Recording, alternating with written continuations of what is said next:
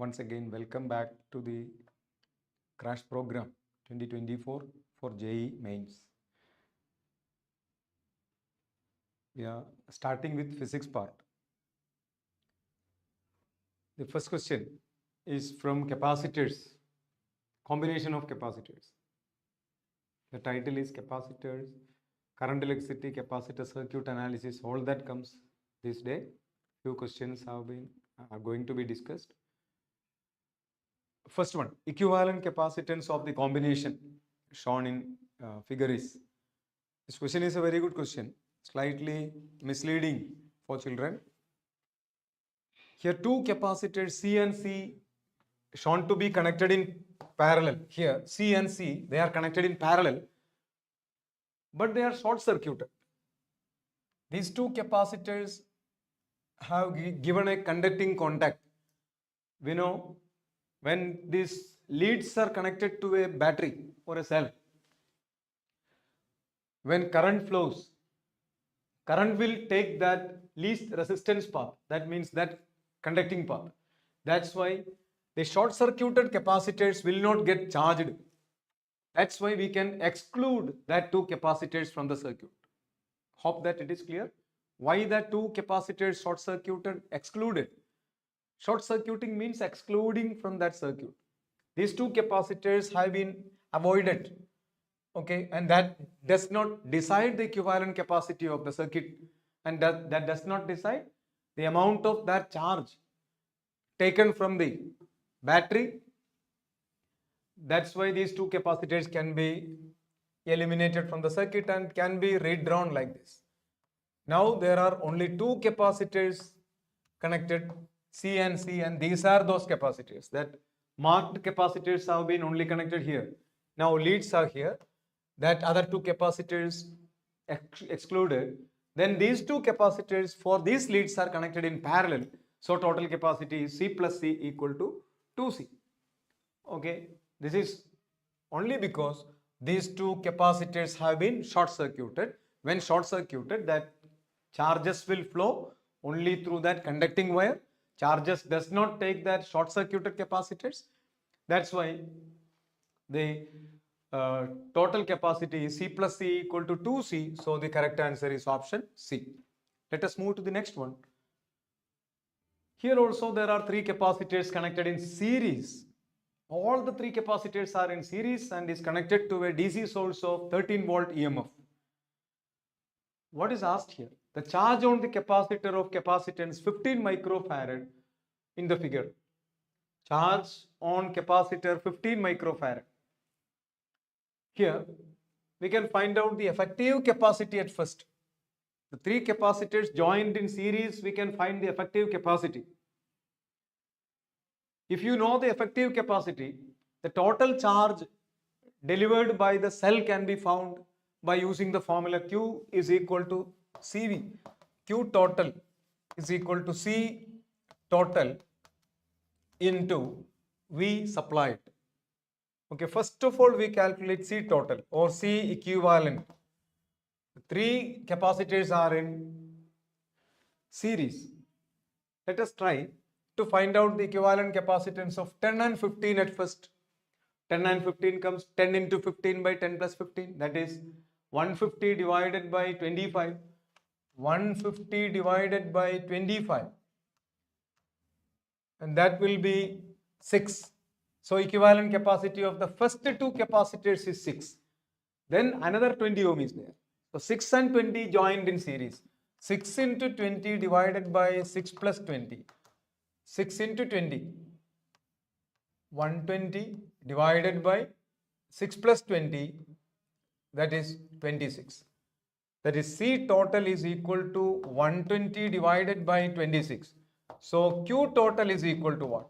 Q total is equal to C total multiplied by V. V is the supplied voltage and that is 13.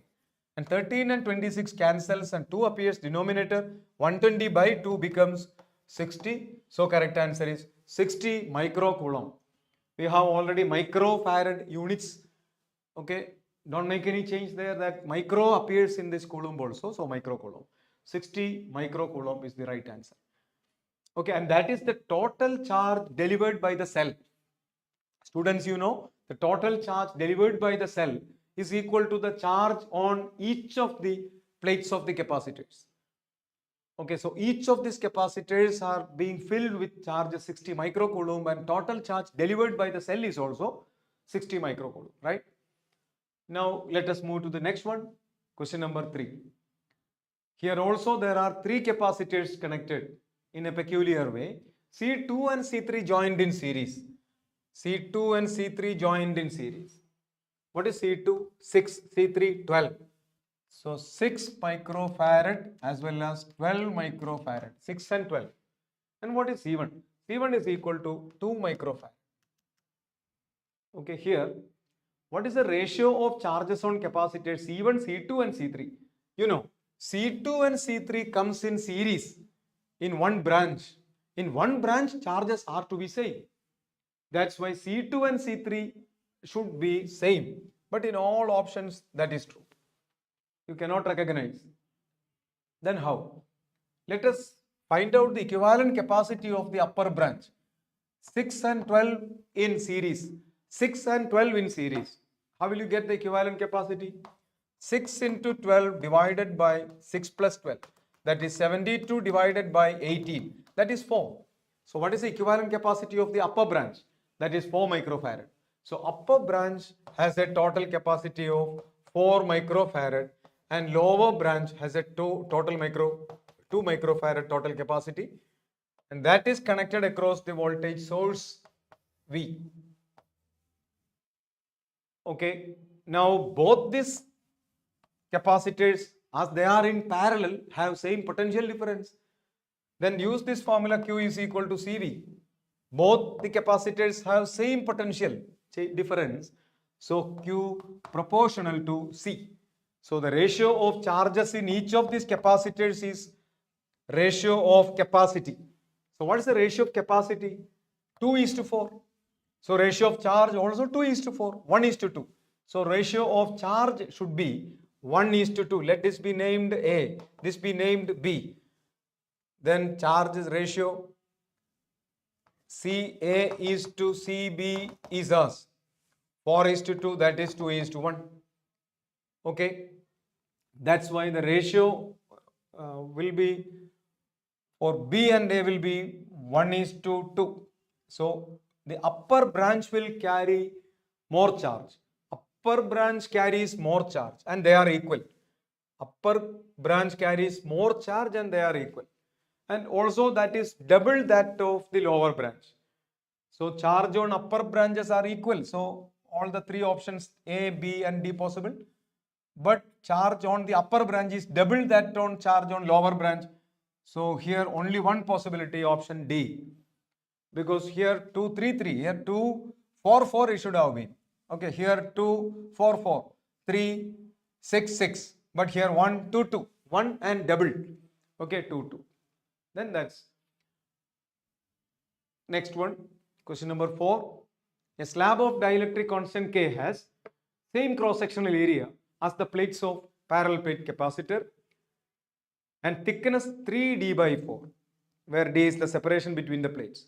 Capacitance of capacitor when the slab is inserted between the plates will be C0 is the capacitance of the capacitor with air as the medium between the plates. Okay, and we have a dielectric slab of dielectric constant K and same area as that of the parallel plate capacitor, but thickness slightly less than the distance between the plates. Distance between the plates is small letter d. Then thickness is 3/4 of small letter d. What is the new capacity in terms of the old capacity? We have learned the shortcut equation. Best way is to use this shortcut. C equals C0 divided by 1 minus T by D plus T by dk. C equal to C0 divided by 1 minus. What is T by D? Thickness is 3/4 D. Thickness is equal to 3/4 of D. Then T by D will be 3/4 plus 3/4. T by D 3/4 and K also comes there. That implies C0 divided by 1 minus 3/4 comes out to be 1/4 and 1 by 4 can be common factor there, into 1 plus you can get 3 by k. That implies C0, and this 4 will come to the numerator for C0. This taking LCM in the denominator, it will become k plus 3, and k comes in the numerator divided by k plus 3. So 4k C0 by k plus 3. 4k C0 by k plus 3. So answer is option A. Okay. You know the parallel plate capacitor has a capacity epsilon 0 A by D. And when a dielectric is inserted fully between the plates, capacity becomes epsilon 0 A by D times K, if K is the dielectric constant. Here, but the plate is not inserted completely. Only a part, that is 3 by 4th of distance D is inserted, where D is the separation between the plates. Okay, in such case, you can use this shortcut, C equals Z0 by 1 minus T by D plus T by dk. This formula can also be written as, in terms of C0, we can write epsilon 0 A by D minus T by D plus T by dk. Epsilon 0 A by D minus T plus, D minus T plus T plus T by dk. Epsilon 0 A by D minus T plus T by dk, and that can be written as C0 by 1 minus T by D plus T by dk. So this can be used as a very good shortcut, and that's very popular. Next one, question number 5. Two capacitors having capacitances C1 and C2 respectively are connected as shown in figure. Initially, but capacitor C1 was charged to potential V volt by a battery. The battery removed and charged capacitor C1. Already C1 has some potential, because charged to some potential, the potential is V, potential difference V. Now charge on that capacitor is C1V, and that is Q1. Q1 charge on first capacitor C1V, but charge on second capacitor 0, that was already uncharged. Okay. Now that two capacitors connected as shown in figure, and switch is also there. When switch is closed, what happens? Some charges will be getting shared. After sharing, both the capacitors will get some sort of charges. What is the amount of charge on the capacitor C2 after equilibrium? What is the amount of charge on C2 after equilibrium? After equilibrium, the potential difference across each of the capacitors is to be same. Okay, and as the potential difference is a constant, they are connected in parallel. Okay, in parallel, we can use this formula, Q equal to CV, V constant, Q proportional to C. So total charge is divided in the ratio of their capacity. Total charge is C1V. So total charge is C1V. That is to be divided into the ratio of the capacity of each. The charge on C2 we need, charge on C2, that is Q2 dash, Q2 0. Initially charge on second capacitor was 0, but now after sharing, Q2 gets some sort of charges, Q2 dash. Q2 dash is equal to charge on the system total, that is C1V, because C2 does not have any charge initially. So Q2 dash is equal to C1V into, that's the total charge present initially, into, divide that total charge into the ratio of capacity. We need the second one, and directly proportional. So C2 divided by total C1 plus C2. So C1V C2 by C1 plus C2, that can see in option somewhere. C1 C2 V by C1 plus C2. C1 C2 V by C1 plus C2. So first option itself is the right choice. Similarly, what is Q1 dash? After sharing, what is Q1 dash? Q1 dash is equal to C1V is the charge before into C1 divided by C1 plus C2. That is C1 square V by C1 plus C2 is the total charge in first one. And when you add Q1 dash and Q2 dash, you will get again C1V. When you add Q1 dash and Q2 dash, you have to get the same. Okay, because C1 plus C2 and C1 plus C2 gets cancelled 1. So C1V will get the total charge. Okay, remaining same in each. The total charge when you add, you will get 2 C1V because battery disconnected, and when they are joined together, the total charge will be double the charge on each because charge on each was same. At first charge on C1 was C1V, charge on C2 was 0. After sharing, the charge on first capacitor will be this, second capacitor will be this. So both can be answered. What is the common potential in this case? Extra questions can be asked. Common potential is equal to C1V is the total charge. Total charge divided by total capacity. As they are in parallel, total capacity C1 plus C2. So C1V divided by C1 plus C2. In this process, some energy is lost. What is the lost energy? Lost energy is the final energy is different from the initial energy. So initial energy minus final energy, that is lost energy is equal to half C1 C2 divided by C1 plus C2 into V1 square. V1 is V. V1 is V. So you can use this formula for finding the lost energy, half C1 C2 by C1 plus C2 into V square. Then lost energy delta U. What is the initial energy? Half C1 V square. Half C1 V square is the initial energy of the system. So half C1 V square, you get C2 divided by C1 plus C2, and that is the percentage lost. So what percentage of the energy is lost? C2 by C1 plus C2. What is the lost energy? Half C1 C2 by C1 plus C2 V square. What is the common potential? C1 V by C1 plus C2. Okay, what is the final charge on first capacitor? C1V into C1 by C1 plus C2. Second, C1 C2V by C1 plus C2. Like this, many questions can come, and very important here. Also, you can see that if this is plus and this is minus already on making this conducting contact, this automatically becomes minus and this becomes plus. Okay, and these two are now connected in parallel such that plus of one joined together with the plus of the other. Okay, because second one was uncharged initially. So the polarity of that second capacitor is decided by the polarity of the first capacitor. But in fact, if the second capacitor is not charged initially, what happens? That polarity that we can connect in any of the ways, minus connected with minus, plus connected with plus, or minus connected with plus of the other. Okay, then the total charge will get reduced after sharing. Neutralization can happen if charges are same. So there are many numerous number of questions in the history. We do not have much time to discuss anyway. That all we used to do in our regular classes.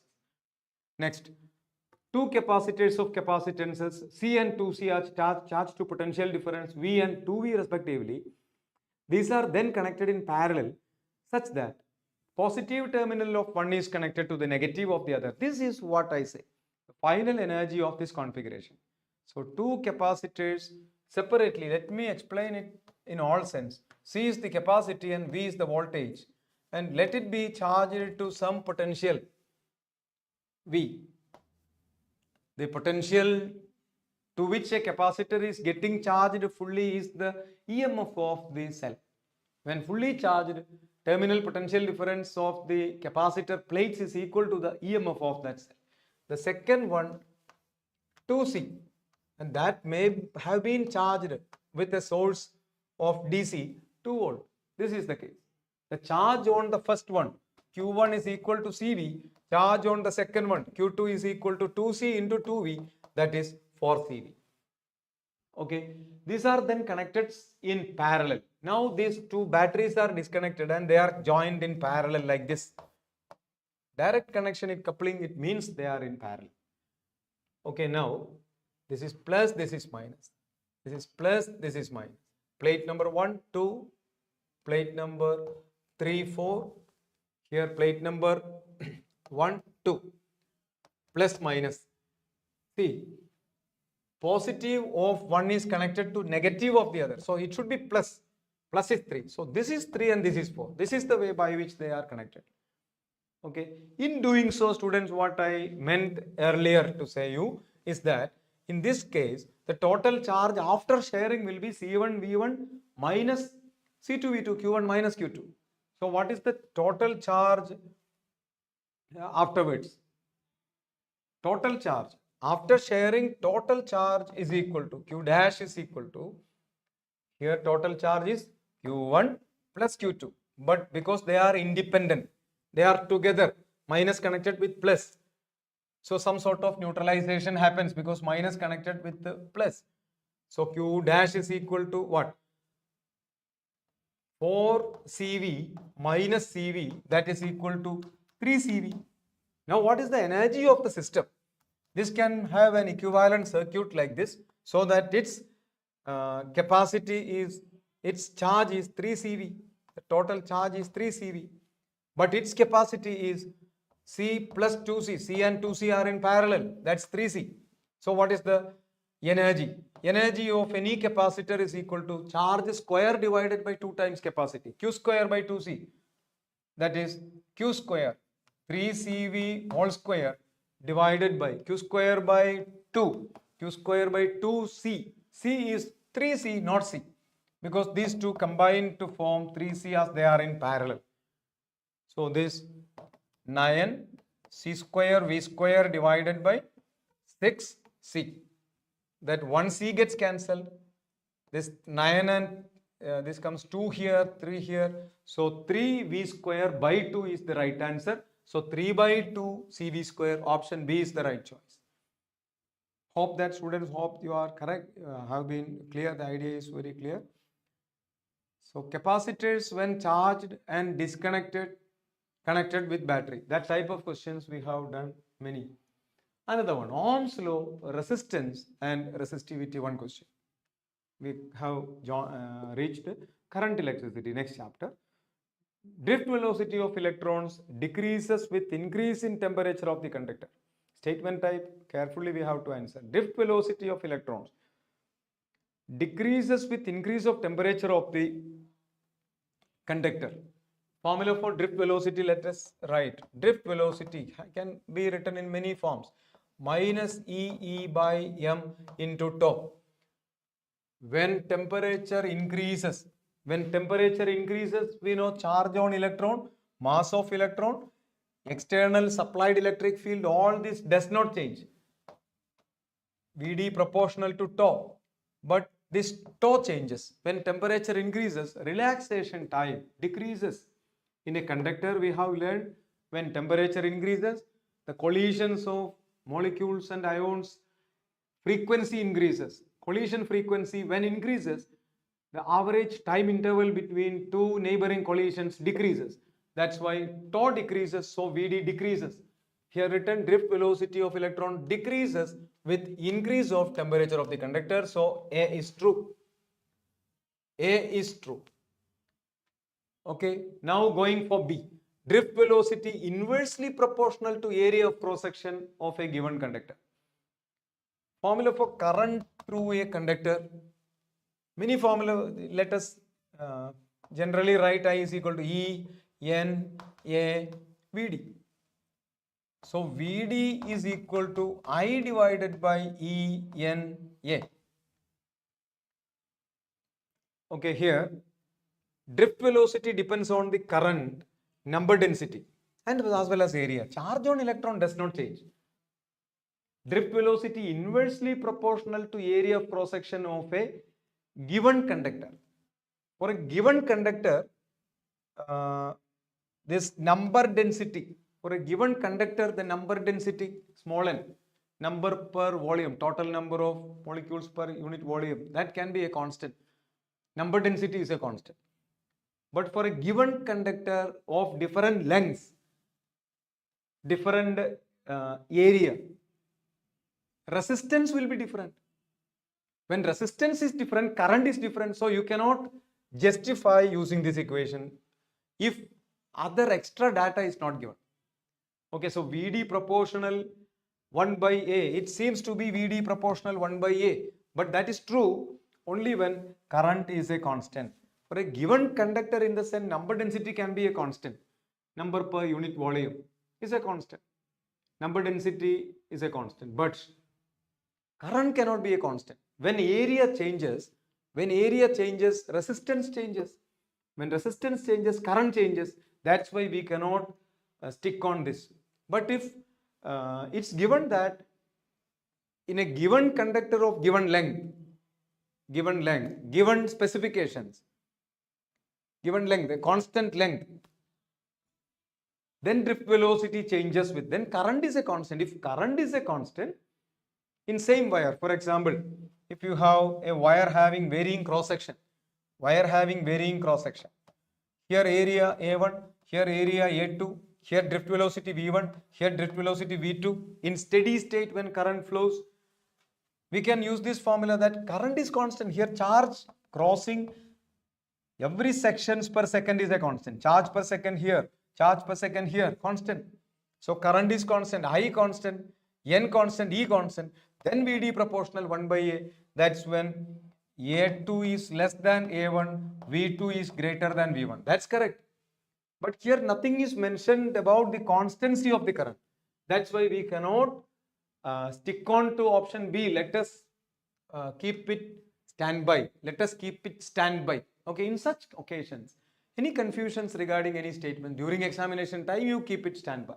Go to the next one. Because options are having only 2 statements true. Okay, let us try to find out any statement other than this which can give a confirmation. Options. Drift velocity does not depend on applied potential difference of conductor. Drift velocity formula, once again we write E tau by m into electric field. Electric field is potential difference applied divided by length. For a given conductor, drift velocity does not depend on applied EMF to the conductor. To the conductor, length is a constant, E tau by m is a constant, drift velocity proportional to V. So directly proportional. So that is incorrect. So C is incorrect because it is directly proportional to drift velocity, directly proportional to the conductor of given length at given temperature. When temperature changes, relaxation time changes. For a given conductor of given length, that's very important. Given conductor of given length, when temperature is constant, drift velocity proportional to the voltage.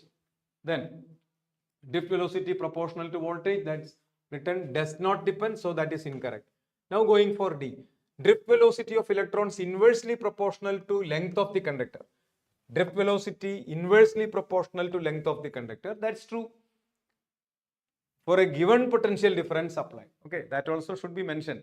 Drift velocity of electron inversely proportional to length of the conductor is a true statement.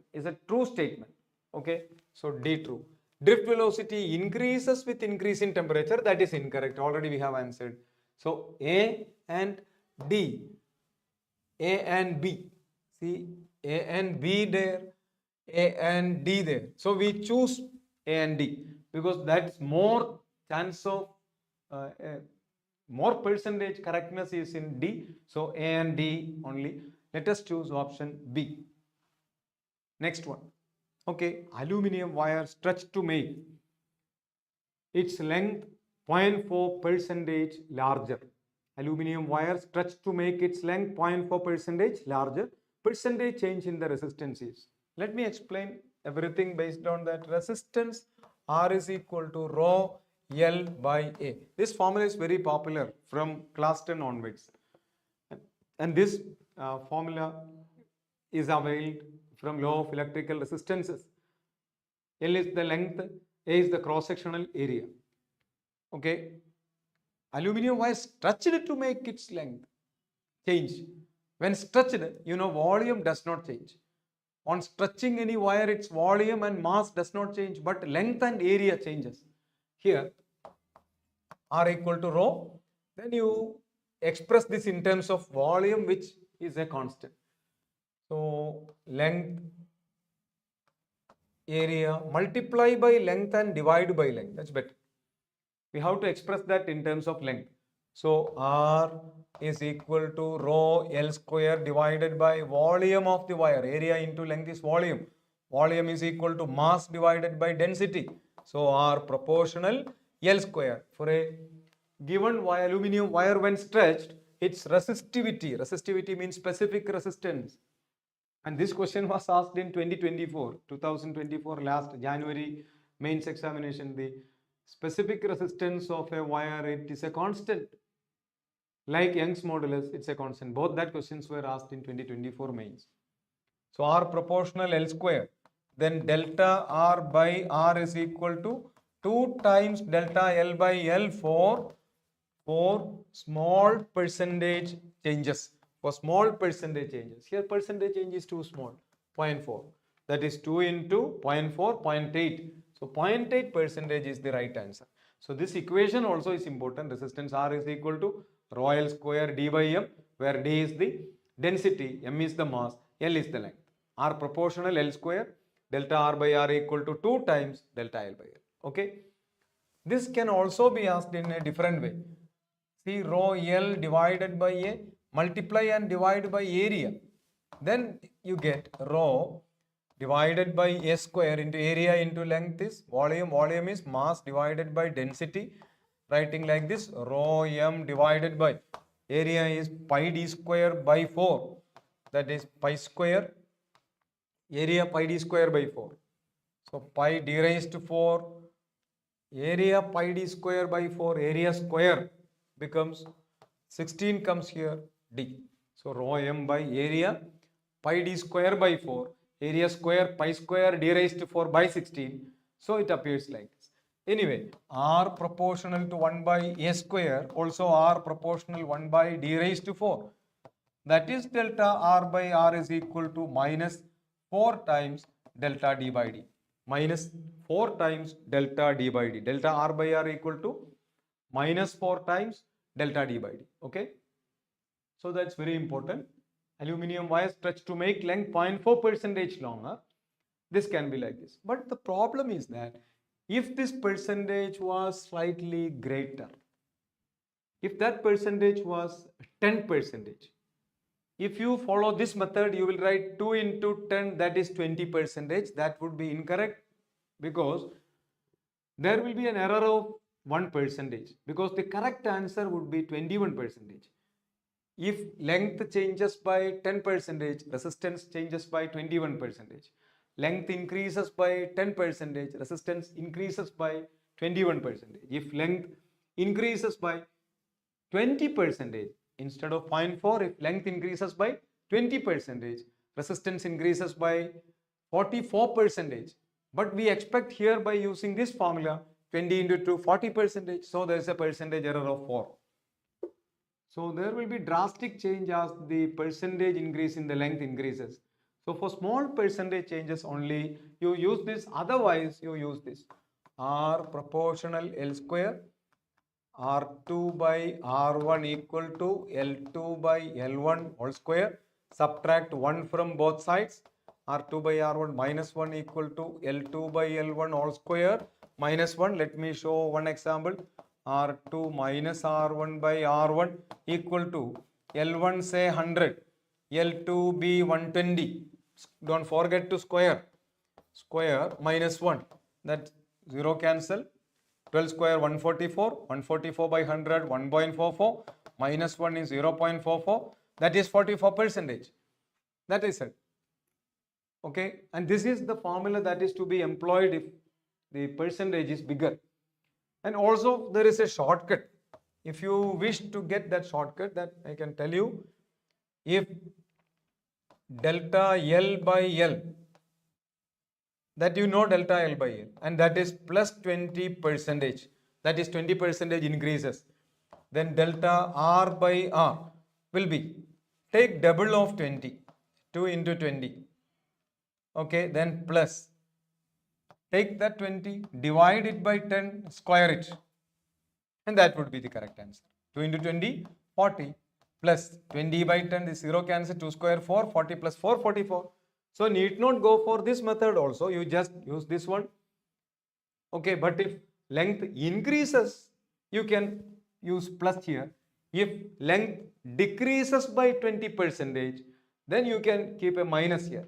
That is 40 minus 4, that is 36. Okay, that also there are wide variety of questions that are asked. Quickly you can answer by using this shortcut. Now we will move to the question number 9. It's regarding a graph, very simple question. Resistivity of a semiconductor varies with temperature. Which of the following curve represents the correct behavior? Resistivity of a semiconductor, we know, varies exponentially with temperature. Exponential variation is an exponential decrease. When temperature increases, resistivity decreases, conductivity increases. At higher temperature, it becomes a good conductor. Okay, at higher temperature, a semiconductor becomes a good conductor. So the correct answer, only possibility is for this one. And the last option, option D, is used for a conductor. For a conductor, it can be the last option. Semiconductor, first option. Sorry, second option. So option B. Next one, question number 10. The resistance of a conductor at 15 degrees Celsius is 16 ohm and at 100 degrees Celsius is 20 ohm. What will be the temperature coefficient of resistance of the conductor? Students, you can see resistance of the conductor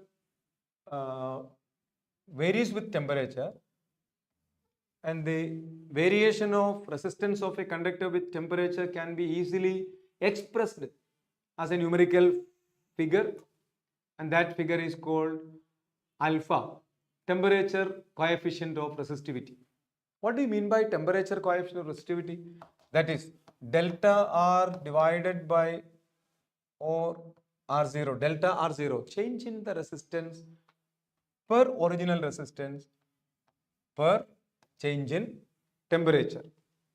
So fractional change in resistance per unit degree Celsius, fractional change in resistance per unit degree change of temperature is alpha. Fractional change in resistance per unit degree rise or fall in temperature is called alpha. Alpha is also called temperature coefficient of resistivity. Alpha positive for a conductor, alpha negative for semiconductor and insulators, alpha 0 for standard resistors. A standard resistor is an alloy. Alpha 0, nearly 0 for alloys like nichrome. Now, alpha can also be written as RT minus R0 divided by R0T. Okay. And here, resistance at 15 degree 16 and 100 degree 20. You can use this formula in a different way, that RT equal to R0 into 1 plus alpha T. That delta T, I mean T here, okay, delta T itself is T. So 1 plus alpha delta T. Use this RT, resistance of the conductor at 15 degrees Celsius is 16 ohm. R0, we do not know R0. R0 is the resistance at 0 degrees Celsius. We assume that at 0 degrees Celsius, when this conductor was kept, both will have same resistance, into 1 plus alpha into temperature 0 to 15, initial temperature, assume initial temperature 0. Okay. Now next one, 20 ohm. 20 equal to R0 into 1 plus alpha into, what is that temperature? 0 to 100, that is 100. Okay, then you take the ratio of these two and get the answer. Otherwise, you can substitute here also. Alpha equal to change in resistance R2 minus R1 divided by R1T. Alpha equals R2 minus R1. What is R2 minus R1? R2 minus R1, 16 and 20, 4. 4 divided by, what is R1? R1 is the, R2 is 20, R1 is 15. 15 into T, temperature difference, 115, 85. Okay, okay, it's not 15, 20, right? You can try this to get the correct answer, 0.003 per degree Celsius on calculating. Take the ratio, R0 cancels, cross multiply. Okay. The next one, figure shows a part of electric circuit. The potentials at points A, B, C are mentioned. Current through 20 ohm resistor will be. So 3 resistors are connected like this. Okay, I will redraw here. 3 resistances connected like this. And the leads are named A, B and C. 10 ohm, there 20 ohm, and here 30 ohm are joined. A, B, C. A 30, B 12, B 12. What about C? 2 volt. Current through 20 ohm resistor will be current through 20 ohm. Okay, this type of questions we can handle easily. The potential at the junction V. We do not know what is the value of the potential at that node. Node of this electrical circuit here, the point where 3 currents meet. Okay, then we can apply Kirchhoff's current law, KCL. Kirchhoff's current law tells you that Kirchhoff's current law il പറയുന്നത് total current ഒരു പോയിന്റിൽ 0 ആണെന്നാണ്. Total current ഒരു പോയിന്റിൽ total current 0 ആണ്.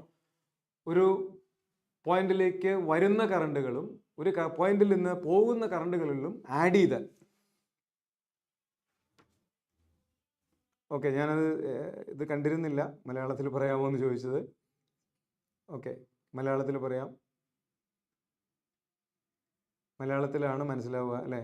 ആ, കുഴപ്പമില്ല, നിങ്ങൾ കമൻറ്റ് ചെയ്താൽ മതി, മലയാളത്തിൽ പറയാം. അപ്പോൾ നോക്കൂ, ഈ സർക്യൂട്ടിൽ ഇതിനെ പെട്ടെന്ന് സോൾവ്, ഇങ്ങനത്തെ ചോദ്യം എപ്പോഴും മെയിൻസിന് വരാറുള്ളതാണ്, വളരെ പോപ്പുലറാണ്.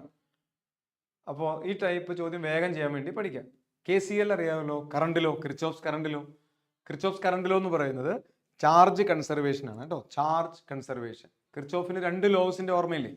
രണ്ടാമത്തെ ലോ ആണ് കിർച്ചോഫ്സ് വോൾട്ടേജ് ലോ, അത് എനർജി കൺസർവേഷൻ ആണ്. ഫസ്റ്റ് ലോ ആണ് ചാർജ് കൺസർവേഷൻ. ചാർജ് കൺസർവേഷന്റെ ലോ യൂസ് ചെയ്തത് എളുപ്പത്തിൽ പറയാം. നിങ്ങൾ ശ്രദ്ധിക്കുന്നുണ്ടോ? ഇപ്പൊ അറ്റൻഡ് ചെയ്യുന്നുണ്ടോ? കമന്റ് ചെയ്താൽ നന്നായി. അപ്പോൾ കറണ്ട് ലോ അപ്ലൈ ചെയ്തിട്ട് എങ്ങനെയാണ് ഇത് ചെയ്യാൻ നോക്കാം. ഈ ജംഗ്ഷന്റെ വോൾട്ടേജ് V ആണ്. ആ ജംഗ്ഷന്റെ വോൾട്ടേജ് നമുക്ക് കണ്ടുപിടിക്കണം. അതിനുവേണ്ടി ഈ 3 ബ്രാഞ്ചിലുമുള്ള കറണ്ടുകളുടെ ഓൾജിബ്രായിക് സം 0 ആണെന്ന് ഇക്വേറ്റ് ചെയ്യും. അതാണ് ചെയ്യാം കേട്ടോ. അപ്പോൾ ഈ ജംഗ്ഷനിലുള്ള നോഡിലത്തെ കറണ്ടുകളുടെ ഓൾജിബ്രായിക് സം, ഈ ബ്രാഞ്ചിലൂടെയുള്ള കറണ്ട് നോക്കൂ, ഇങ്ങനെ എഴുതണം: V - 30 ഡിവൈഡഡ് ബൈ 10 എന്ന് എഴുതണം. Potential difference divided by resistance. Okay, algebraic sum ആണ് വേണ്ടത്. ഓൾജിബ്രായിക് സം എന്ന് വെച്ചാൽ സൈൻ നോക്കിയിട്ട് ആഡ് ചെയ്യണം. കറണ്ട് ഏതൊക്കെ ഡയറക്ഷനിലാണെന്ന് നമ്മൾ ആദ്യം ഡിസ്ട്രിബ്യൂട്ട് ചെയ്യണം. പക്ഷേ ഇതിൽ ആ ലീഡുകളുടെ വോൾട്ടേജ് അറിയാത്തത് കൊണ്ട് നമുക്കിങ്ങനെ ഒരു എളുപ്പവഴിയുണ്ട്. ഈ പോയിന്റ് ആദ്യം എഴുതിയാൽ മതി, അപ്പോൾ തെറ്റില്ല. അല്ലെങ്കിൽ ചിലപ്പോൾ സൈൻ തെറ്റിപ്പോയാൽ ഈ കറണ്ട് അതുപോലെ അവിടുത്തെ വോൾട്ടേജ് ഒക്കെ മാറിപ്പോവും, ആൻസർ തെറ്റിപ്പോവും. തെറ്റാതിരിക്കാൻ വേണ്ടിയിട്ടുള്ള ഒരു വഴിയാണ് പറയുന്നത്, ശ്രദ്ധിച്ച് കേൾക്കുക. V - 30 ഡിവൈഡഡ് ബൈ 10 പ്ലസ്, നോക്കൂ, V - 12 divided by 20 plus V - 2 divided by 30 equal to 0 എന്ന് എഴുതിയാൽ മതിയോ? എന്നിട്ട് ഇതിൽ നിന്ന് V കണ്ടുപിടിക്കാം. ഓക്കെ, എങ്ങനെ V കണ്ടുപിടിക്കാം? ഇതിൽ കോമൺ ഡിനോമിനേറ്റർ എടുക്കുക. കോമൺ ഡിനോമിനേറ്റർ എത്ര എടുക്കാം? നമുക്ക് 600 എന്ന് എടുക്കാം അല്ലേ? ദെൻ ഇത് 600 ആവുമ്പോൾ 60 വേണം.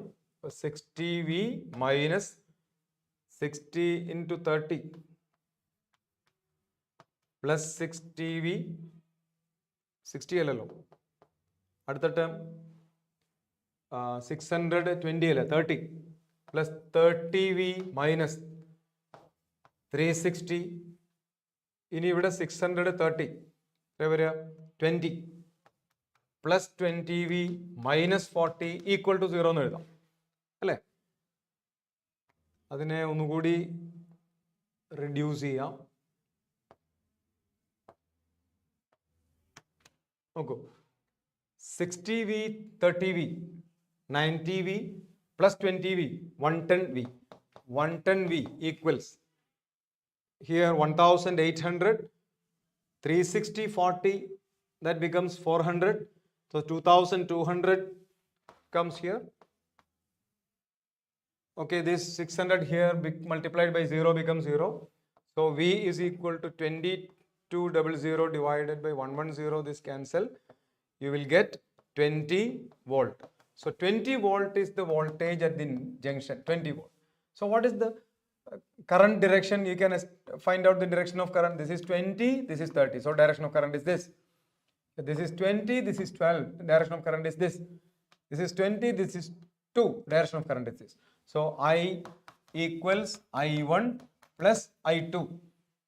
So what is the current I? I we can find I equal to 30 minus 20, 10. 10 by 10, 1 ampere. Then I1 is equal to 20 minus 12. 20 minus 12 is 8. 8 divided by 20, 0.4 ampere. Then I2 equal to 20 minus 2, 18. 18 divided by how much?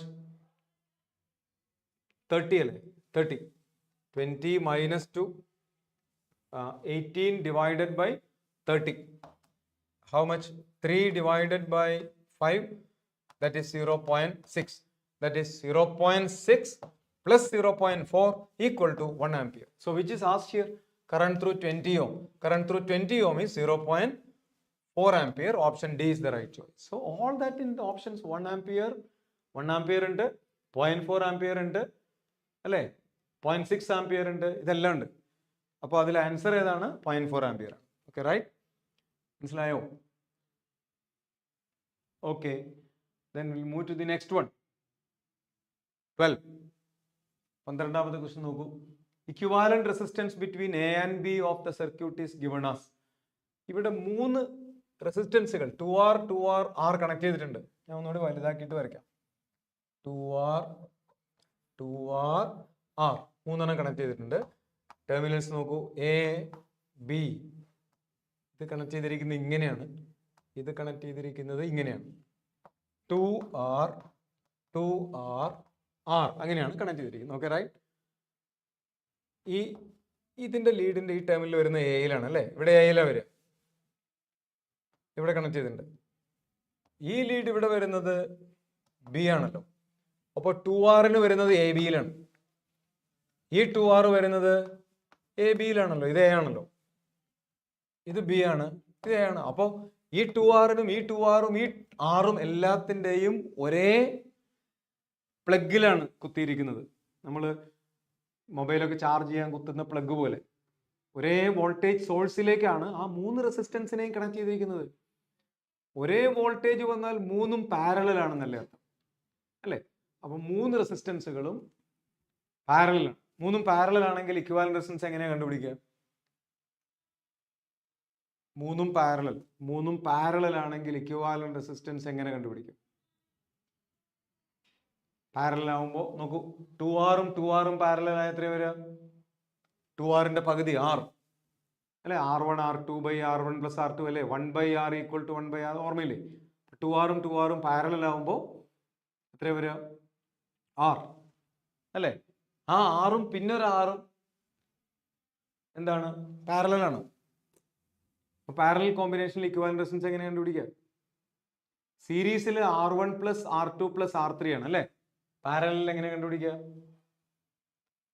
1/R equivalent equal to 1/R equivalent equal to 1/R1 plus 1/R2 plus 1/R3 അല്ലേ? അപ്പൊ ഇങ്ങനെ എഴുതിയാലും മതി. അല്ലെങ്കിൽ ഇത് രണ്ടും കണ്ടുപിടിച്ച് അതുകൊണ്ട് ചെയ്യാം. ഇവിടെ ഒരു 2 ഇടുക, ഇവിടെയും കൂടെ ഒരു 2 ഇട്ട് കൊടുക്കുക. അപ്പൊ അടിയിൽ മൊത്തത്തിൽ ഒരു 2R ഉണ്ട്. 1 plus 1 plus 2 എത്ര വരിക? 4. That is 2 divided by 1 plus 1 2, 2 plus 2 4, 2 divided by R. That is R equivalent. അത് 1/R equivalent ആണ്. സോ R equivalent എന്തായിരിക്കും? R/2. അല്ലെങ്കിൽ ഇങ്ങനെ ചെയ്ത് നോക്കൂ. ആ 2R പാരലൽ ആകുമ്പോൾ ഒരു R ആണ്. ആ ആറും പാരലൽ ആകുമ്പോൾ അതിന്റെ പകുതി ആവണ്ടേ? R/2. ഓക്കെ, മനസ്സിലായല്ലോ? ഇപ്പൊ ആൻസർ ഓപ്ഷൻസ് ഒന്നുമില്ല, R/2. നെക്സ്റ്റ് വൺ, അടുത്ത ക്വസ്റ്റ്യൻ നോക്കാം. 13ാമത്തെ ക്വസ്റ്റ്യൻ. ഒരു സെല്ലിന്റെ EMF E1 ആണ്. അത് 6 വോൾട്ട് ആണ്. അതിന്റെ ഇന്റേണൽ റെസിസ്റ്റൻസ് 2 ohm ആണ്. അതിൽ വേറൊരു സെല്ലുണ്ട്, 4 വോൾട്ടുള്ള വേറൊരു സെല്ലുണ്ട്. അതിന്റെ ഇന്റേണൽ റെസിസ്റ്റൻസ് 8 ohm ആണ്. Potential difference across X and Y. Potential difference across X and Y. ഞാൻ ഒന്നുകൂടി അത് വ്യക്തമായിട്ട് വരയ്ക്കാം. അല്ല, കണക്ഷൻ അങ്ങനെയല്ല. ആദ്യം മൈനസ് പിന്നെ പ്ലസ് എന്നാണ് അല്ലേ. ഇതിൻ്റെത് 6 വോൾട്ട് ഉണ്ട്, 2 ഓം ആണ് ഇന്റേണൽ റെസിസ്റ്റൻസ്. ഇതിന് 4 വോൾട്ട് ഉണ്ട്, 8 ഓം ആണ് ഇന്റേണൽ റെസിസ്റ്റൻസ്. ഇതിനെ ജോയിൻ ചെയ്തിരിക്കുന്ന ഒരു കണ്ടക്ടിങ് വയർ വഴിയാണ്. ഓക്കെ, ഇനി ഈ രണ്ട് പോയിന്റുകളിൽ എക്സിന്റെയും വൈന്റെയും ഇടയിലുള്ള പൊട്ടൻഷ്യൽ ഡിഫറൻസ് ആണ് കാണേണ്ടത്. ഓക്കെ, ഇന്റേണൽ റെസിസ്റ്റൻസ് ആണ് സ്മോൾ ആർ 8 ഓം. അപ്പൊ ഇതിലെ ഇ എം എഫ് കൂടിയ സെല്ല് 6 വോൾട്ടിന്റെ, അപ്പൊ അത് ഡ്രൈവിംഗ് സെല്ലായിട്ടാണ് ആക്ട് ചെയ്യുക. ഇങ്ങനെയാണ് വരിക, കറണ്ട് ഫ്ലോ ചെയ്യുക ഇങ്ങനെയാണ്. അതിന് ക്രോസ് ആയിട്ടുള്ള വോൾട്ടേജ് ആയിരിക്കും അപ്പോൾ കൂടുതൽ ഉണ്ടാവുക അല്ലേ. അതാണ് ഡ്രൈവിംഗ് സെൽ. 6 വോൾട്ട് ആണല്ലോ. അപ്പോൾ ഈ സെല്ല് ഡിസ്ചാർജിങ് സെല്ലായിട്ട് ആക്ട് ചെയ്യും. ഓക്കെ, ഇതെന്ത് സെല്ലായിരിക്കും? Discharging cell. ഇതെന്ത് സെല്ലായിരിക്കും? Charging cell. അതെങ്ങനെയാ അറിയുക? മൈനസ് പ്ലസ് ഇടുക. ഒരു സെല്ലിന്റെ ഇ എം എഫിന് ഡയറക്ഷൻ ഉണ്ട്. ഇ എം എഫ് ഒരു സ്കേലാർ ആണെങ്കിലും അതിന് ഡയറക്ഷൻ ഉണ്ട്. ഓക്കെ, പക്ഷെ ഇ എം എഫിനെ നമ്മൾ ഇപ്പോഴും വെക്ടറായി അംഗീകരിക്കുന്നില്ല ഡയറക്ഷൻ ഉണ്ടായിട്ടും. അതിന് കാരണം അത് വെക്ടർ ആൾജിബ്ര ഒബേ ചെയ്യാത്തത് കൊണ്ടാണ്. വെക്ടർ അഡീഷൻ റൂൾ ഒന്നും ഒബേ ചെയ്യുന്നില്ല. അപ്പോൾ മൈനസിൽ നിന്ന് പ്ലസിലേക്കാണ് അതിന്റെ ഇ എം എഫിന്റെ ഡയറക്ഷൻ. ആ ഡയറക്ഷനിൽ തന്നെയാണ് അതിൽ കൂടി കറണ്ട് സർക്യൂട്ടിൽ കണക്ട് ചെയ്തപ്പോൾ അത് ഡിസ്ചാർജിങ്. പക്ഷെ ഇതിന്റെ ഇ എം എഫ് നോക്കൂ, റൈറ്റിലേക്കല്ലേ. പക്ഷെ അതിൽ കൂടി കറണ്ട് എങ്ങോട്ടായിരിക്കും? ഡ്രൈവിംഗ് സെല്ലിന്റെ കറണ്ട് ലെഫ്റ്റിലേക്കല്ലേ. അപ്പോൾ അതാണ് ചാർജിങ് സെൽ. ഓക്കെ, ഒന്നുകിൽ ഇങ്ങനെ ചെയ്യാം. ഒരു ചാർജിങ് സെല്ലിന്റെ terminal P D V equal to E plus I R ആണ്. ഇ എന്ന് പറയുന്നത് 4 ആണ്, പ്ലസ് ഐ നമുക്ക് കണ്ടുപിടിക്കണം എന്തായാലും. ഐയുടെ വാല്യൂ എങ്ങനെ കാണാം? I equal to total E M F divided by total resistance. Total E M F എന്താണ്? 6ന്റെയും 4ന്റെയും ടോട്ടൽ എത്ര? ഈ 6ഉം 4 എന്ന് പറയുന്നത് ഒപ്പോസിംഗ് ആണ്. നോക്കൂ, 6ന്റെ ഇ എം എഫ് ലെഫ്റ്റിലേക്കാണ്, 4ന്റേത് റൈറ്റിലേക്കും. അപ്പോൾ 6ന്റെയും 4ന്റെയും ഒപ്പോസിംഗ് ആയതുകൊണ്ട് 6 മൈനസ് 4 എന്ന് എഴുതാം, ഡിവൈഡഡ് ബൈ ടോട്ടൽ റെസിസ്റ്റൻസ്. നോക്കൂ, സർക്യൂട്ടിലെ ടോട്ടൽ റെസിസ്റ്റൻസ് നോക്കൂ, 8 and 2, 8 plus 2 10. എക്സ്റ്റേണൽ ലോഡ് ഒന്നുമില്ല, വേറെ റെസിസ്റ്റൻസ് ഒന്നും ഇല്ലല്ലോ, ഉണ്ടെങ്കിൽ അത് ആഡ് ചെയ്യണം. ദാറ്റ് ഈസ് 6 minus 4 2 ആണ്. അപ്പോൾ 2/10 0.2 ആംപിയർ ആണ് ടോട്ടൽ കറണ്ട്. അപ്പോൾ ഇവിടെ നിങ്ങൾക്ക് 0.2 എഴുതാം. ഇനി അതിന്റെ ഇന്റേണൽ റെസിസ്റ്റൻസ് 8 ഓം ആണ് അല്ലേ. സോ 4 പ്ലസ് 8 into 0.2 എത്രയാണ്? 1.6. So correct answer is 5.6. Okay, അപ്പോൾ ഒപ്പം തന്നെ നമുക്ക് അടുത്തതും ചെയ്ത് നോക്കാം. ഓക്കെ, ഇതിനെ ഞാൻ ബി എന്ന് വിളിക്കുകയാണ്, ഇതിനെ എ എന്ന് വിളിച്ചു. അപ്പോൾ വി ബി കിട്ടി. ഇതേപോലെ വി എ നിങ്ങൾ എങ്ങനെ ചെയ്യണം എന്നറിയാമോ? E A minus I into R A ആണ്. ഇത് E B plus I into R B. I same ആയിരിക്കുമല്ലോ, ഒരു ബ്രാഞ്ചല്ലേ ഉള്ളൂ. പക്ഷെ ഇ എം എഫ് ഒക്കെ ഡിഫറൻ്റ് ആണ്. ഇ എന്ന് പറഞ്ഞാൽ 6 ആണ്. അത് ഡിസ്ചാർജിങ് ആയതുകൊണ്ട് പ്ലസ് അല്ല ഉപയോഗിക്കേണ്ടത്, മൈനസ് ആണ്. 6 മൈനസ് ഐ മാറിയിട്ടില്ല, സെയിം ആ. 0.2 ഇൻറ്റു ആർ എന്ന് പറയുന്നത് എത്രയാ? 2 ആണ്, 8 അല്ല. So 6 minus 0.4 that is 5.6. 5.6. അപ്പോൾ അത് തന്നെയാണ് 5.6. രണ്ടും ടെർമിനൽ പി ഡി സെയിം ആണ് ഇപ്പൊ ഇതില്. ഓക്കെ, ഇവിടെ 5.6 ആണ്. അപ്പോ ഡിസ്ചാർജിങ് സെല്ലിന്റെ ടെർമിനൽ പി ഡി നോക്കൂ 5.6. അത് അതിന്റെ ഇ എം എഫിനേക്കാളും കുറവാണ്.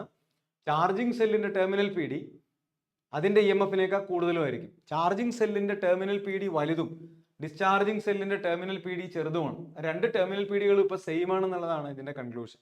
ഈ സർക്യൂട്ടിൽ തന്നെ നമ്മൾ കറണ്ടും കണ്ടുപിടിച്ചിട്ടുണ്ട്. ഓക്കെ, അങ്ങനെ ഒന്നിലധികം ചോദ്യങ്ങൾക്ക്, ഇനിയും കൂടുതൽ ചോദ്യങ്ങൾക്ക് ഉത്തരം എഴുതാൻ നിങ്ങൾക്ക് ഈ ക്ലാസ്സുകൾ കണ്ടാൽ സഹായകമായിരിക്കും കേട്ടോ. ഒരു ചോദ്യത്തിന് മാത്രമല്ല നമ്മൾ ഉത്തരം പറയുന്നത്. അടുത്ത ക്വസ്റ്റ്യൻ നോക്കൂ. അതിൽ കുറച്ച് ഭാഗം മിസ്സിംഗ് ഉണ്ടായിരുന്നു, എഴുതി ചേർത്താണ്. Cell of EMF 90 volt is connected across series combination of two resistors 100 ohm. ഒരു സെല്ലിന്റെ ഇ എം എഫ് 90 വോൾട്ട് ആണെന്ന് പറഞ്ഞിട്ടുണ്ട്. അത് 2 100 ഓമുകൾക്ക് സീരീസ് ആയിട്ട് ഇങ്ങനെ കണക്ട് ചെയ്തു. ഇവിടെ ഒരു 100 ഓം ഉണ്ട്, ഇവിടെ ഒരു 100 ഓം കണക്ട് ചെയ്തിട്ടുണ്ട്. വോൾട്ട് മീറ്റർ റെസിസ്റ്റൻസ് 400 ഓം കണക്റ്റഡ് അക്രോസ് ഈച്ച് റീഡ്സ് എത്രയാണ്? ഏതെങ്കിലും ഒരെണ്ണത്തിന് അക്രോസ് ആയിട്ട് ഒരു വോൾട്ട് മീറ്റർ കണക്ട് ചെയ്ത് നോക്കൂ. അതിന്റെ റെസിസ്റ്റൻസ് 400 ഓം ആണെന്ന് ക്വസ്റ്റ്യനിൽ പറഞ്ഞിട്ടുണ്ട്. ഓക്കെ, അങ്ങനെയാണെങ്കിൽ അത് എത്ര റീഡ് ചെയ്യുന്നു? അപ്പൊ അതിനൊരു എളുപ്പവഴിയുള്ള കുട്ടികൾ ശ്രദ്ധിക്കും. ഈ 400 ഓമും ഈ 100 ഓമും കൂടി പാരലൽ അല്ലേ. അപ്പൊ നമുക്ക് അതിന്റെ ഒരു ഇക്വിവാലന്റ് സർക്യൂട്ട് വരച്ചാൽ എളുപ്പം പണി കഴിയും. വളരെ എളുപ്പമാണ്. ഇങ്ങനെ വരയ്ക്കുക. എന്നിട്ട് അവിടെ ആ വോൾട്ട് മീറ്ററെ വീണ്ടും, ഇപ്പോ ആ വോൾട്ട് മീറ്റർ ഒരു ഐഡിയൽ വോൾട്ട് മീറ്റർ ആണെന്ന് വിചാരിക്കുക. പൊട്ടൻഷ്യോമീറ്റർ ഒക്കെ പോലെ. പൊട്ടൻഷ്യോമീറ്റർ ഒരു ഐഡിയൽ വോൾട്ട് മീറ്റർ അല്ലേ. പൊട്ടൻഷ്യോമീറ്റർ എന്ന് പറഞ്ഞാൽ ഐഡിയൽ വോൾട്ട് മീറ്ററാണ്. കാരണം അതിന് അതിൽ കൂടി കറണ്ട് ഫ്ലോ ചെയ്യില്ല. ഓക്കെ, അതിൻ്റെ റെസിസ്റ്റൻസ് ഇൻഫിനിറ്റ്ലി ലാർജ് ആണ്, അതിൽ കൂടി കറണ്ട് പോകില്ല. അപ്പോൾ നമ്മൾ എന്ത് ചെയ്യുന്നറിയാമോ, ഈ 400 100 കൂടി പാരലൽ ആണെന്ന് വിചാരിക്കുക. 400 100 പാരലൽ ആണെങ്കിൽ എങ്ങനെ എഴുതും? R1 R2 by R1 plus R2 formula use ചെയ്യാം. That is 400 into 100 by 400 plus 100. അതിൽ ഒരു 100 ക്യാൻസൽ ചെയ്യാം. ദാറ്റ് ഈസ് 40 by 5 ആണെങ്കിൽ 8 ആണ്, ഇത് 80 ആണ് വരിക അല്ലേ. അപ്പോൾ ഇവിടെ ഒരു 100 ഓൾറെഡി ഉണ്ട്, ഇത് 80 ഓം ആണ്. അപ്പോൾ ടോട്ടൽ കറണ്ട് എങ്ങനെ കണ്ടുപിടിക്കും? ടോട്ടൽ EMF 90 ആണ്. 90 divided by 100 plus 80 180. 90 divided by 100 plus 80, അങ്ങനെ ഇത് ക്യാൻസലായി 1/2 ആംപിയർ. കറണ്ട് 1/2 ആംപിയർ ആണ്, അര ആംപിയർ ആണ് കറണ്ട്. ഓക്കെ, അപ്പോൾ സർക്യൂട്ടിലത്തെ കറണ്ട് അര ആംപിയർ ആണ്. അപ്പോൾ ഇതിന്റെ വോൾട്ടേജ് എത്ര കണ്ടുപിടിക്കുക? ഓംസിലോ V ഈക്വൽ ടു IR. ആ I എന്ന് പറയുന്നത് അര ആംപിയർ ആണ്. റെസിസ്റ്റൻസ് 80 ഓം ആണ്. 80/2 40. അപ്പോൾ 40 വോൾട്ട് ആണ് കറക്റ്റ് ആൻസർ. ബോക്സ്. അപ്പോൾ ഇതിന്റെ ഒരു അഡ്വാൻറ്റേജ് കിട്ടിയത് കറണ്ടും കൂടി നമുക്ക് കണ്ടുപിടിക്കാൻ പറ്റി. ഒപ്പം നമ്മൾ ഇക്വിവാലന്റ് റെസിസ്റ്റൻസ് പാരലൽ ഒന്ന് റിവൈസ് ചെയ്തു. ഓക്കെ, ക്ലിയർ ആയല്ലോ. ഇതേപോലെ ഈ വോൾട്ട് മീറ്ററിനെ തന്നെ മറ്റേ 100 ഓമിൽ വെച്ചാലും ഇത് തന്നെയാണ് ആൻസർ വരിക കേട്ടോ. ടോട്ടൽ കറണ്ടും കണ്ടുപിടിക്കാൻ പറ്റുന്നുണ്ട്. നെക്സ്റ്റ് അടുത്ത ചോദ്യം നോക്കാം. അടുത്ത question number 15-ാമത്തെയാണ്. 2 cells of same EMF but different internal resistance R1 and R2 connected in series with resistance R. Value of resistance R for which potential difference across second cell is 0. വളരെ popular, ഒരുപാട് പരീക്ഷകൾക്ക് ചോദിച്ചിട്ടുള്ളതാണ്. Neglect ചെയ്യരുത്. പടമൊന്നും തന്നിട്ടില്ല ഇവിടെ, അതിനെ നമുക്ക് ഇങ്ങനെ വരയ്ക്കാനേ തരവുള്ളൂ. തന്നിട്ടില്ലെങ്കിലും തന്നിരിക്കുന്ന ഡാറ്റ അനുസരിച്ച് 2 ഐഡന്റിക്കൽ സെല്ലുകൾ എന്ന് പറയുമ്പോൾ ഇവിടെ ഇന്റേണൽ റെസിസ്റ്റൻസ് ഡിഫറൻ്റ് ആണെന്ന് പറഞ്ഞിട്ടുണ്ട്, പക്ഷെ EMF സെയിമും ആണ്. അപ്പോൾ ഒന്നാമത്തെ EMF E, രണ്ടാമത്തേൻ്റെയും E ആണ്. ഇതിന്റെ ഇന്റേണൽ R1, ഇതിന്റെ ഇന്റേണൽ R2. ഓക്കെ, അതൊരു ക്യാപിറ്റൽ R എക്സ്റ്റേണൽ ലോഡുമായി കണക്ട് ചെയ്തിരിക്കുന്നു, ക്യാപിറ്റൽ R. ഓക്കെ, ഇനി ഈ ക്യാപിറ്റൽ ആറിന്റെ വാല്യൂ എത്രയാണെങ്കിലാണ് രണ്ടാമത്തെ സെല്ലിന്റെ ടെർമിനൽ പൊട്ടൻഷ്യൽ ഡിഫറൻസ് 0 ആവുക? ഓക്കെ, അപ്പോൾ ഇതിൽ ഏതോ ഒരു സെല്ല്, 2 സെല്ലുകളും ഒന്ന് മൈനസും ഒന്ന് പ്ലസും ആണ്, പ്ലസും മൈനസും ആണ്. ഇതിന്റെ EMF ലെഫ്റ്റിലേക്കാണ്, ഇതിന്റെ EMFും ലെഫ്റ്റിലേക്കാണ്. അപ്പോൾ 2 സെല്ലുകളും ഡിസ്ചാർജിങ് ആണ്. മുമ്പ് നമ്മൾ ഉള്ള ഒരു ചിത്രത്തിൽ പറഞ്ഞു, ഒന്ന് ചാർജിങ്ങും വേറൊന്ന് ഡിസ്ചാർജിങ്ങും ആണെന്ന്. ഇത് അങ്ങനെയല്ല കണക്ഷൻ, നോക്കിയാൽ മനസ്സിലാവും. അതുമായിട്ട് അതും കൂടി നിങ്ങൾ ഒന്നെടുത്ത് ആ വീഡിയോയിൽ അത് പോസ് ചെയ്ത് സ്ക്രീൻഷോട്ട് എടുത്തിട്ട് ഒന്നുകൂടെ നോക്കൂ, അപ്പോൾ നിങ്ങൾക്ക് അത് എളുപ്പം മനസ്സിലാവും കേട്ടോ. അപ്പോൾ ഇവിടെ 2ന്റെയും EMF ഒരേ ഡയറക്ഷനിലല്ലേ, 2ന്റെയും EMFകൾ ഒരേ ഡയറക്ഷനിലാണ്, നമുക്ക് ആഡ് ചെയ്തൂടെ അല്ലേ? അപ്പോൾ ഇതിൽ രണ്ടാമത്തെ സെല്ലിന്റെ ടെർമിനൽ PD ആണ് V2. V2വിനെ നമുക്ക് ഏത് ഫോമില? ഡിസ്ചാർജിങ് ആണല്ലോ. അപ്പോൾ E2 മൈനസ് IR2 എന്ന് എഴുതാം. E2 E തന്നെയാണ്, ഈ മാറിയിട്ടില്ല, രണ്ടും സെയിം ആണ്. ഈ V2 ആണ് 0, അപ്പൊ 0 equal to E minus IR2, that is E equal to IR2 എന്ന് എഴുതാം. ഈ IR2 ആണ്. ഇനി നമുക്ക് വേണ്ടത് ക്യാപിറ്റൽ ആറും സ്മോൾ R1ഉം R2ഉം തമ്മിലുള്ള കണക്ഷൻ ആണ്. ഇതിൽ ഏതാണ് ആൻസർ എന്നാണ് 2022 ചോദിച്ചതാണ്. അപ്പോൾ അതിൽ നമുക്ക് അതിലേക്ക് വരാൻ വേണ്ടിയിട്ട് കറണ്ടിന്റെ ഇക്വേഷൻ എഴുതാം. ക്യാപിറ്റൽ ആർ വരണമെങ്കിൽ കറണ്ട് വരണ്ടേ? ഇപ്പോൾ സ്മോൾ ആർ അല്ലേ വന്നിട്ടുള്ളൂ, ഇനി ക്യാപിറ്റൽ ആറിനെ ഇൻക്ലൂഡ് ചെയ്യണ്ടേ? അപ്പോൾ അങ്ങനെ എഴുതി നോക്കുകയാണ്. ടോട്ടൽ കറണ്ടിന്റെ ഫോമിൽ എഴുതാം. ടോട്ടൽ കറണ്ട് EMFകളെ ആഡ് ചെയ്യുക. Total EMF E plus E 2E divided by R plus R1 plus R2. Okay, ഇനി ക്രോസ് മൾട്ടിപ്ലൈ ചെയ്താൽ IR plus IR1 plus IR2 equal to 2E. Okay, ഇതിൽ എലിമിനേറ്റ് ചെയ്യേണ്ടത് I ആണ് അല്ലേ? അപ്പോൾ Eക്ക് IR2 എഴുതിയാൽ മതി.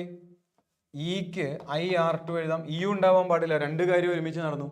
Eയും കളഞ്ഞു, പകരം വന്ന I എല്ലാ ടേംസിലും ഉണ്ട്, അതും ക്യാൻസൽ ആയി. അപ്പോൾ നമ്മുടെ റിക്വയർഡ് ആൻസർ ആയി അല്ലേ?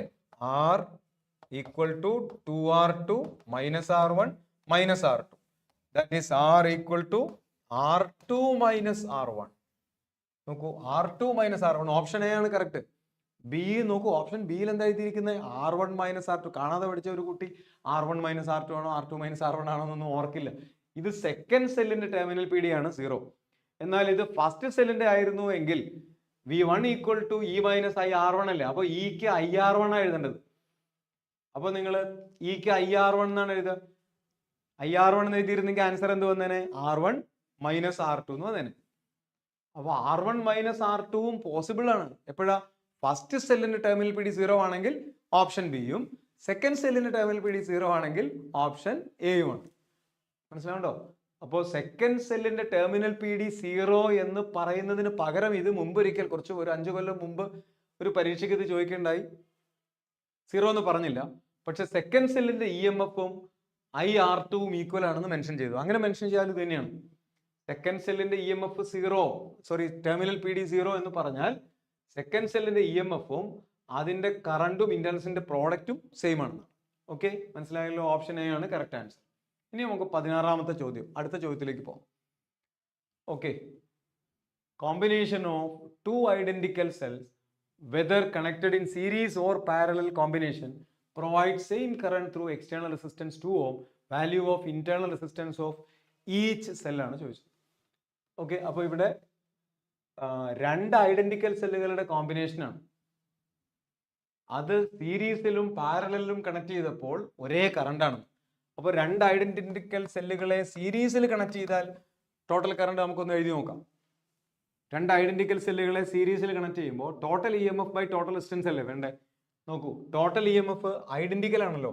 E plus E 2E divided by external resistance R plus internal resistance രണ്ടിന്റെയും കൂടി എടുക്കണം, മറക്കല്ലേ. R1 plus R2 that is R plus R 2R. ഇതേപോലെ I പാരലൽ ആണെങ്കിൽ എങ്ങനെ എഴുതണം? ടോട്ടലി ഇവിടെയും total EMF by total resistance ആണ്. പക്ഷെ 2 ഐഡന്റിക്കൽ സെല്ലുകൾ പാരലൽ ആയാൽ ഇക്വിവാലന്റ് EMF ഒരു സെല്ലിൻ്റെത് തന്നെയാണ്. ഈ മതി, 2E എഴുതരുത്. അതിലൊക്കെ കുറെ കഥയുണ്ട് കേട്ടോ, എളുപ്പമൊന്നും കഴിയില്ല. നമുക്കൊക്കെ ഇത് അറിയാം, ഇത്രയൊക്കെ കുറച്ചൊക്കെ അറിയാം എന്നുള്ള അസംഷനിലാണ് ക്രാഷിന് ചെയ്യുക. അല്ലാതെ ഈ കഥ മുഴുവൻ പറഞ്ഞാൽ നമുക്ക് പരീക്ഷ കഴിഞ്ഞു പോകും. കുറച്ച് സമയം കൊണ്ട് ഇത്രേ പറ്റൂ. അപ്പോൾ ഐഡന്റിക്കൽ സെല്ലുകൾ സീരീസ് ആണെങ്കിൽ, N ഐഡന്റിക്കൽ സെല്ലുകൾ സീരീസ് ആണെങ്കിൽ equivalent EMF NE. N identical സെല്ലുകൾ പാരലൽ ആണെങ്കിൽ ഇക്വിവാലന്റ് EMF NE അല്ല, E തന്നെയുള്ളൂ. ഒരെണ്ണത്തിന്റെ EMF മതി. ഒരു സെക്കൻഡ് വെള്ളം കുടിച്ചു.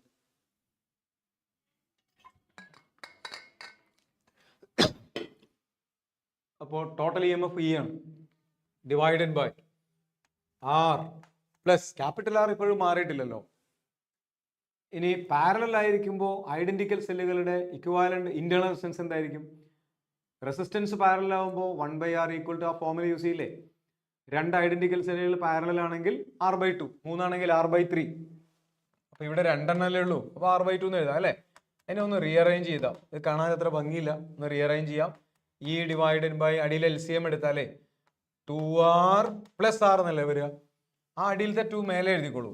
അപ്പൊ 2E ഡിവൈഡഡ് ബൈ, ഇതിപ്പോ അതുപോലെ തന്നെ വന്നു അല്ലേ? പക്ഷെ ഒരു വ്യത്യാസമുണ്ട്, ഒന്ന് സൂക്ഷിച്ചു നോക്കൂ.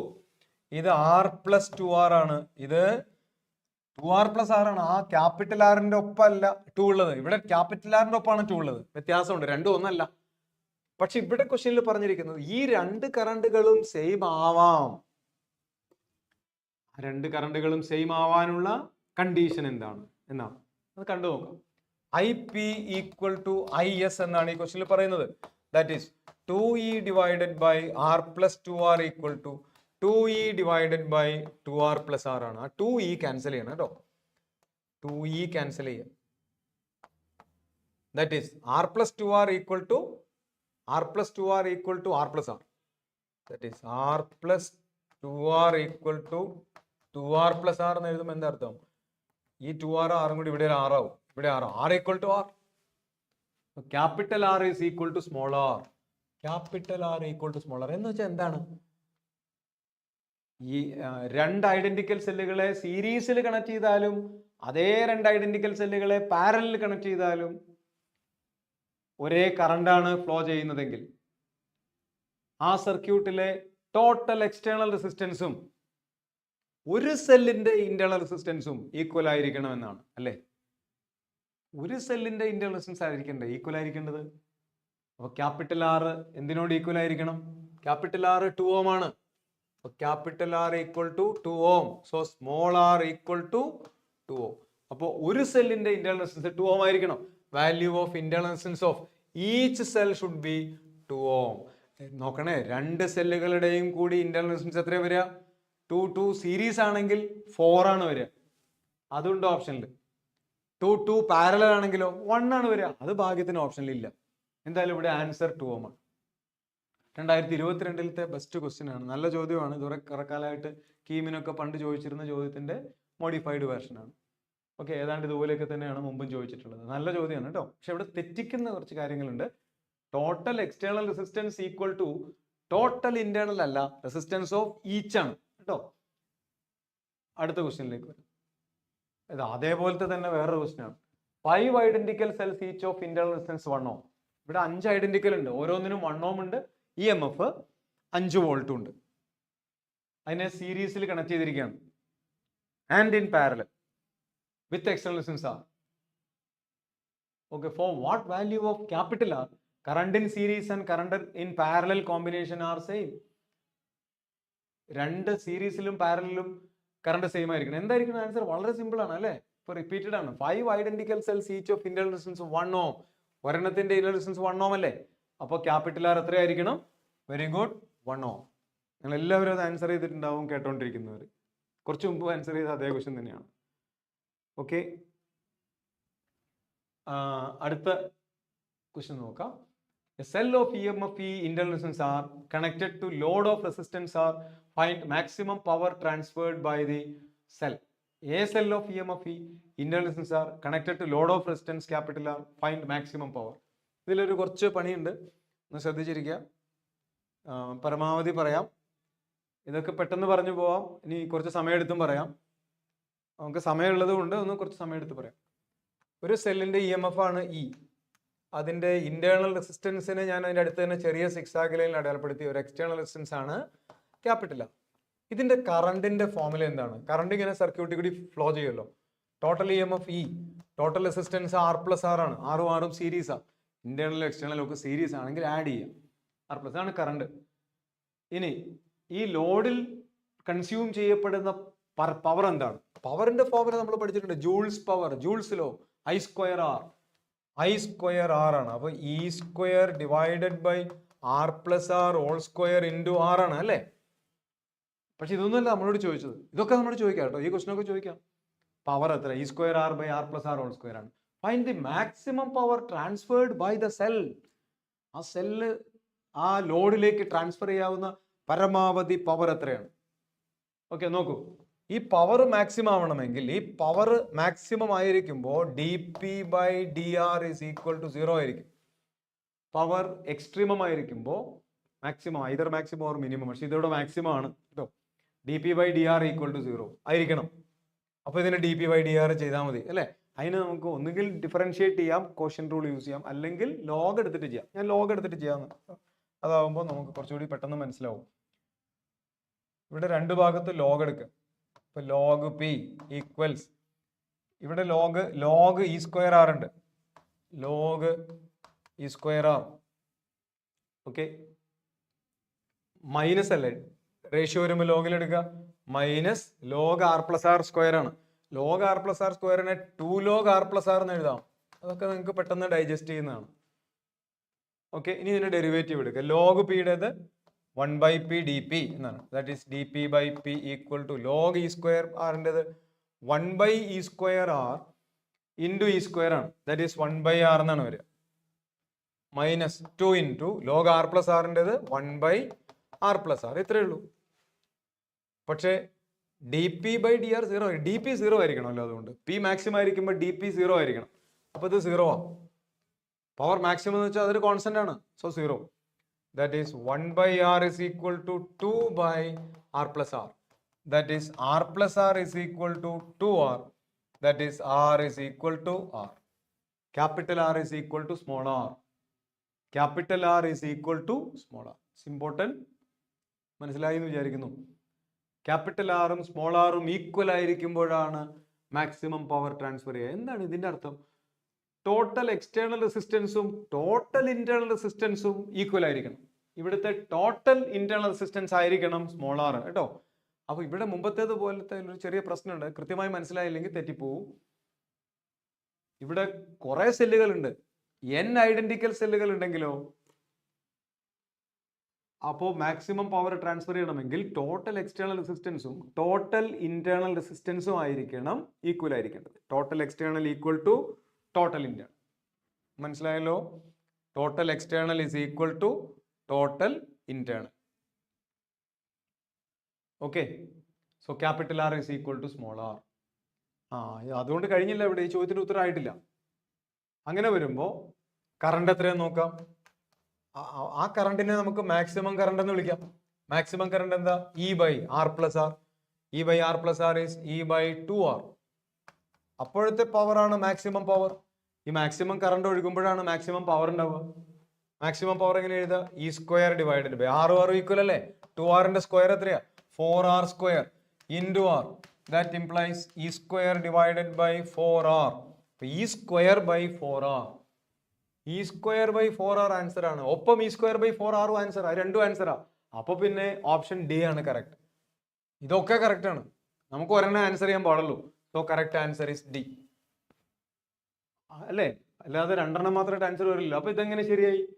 സ്മോൾ ആറും ക്യാപിറ്റൽ ആറും ഈക്വൽ അല്ലേ? ആർ പ്ലസ് ആർ 2R അല്ലേ? 2 × 2 4. അപ്പൊ ഈ സ്ക്വയർ ബൈ 4R തന്നെയല്ലേ? അതും ഒക്കെ ഒന്ന് തന്നെയാണ് ഒരു ഓപ്ഷനിൽ കേട്ടോ. ഇതാണ് ഈ തിയറത്തെ വിളിക്കുന്ന പേരാണ് ഇലക്ട്രിസിറ്റിയിലെ മാക്സിമം പവർ ട്രാൻസ്ഫർ തിയറം. ഒരു ബാറ്ററി ഒരു സർക്യൂട്ടിലേക്ക് പരമാവധി പവർ ഡെലിവറി ചെയ്യണമെങ്കിൽ ആ ബാറ്ററിയുടെ ഇന്റേണൽ റെസിസ്റ്റൻസും ആ സർക്യൂട്ടിന്റെ റെസിസ്റ്റൻസും എക്സാക്ട്ലി സെയിം ആയിരിക്കണം. ഒരു റെസൊണൻസ് ഒക്കെ പോലത്തെ ഒരു ഫിനോമിനനാണ്. സോഴ്സിന്റെ ഫ്രീക്വൻസിയും സിസ്റ്റത്തിന്റെ ഫ്രീക്വൻസിയും സെയിം ആണെങ്കിൽ മാത്രമേ സോഴ്സിൽ നിന്ന് സിസ്റ്റത്തിലേക്ക് പരമാവധി എനർജി ഫ്ലോ ഉണ്ടാവുള്ളൂ. അതാണല്ലോ റെസൊണൻസിന്റെ ഒരു പ്രിൻസിപ്പിൾ.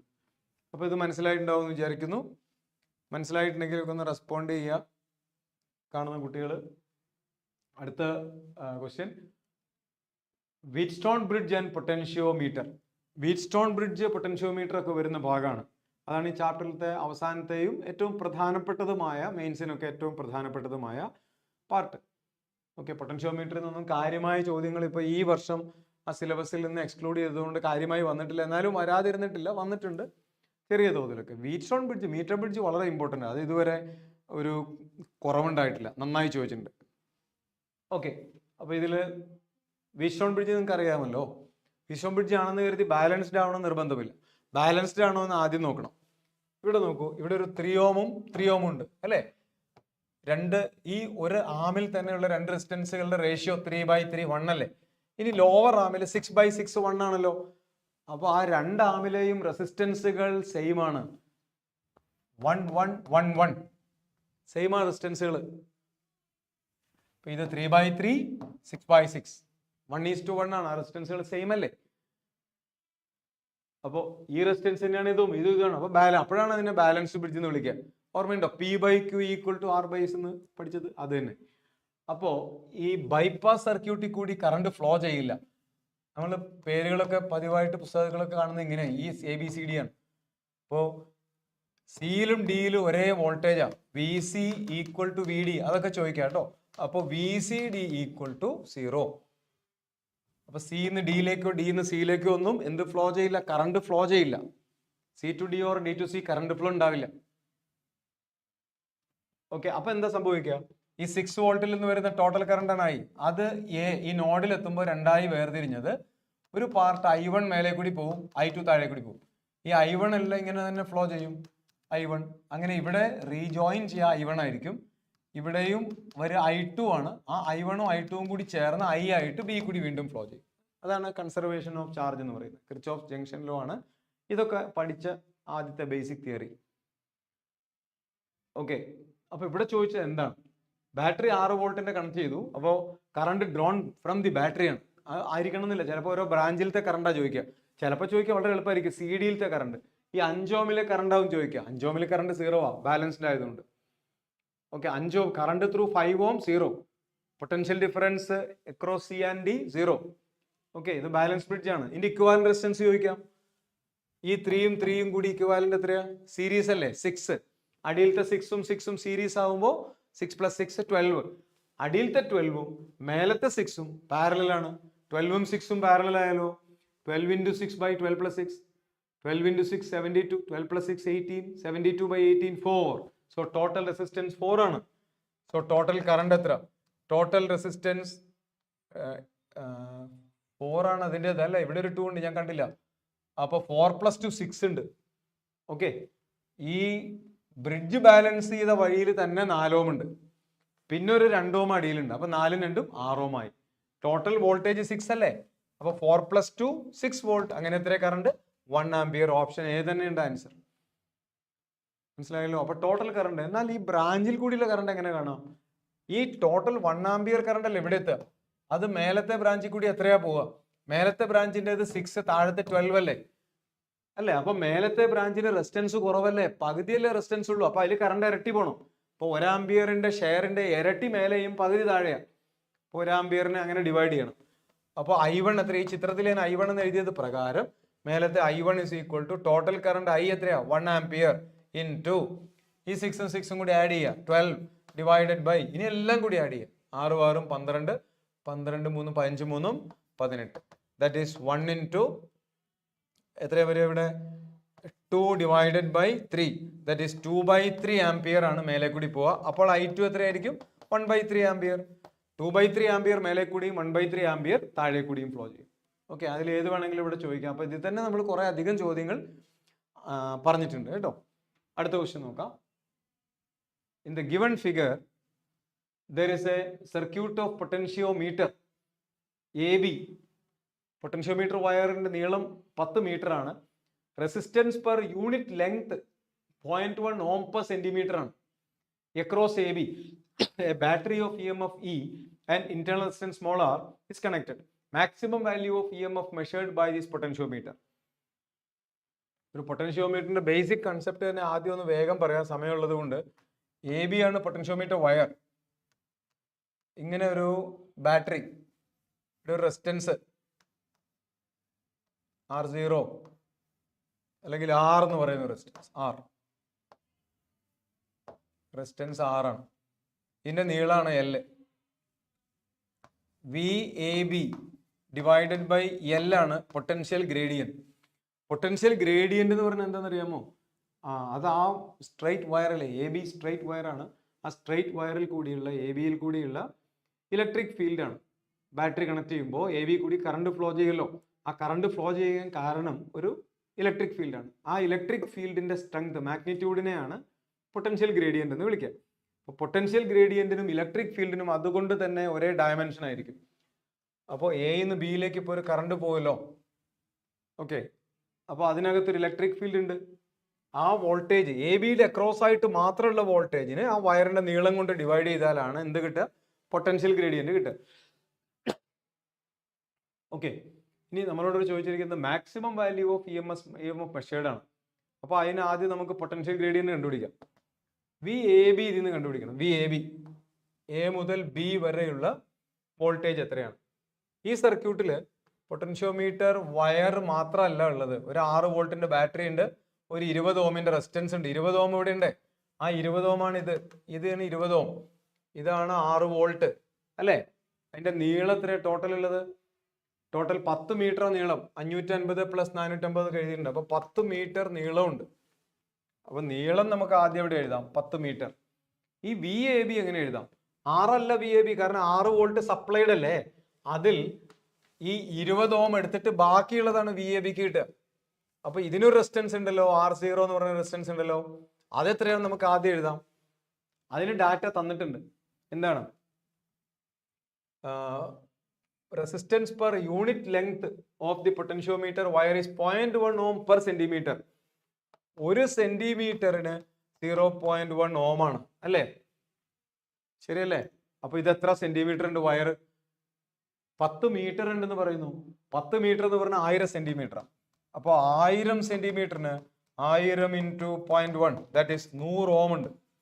100 ഓം ഉണ്ട് R0, 100 ഓം. അപ്പൊ R0 കിട്ടി. 100 ഓം ആണ് R0 അല്ലേ? അപ്പോൾ ഈ 100 ഓമിന് അക്രോസ് ആയിട്ട് എത്ര വോൾട്ടേജ് ഉണ്ട്? 100 ഓമിന് അക്രോസ് ആയിട്ട് എത്ര വോൾട്ടേജ് ഉണ്ടെന്ന് പറയാമോ? അതെങ്ങനെ എഴുതും? ഈ 100 ഓമും 20 ഓമും സീരീസ് അല്ലേ? സീരീസിൽ വോൾട്ടേജ് എങ്ങനെയാ ഡിവൈഡ് ചെയ്യാൻ നോക്കൂ.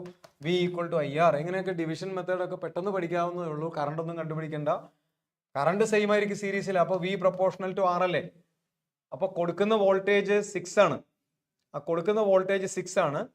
അപ്പോൾ വി എ ബി ഞാൻ സെപ്പറേറ്റ് ആയിട്ട് എഴുതാം. 6 ആ കൊടുക്കുന്ന വോൾട്ടേജ് EMF. അതിനെ ആ റെസിസ്റ്റൻസിന്റെ ഡയറക്റ്റ് റേഷ്യോയിൽ ഡിവൈഡ് ചെയ്യും. എനിക്ക് വേണ്ടത് എ ബിയുടെ അല്ലേ, അപ്പോൾ എ ബിയുടേത് 100 ആണ്, ഡിവൈഡഡ് ബൈ 120. ഓക്കെ, അപ്പോൾ ഇതിങ്ങനെ ക്യാൻസൽ ചെയ്യാം. 6 ഉം 12 കൂടെ 2 വന്നു, 10/2 5 വോൾട്ട്. അപ്പോൾ 5 വോൾട്ട് ആണ് V A B. 5 volt V A B 5 volt. മനസ്സിലാവുന്നുണ്ടോ? അപ്പോൾ ബാക്കി വരുന്ന 1 വോൾട്ടാണ് ഇതിന് കിട്ടുക. ഇതിന് 1 വോൾട്ട് കിട്ടും. അങ്ങനെ മൊത്തം 6 വോൾട്ട്. ഇതിന് 5 വോൾട്ടും അതിന് 1 വോൾട്ടും ആണ് കിട്ടുക. കാരണം റെസിസ്റ്റൻസ് അത്ര കുറവാണ് അതിന്, 100/20 അല്ലേ. ഓക്കെ, അപ്പോൾ 5/10 ആണ് വോൾട്ട് പെർ മീറ്റർ. അത്രയും വോൾട്ട് പെർ മീറ്റർ ആണ് പൊട്ടൻഷ്യൽ ഗ്രേഡിയന്റ്. ഓക്കെ, ഒരു പൊട്ടൻഷ്യോമീറ്റർ കൊണ്ട് അളക്കാവുന്ന വോൾട്ടേജ്, നമുക്ക് എങ്ങനെ അളക്കാം? പരമാവധി വോൾട്ടേജ് അളക്കാം, അല്ലെങ്കിൽ അതുകൊണ്ട് അളക്കുന്ന വോൾട്ടേജ് എത്രയാണെന്ന് തീരുമാനിക്കുന്നത് അതിന്റെ ബാലൻസിങ് ലെങ്ത് ആണ്. ഇവിടെ ബാലൻസിങ് ലെങ്ത് ആയിട്ട് പറഞ്ഞിരിക്കുന്നത് 550 സെന്റിമീറ്റർ. അതൊന്നും ഇവിടെ ആവശ്യമില്ല. മാക്സിമം വാല്യൂ മെഷേർഡ് ആണ് നമ്മളോട് ചോദിച്ചത്. ഓക്കെ, ഇപ്പൊ എത്ര മെഷർ ചെയ്തു എന്നല്ല, ഇപ്പൊ സെക്കൻഡറിയിലുള്ള ഒരു സെൽ ഉണ്ടല്ലോ, അതിന്റെ ബാലൻസിങ് ലെങ്ത് ആണ് 550. അതൊന്നും ഇവിടെ ആവശ്യമുള്ള ചോദ്യമല്ല. അത് ഉപയോഗിച്ചിട്ട് ഞാൻ പറയാം, സമയം ഉണ്ടെങ്കിൽ അതുകൂടി ഞാൻ പറയാം. അതെന്തിനാ തന്നത്? വെറുതെ നമ്മളെ കൺഫ്യൂസ് ചെയ്യാൻ വേണ്ടി തന്നതാണ്. അല്ലെങ്കിൽ അതിൽ നിന്ന് വരാവുന്ന മറ്റു ചോദ്യങ്ങളും കൂടി പറയാൻ ശ്രമിക്കാം. അപ്പോൾ V equal to potential gradient into maximum എഴുതുമ്പോൾ ലെങ്ത് എഴുതാം. Potential gradient into balancing length ആണ് വേണ്ടത്. എപ്പോഴാണ് ഇത് പരമാവധി വോൾട്ടേജ് അളക്കുക? ആ ബാലൻസിങ് ലെങ്ത് പൊട്ടൻഷ്യോമീറ്റർ വയറിന്റെ തന്നെ മുഴുവൻ ലെങ്ത് ആയിരിക്കണം. ഒരു പൊട്ടൻഷ്യോമീറ്റർ കൊണ്ട് അളക്കാവുന്ന പരമാവധി വോൾട്ടേജ് വരെ ആ ബാലൻസിങ് ലെങ്ത് അതിന്റെ വയറിന്റെ ലെങ്ത് തന്നെ ആവുമ്പോഴാണ്. ഓക്കെ, അപ്പൊ നൾ ഡിഫ്ലക്ഷൻ പോയിന്റ് എന്ന് പറയുന്ന ആ വയറിന്റെ അറ്റത്തായിരിക്കും. അപ്പൊ മുഴുവൻ ലെങ്തും ബാലൻസ് ചെയ്യാൻ വേണ്ടി ഉപയോഗിച്ചു. അപ്പൊ ഈ ഇൻറ്റു എൽ, ദാറ്റ് ഇംപ്ലൈസ് എത്രയത്? 5/10 into 10. That is 10 gets cancelled, you will get 5. So correct answer is 5 volt. അപ്പോൾ 5 വോൾട്ട് ആയിരിക്കും ഇതുകൊണ്ട് അളക്കാവുന്ന പരമാവധി വോൾട്ടേജ്. അപ്പോൾ ഈ പൊട്ടൻഷ്യോമീറ്റർ കൊണ്ട് അളക്കാവുന്ന പരമാവധി വോൾട്ട് 5 വോൾട്ട് ആണ്. ഓക്കെ, ഇപ്പൊ ഇവിടെ എത്ര അളന്നിട്ടുണ്ടെന്ന് നോക്കാം. ഇതിന്റെ EMF എത്രയാണ് നോക്കണമെങ്കിൽ ബാലൻസിൽ 550 അല്ലേ. അപ്പോൾ E ഈസ് ഈക്വൽ ടു, ഇതാണ് പറയുന്നത്, E equal to potential gradient എത്രയായിരുന്നു? 5/10 1/2 ഇൻറ്റു എത്രയാ അതിന്റെ നീളം? 550 സെന്റിമീറ്റർ അല്ലേ. അതിന് 5.5 എന്ന് എഴുതണം. Okay, that is 5.5/2. ഇത്രയും വോൾട്ട്. 5.5യുടെ പകുതി എത്ര? 5.5യുടെ പകുതി 2.25. 2.25 വോൾട്ടാണ് ഇതുകൊണ്ട് ഇപ്പൊ അളന്നത്. ഈ ചിത്രത്തിൽ അളന്നത് 2.25 വോൾട്ടാണ്. പക്ഷെ എത്ര വരെ അളക്കാം? 5 വോൾട്ട് വരെ അളക്കാം. ഓക്കെ, മനസ്സിലായിട്ടുണ്ടെങ്കിൽ പറയാം. എന്തെങ്കിലും കമന്റുകൾ ഉണ്ടെങ്കിൽ തരാം.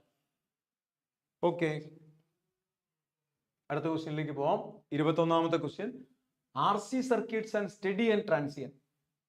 സ്റ്റഡി സ്റ്റേറ്റും ട്രാൻസിയൻ സ്റ്റേറ്റും സെപ്പറേറ്റ് ആയി തന്നെ പഠിക്കേണ്ടതാണ്. ഓക്കെ, ഇതൊരു DC സർക്യൂട്ടാണ് ഈ ട്രാൻസിയൻസ് എന്ന് പറയുന്നത്. അതിൽ റെസിസ്റ്റൻസ്, കപ്പാസിറ്റർ, ഇൻഡക്ടർ ഇതൊക്കെ ഇൻവോൾവ് ചെയ്തിട്ടുള്ള സർക്യൂട്ടാണ് ട്രാൻസിയൻസ്. DC-യിലേക്ക്, ഒരു ബാറ്ററിയിലേക്ക് അല്ലെങ്കിൽ സെല്ലുകളുടെ കോമ്പിനേഷനെയാണ് ബാറ്ററി എന്ന് വിളിക്കുക. ഈ പറഞ്ഞ കോമ്പിനേഷൻസിനെ കണക്ട് ചെയ്യുമ്പോൾ എത്രയാണ് കറണ്ട് ഫ്ലോ, എത്ര സമയത്തിന് ശേഷമാണ് കറണ്ട് ഇത്ര പെർസെൻറ്റേജ് ആവുക, ആ ജാതി അനാലിസിസ് ഒക്കെയാണ് ഈ ടൈപ്പ് ചോദ്യങ്ങളിൽ വരിക. അപ്പോൾ നോക്കാം. In this figure resistance of the coil of galvanometer is 2 ohm. ഇതിന് 2 ohm റെസിസ്റ്റൻസ് ഉണ്ടെന്ന് പറഞ്ഞിട്ടുണ്ട്. ഇനി സെല്ലിന്റെ EMF ഇവിടെ വ്യക്തമായി തന്നു, 4 വോൾട്ട് തന്നിട്ടുണ്ട്. Ratio of potential difference across capacitance C1 and C2 ഉണ്ടോ? ഈ ക്വസ്റ്റ്യനിൽ കപ്പാസിറ്റർ, റെസിസ്റ്റൻസ് എല്ലാം വന്നിട്ടുണ്ട്. എന്താ സംഭവിക്കുക? സ്വിച്ച് ഓൺ ചെയ്യുന്ന ഉടനെ തന്നെ കറണ്ട് 0-യിൽ നിന്ന് മാക്സിമത്തിലേക്ക് കൂടാൻ വേണ്ടി ശ്രമിക്കും. അങ്ങനെ ആ കറണ്ട് എയിൽ എത്രയാണെന്ന് അറിയില്ല. ആ കറണ്ട് എയിൽ എത്തുമ്പോൾ, ഒരു നോഡാണല്ലോ, അവിടെ എത്തുമ്പോൾ 2ആയി സ്പ്ലിറ്റ് ചെയ്യും. ഓക്കെ, അതിൽ കപ്പാസിറ്റർ കൂടി ആണ്. കപ്പാസിറ്ററുള്ള ബ്രാഞ്ച് ഇൻഡിപെൻഡന്റ് ആയിട്ട് ഉണ്ട്, അല്ലെങ്കിൽ കുറച്ച് റെസിസ്റ്റൻസ് ഉള്ള ബ്രാഞ്ച് ഉണ്ട്. അതിൽ കപ്പാസിറ്റർ, കാരണം കറണ്ടിന് ഇതിലേ പോകാൻ ഒരു വഴിയുണ്ട്. ഇവിടെ വരുന്ന കറണ്ട് ഇതിലേ പോയി ഇങ്ങനെ വന്ന് സർക്യൂട്ട് കംപ്ലീറ്റ് ചെയ്യാനുള്ള ഒരു കൃത്യമായ വഴി അവിടെ ഉണ്ട്, ഒരു തുറന്ന വഴിയുണ്ട്. റെസിസ്റ്റൻസ് കുറവാണ് ആ വഴിക്ക്. മറ്റു വഴി കൂടെ പോയാൽ റെസിസ്റ്റൻസ് കൂടില്ല, കാരണം അവിടെ 6 ohm 8 ohm ഒക്കെ ഉണ്ടല്ലോ, അതിലേ പോകില്ല. അപ്പോൾ ആദ്യം തന്നെ കറണ്ട് കപ്പാസിറ്റി കൂടി ഫ്ലോ ചെയ്ത് കപ്പാസിറ്റർ അങ്ങോട്ട് ഫില്ലാവും. കപ്പാസിറ്റർ ഫില്ലായി കഴിഞ്ഞാൽ നമ്മളൊക്കെ വിശക്കുമ്പോൾ വയറ് നിറയണ പോലെയാണ്. അത് നിറഞ്ഞു കഴിഞ്ഞാൽ പിന്നെ ഒരു തുള്ളി പോലും കഴിക്കാൻ പറ്റില്ല, ഒരു ഇത്തിരി പോലും കഴിക്കാൻ പറ്റില്ല, അല്ലേ? അപ്പോൾ വയറ് നിറഞ്ഞാൽ പിന്നെ കഴിക്കാൻ പറ്റില്ലെന്ന് പറഞ്ഞ പോലെയാണ്. കപ്പാസിറ്റർ ഫുൾ നിറഞ്ഞാൽ പിന്നെ കഴിക്കില്ല, അത് ആ ബ്രാഞ്ചിൽ കൂടിയുള്ള കറണ്ടിനെ അങ്ങോട്ട് സ്റ്റോപ്പ് ചെയ്യും. അപ്പോൾ എന്താ സംഭവിക്കുക? അപ്പോൾ അതിലെ കറണ്ട് പോവില്ല. അപ്പോൾ ആ പോകുന്ന കറണ്ട് ഞാൻ വേറൊരു കളറിൽ കാണിക്കാം. നോക്കൂ, ഈ ജംഗ്ഷനിൽ നിന്ന് കറണ്ട് ഇങ്ങനെ വരും. ഇങ്ങനെ വരുന്ന കറണ്ട് ഇതിലേ താഴേക്ക് വന്ന് ഇതിലെയാണ് സർക്യൂട്ട് കംപ്ലീറ്റ് ചെയ്യുക. അതായത് കപ്പാസിറ്റർ കൂടി പോവില്ല. അപ്പോൾ ആദ്യം കപ്പാസിറ്റർ കൂടി പോകും. കപ്പാസിറ്റർ നിറഞ്ഞു കഴിഞ്ഞാൽ പിന്നെ കപ്പാസിറ്റർ കടത്തിവിടില്ല. ഫുൾ ചാർജ് ആയി കഴിഞ്ഞാൽ പിന്നെ കപ്പാസിറ്റർ കടത്തിവിടില്ല, ഡിസ്ചാർജ് ആയാൽ മാത്രമേ പറ്റുള്ളൂ. അപ്പോൾ മറ്റ് ബ്രാഞ്ചിൽ കൂടി പോകുമല്ലോ, കപ്പാസിറ്റർ ഇല്ലാത്ത ബ്രാഞ്ച് ഉണ്ടല്ലോ, അതിലേ പോകും. ഓക്കെ, അതാണ് സ്റ്റഡി സ്റ്റേറ്റ് എന്ന് പറയുക കേട്ടോ. സ്റ്റഡി സ്റ്റേറ്റ് അതുവരെ അതിന് കുറച്ച് സമയം എടുക്കും. വയറ് നിറയാൻ കുറച്ച് സമയം എടുക്കുമല്ലോ, ഒറ്റ വിഴുങ്ങലിനല്ലല്ലോ. അതാണ് ട്രാൻസിയന്റ്. അതാണ് ഇവിടെ എഴുതിയ ട്രാൻസിയന്റ് ആൻഡ് സ്റ്റഡി സ്റ്റേറ്റ്. ഇതൊരു RC സർക്യൂട്ടാണ്. RC എന്ന് വെച്ചാൽ റെസിസ്റ്റൻസും കപ്പാസിറ്റൻസും മാത്രമാണ്. ഇതുപോലെ LR ഒക്കെ ഉണ്ട്, നിങ്ങൾക്ക് ട്രൈ ചെയ്യാവുന്നതാണ്. ഇപ്പൊ ഇത് RC മാത്രമാണ് ഇപ്പൊ തൽക്കാലം പറയുക. ഓക്കെ, അങ്ങനെ ഈ സ്റ്റഡി സ്റ്റേറ്റിൽ എത്തുമ്പോൾ സ്റ്റഡി സ്റ്റേറ്റിൽ എത്തിക്കഴിയുമ്പോൾ എന്താണ് സംഭവിക്കുക നോക്കാം. സ്റ്റഡി സ്റ്റേറ്റിൽ എത്തിക്കഴിയുമ്പോൾ കറണ്ട് എത്രയാണ്? Current total EMF by total resistance ആണ്. ടോട്ടൽ EMF എത്രയാ? 4 വോൾട്ടാണ്. ടോട്ടൽ റെസിസ്റ്റൻസ് എത്രയാ നോക്കൂ. സ്റ്റഡി സ്റ്റേറ്റിൽ ബ്രാഞ്ച് ഏതാ? ഈ ഗ്രീൻ കളർ കാണിച്ചതാ. 6 + 2 + 8. 6 + 2 8. 8 + 8 16 ആണ്. അപ്പോൾ 4/16 ദാറ്റ് ഈസ് 1/4 ആംപിയർ ആണ് ടോട്ടൽ കറണ്ട്. അപ്പോൾ സ്റ്റഡി സ്റ്റേറ്റിൽ ഫ്ലോ ചെയ്യുന്ന സർക്യൂട്ടിൽ കൂടി ഫ്ലോ ചെയ്യുന്ന കറണ്ടാണ് 1/4 ആംപിയർ. അത് പക്ഷെ നിങ്ങൾക്ക് ശ്രദ്ധിച്ചാൽ മനസ്സിലാവും, ആ കപ്പാസിറ്റി കൂടി അത് ഫ്ലോ ചെയ്യില്ല. അത് കപ്പാസിറ്റി കൂടി അല്ല ഫ്ലോ ചെയ്യുക, ഇതിലെ ഫ്ലോ ചെയ്യുക റെസിസ്റ്ററിൽ കൂടി മാത്രം ആണ് 1/4 ആംപിയർ. ആ 1/4 ആംപിയർ ഇതിലിങ്ങനെ ഫ്ലോ ചെയ്യും. 1/4 ഈ കറണ്ടും 1/4 ആംപിയർ ആണ്. ഇനി നമുക്ക് അറിയേണ്ടത് potential difference across C1 and C2 ആണ്. നോക്കൂ, C1 കണക്ട് ചെയ്തിരിക്കുന്നത് എയിലും സിയിലും അല്ലേ? C1 ചാർജ് ആവുക എയിലെയും സിയിലെയും പൊട്ടൻഷ്യൽസ് അനുസരിച്ചാണ്. അപ്പോൾ എയിലെയും സിയിലെയും പൊട്ടൻഷ്യൽ ഡിഫറൻസ് ആണ് നമുക്ക് അറിയേണ്ടത്. നമുക്കൊന്ന് എഴുതി നോക്കാം. സമയമുള്ളത് കൊണ്ട് ഞാൻ സ്ലോയിൽ എഴുതാണ്. എ മുതൽ സി വരെ ആ കറണ്ട് പോകുന്ന വഴി നോക്കൂ. എയിൽ നിന്ന് ബിയിലെത്തി 2 ohമിലൂടി സിയിലേക്ക് വരുന്നു. എയിൽ നിന്ന് സിയിലേക്ക് ഞാൻ വോൾട്ടേജ് ലോ അപ്ലൈ ചെയ്യാണ്. KVL, Kirchhoff's voltage law. എവിടെ തൊട്ട് തുടങ്ങുന്നു? VA. കറണ്ടിന്റെ ഡയറക്ഷനിലാവുമ്പോൾ -1/4 × 6. ഇതൊക്കെ നമ്മൾ പഠിച്ചിട്ടുള്ളതാണ്, അല്ലാതെ അതിന്റെ ബേസിക് വീണ്ടും പറയാൻ നമുക്ക് സമയം കിട്ടില്ല. എന്നാലും ഇത് കേൾക്കുമ്പോൾ കുറച്ചൊക്കെ പഠിച്ചിട്ടുള്ളത് അത്രയൊന്നും മറന്നിട്ടുണ്ടാവില്ല, നിങ്ങൾക്ക് ഓർമ്മയുണ്ടാവും. ഒന്ന് ശ്രദ്ധിച്ചാൽ മതി കേട്ടോ. 1/4 × 6. 1/4 × 6. ഇനി ഇങ്ങനെ വന്ന് 1/4 × 2 -1/4 × 2. വേണമെങ്കിൽ ഇത് ഒരു സ്റ്റെപ്പിൽ തന്നെ എഴുതാം. 6 × 2 8. 1/4 × 8 എന്ന് എഴുതിയാൽ മതി. പരീക്ഷയ്ക്ക് ചെയ്യുമ്പോൾ പെട്ടെന്ന് ചെയ്യണം. -VC = 0 എന്ന് എഴുതാം. കാരണം VA - VC ആണ് നമുക്ക് വേണ്ടത്. സോ VA - VC എത്രയായിരിക്കും? ഇതെത്രയാ? 6 + 2 8/4 2 അല്ലേ? അപ്പോൾ 2 എന്ന് കിട്ടി അല്ലേ? VA - VC = ശരിയല്ലേ? നോക്കൂ, 6 + 2 8. 8/4 2. സോ VA - VC = 2 കിട്ടി. അപ്പോൾ C1ന്റെ വോൾട്ടേജ് 2 ആണെന്ന് കിട്ടി. C1ന്റെ വോൾട്ടേജ് 2 ആണ്. ഇനി C2ന്റെ വോൾട്ടേജ്, C2 കണക്ട് ചെയ്തിരിക്കുന്ന ഏത് ലീഡിലാണ് നോക്കുക? ബിയിലും ഡിയിലുമാണ് C2 കണക്ട് ചെയ്തിരിക്കുന്നത് അല്ലേ? അപ്പോൾ VBD അല്ലേ വേണ്ടേ? അപ്പോൾ നമുക്ക് അങ്ങനെ ആ ഡയറക്ഷനിൽ അത് അപ്ലൈ ചെയ്യണം. VB - VD. അവിടെ ഒരു അഡീഷണൽ റെസിസ്റ്റൻസ് ഉണ്ട്. അപ്പോൾ നമ്മൾ തുടങ്ങാം. VB - 1/4 × 2. 1/4 × 2. ഇതൊക്കെ വേഗം എഴുതാം കേട്ടോ. ഞാനിപ്പോൾ സമയമുള്ളത് കൊണ്ട് ഡീറ്റെയിൽഡ് ആയിട്ട് പറയുന്നേ ഉള്ളൂ. ഇത് പെട്ടെന്ന് റേഷ്യോ ഡിവൈഡ് ചെയ്ത് എഴുതാവുന്നതാണ്. മുമ്പ് നമ്മളിത് കഴിഞ്ഞ ക്വസ്റ്റ്യൻസിൽ ചെയ്തിട്ടുണ്ട്.